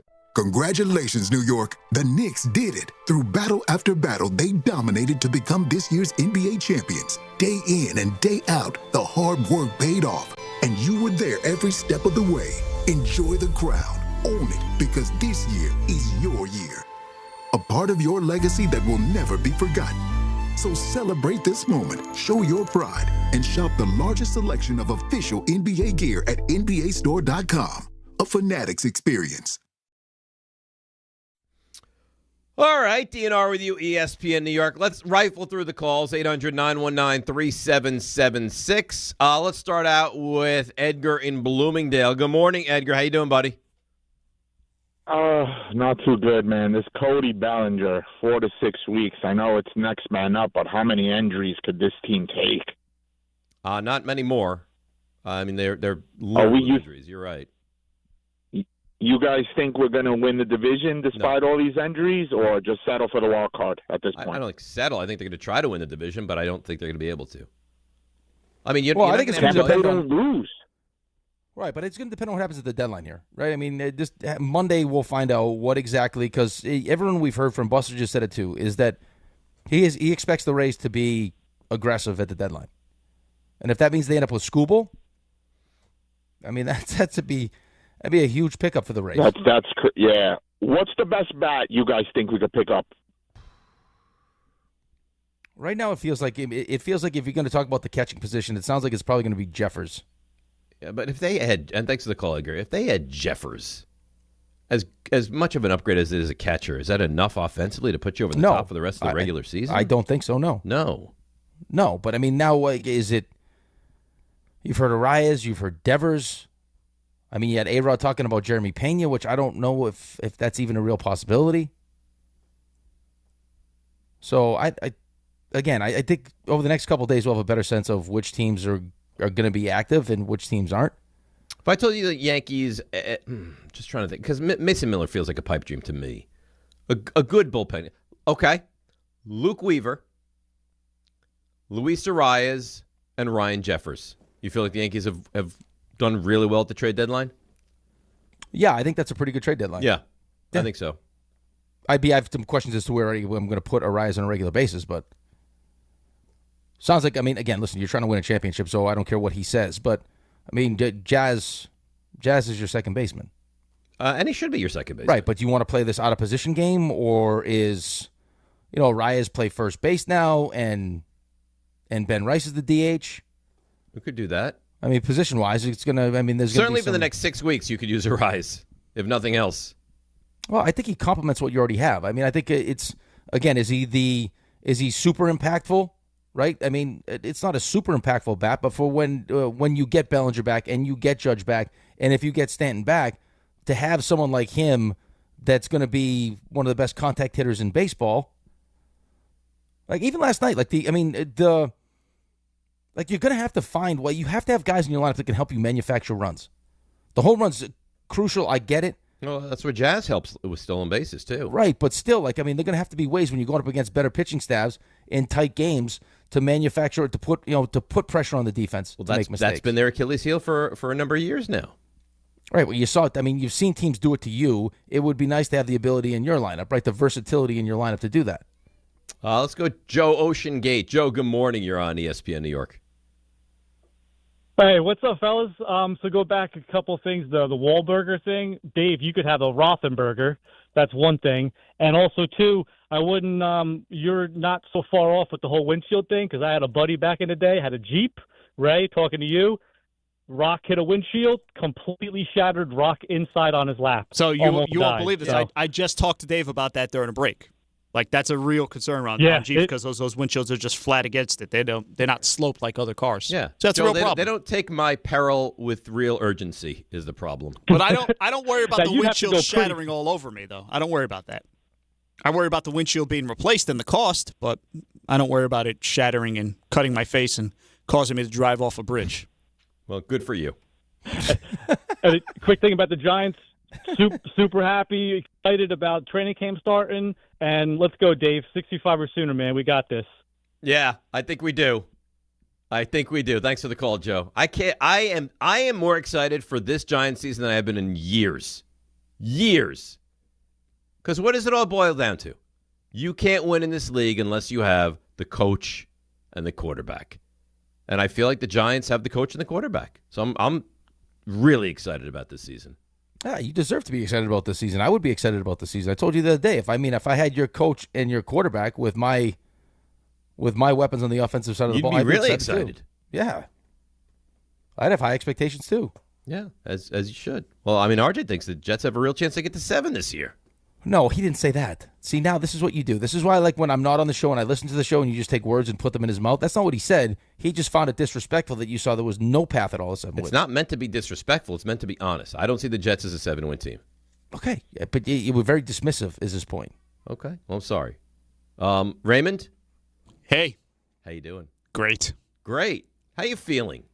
Pretty good, actually. Yeah? Getting more sleep these days. Feel good. It's like saying, Ray, there's no chance Ray's going to find love. Disrespectful. No, I don't believe that to be true. I don't either. Why do you have I to think go? Ray Why do you have to thinks go that. there? I don't believe it. Why do you have to go you said to us, Ray? Because you believe that now. You've succumbed to the I'm just going to be single for the rest of my life. And I don't like it. That doesn't necessarily mean I'm going to be single. I just I've accepted the situation for what it is. That's all. Right. That's so all. You're just going to have a stable of so women. You're kind of you resigned. Yeah. If you want to call it resigned, we can call it that. But yeah, it is what it is. You're like the ladies' man. I don't know if I want to go that far. I don't think it's like that. Are you ready with the 3 stars? I think so. Okay. Today's 3 stars.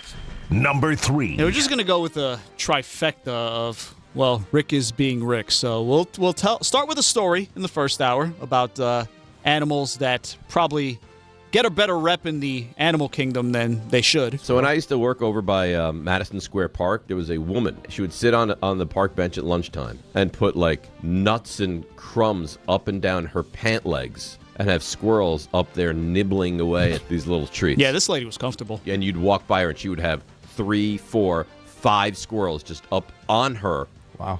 nibbling on all these different foods. She liked the squirrels. That's disgusting. Well, listen, this is a layup for one, Rick DiPietro. I think there's a guy on Little Six that also puts his nuts on a bench. And listen, you can say what you want. Ray, I didn't see that coming. We all should have. Number 2. I think it was Joe in Ocean Gate just mentioned it, the Wahlburger story, and we'll go back to that. Please, my mother would never want to go to Wahlburgers. Why? Because she wouldn't. Like, hey, Mom, I'm taking you She's for a not nice fast food kind of wham bam lady. Hey, it's good food wine fast. and dine. Can't believe you said that after what had just transpired the previous hour, but What kind of meat does she like? again, this is easy play for It's a fair question. One Rick DiPietro. Number 2. And we just talked about the horrors of the glass because Dave has a baseball destroy his windshield. Hasn't been repaired yet, but he's really worried about the commute home. I had to drive back home across the Tappan Zee Bridge. I was terrified. I was scared that the whole thing was just going to shatter inwards. And then I'd be cut with glass. I'd drive off the bridge. I'd be a big news story. I think RJ had the appropriate reaction to this. Why wouldn't you just stop the vehicle? No, keep going. You just hang a left turn 90 degrees and off the bridge we go. Do you understand what shards of glass would do? Yeah, it's really dangerous, the shards of glass. I don't know what happens. I've never been in a car where the windshield collapses inwards and there's shards of glass. But listen, we can all say one thing. I would tell people, you know what? That's how he would have wanted to go. That's not how I want to go. Not at all. But listen, when you talk to your wife, Sherry, about this, she had the appropriate warning. Well, don't drive too fast. She goes, because the more wind pressure you could put on that thing, the better chance it explodes all over you. I was like, oh, come on. Watch it, Rick. Yep, Watch I'll it. leave that. Listen, that's progress by you, Rick. I'll take that. Yeah, it's growing up right before our eyes. Right before our It's eyes. amazing. That's it for me. We'll Nice go tomorrow. job. By the done. way, quickly before we get to Rule 76, last day to buy the hats today. Buy the hats. This is Just it. the 3 9s, last day, yep. All right, it's Rule 76. No excuses playing today. It's DiPietro Rothenberg. And Everybody. right here on ESPN New York and on YouTube. I'm tremendous fun. Miller time. People think it just happens, but that's not true. You know what you got to do? You got to go say hello with some beers. Make the plans. Forget the couch. Go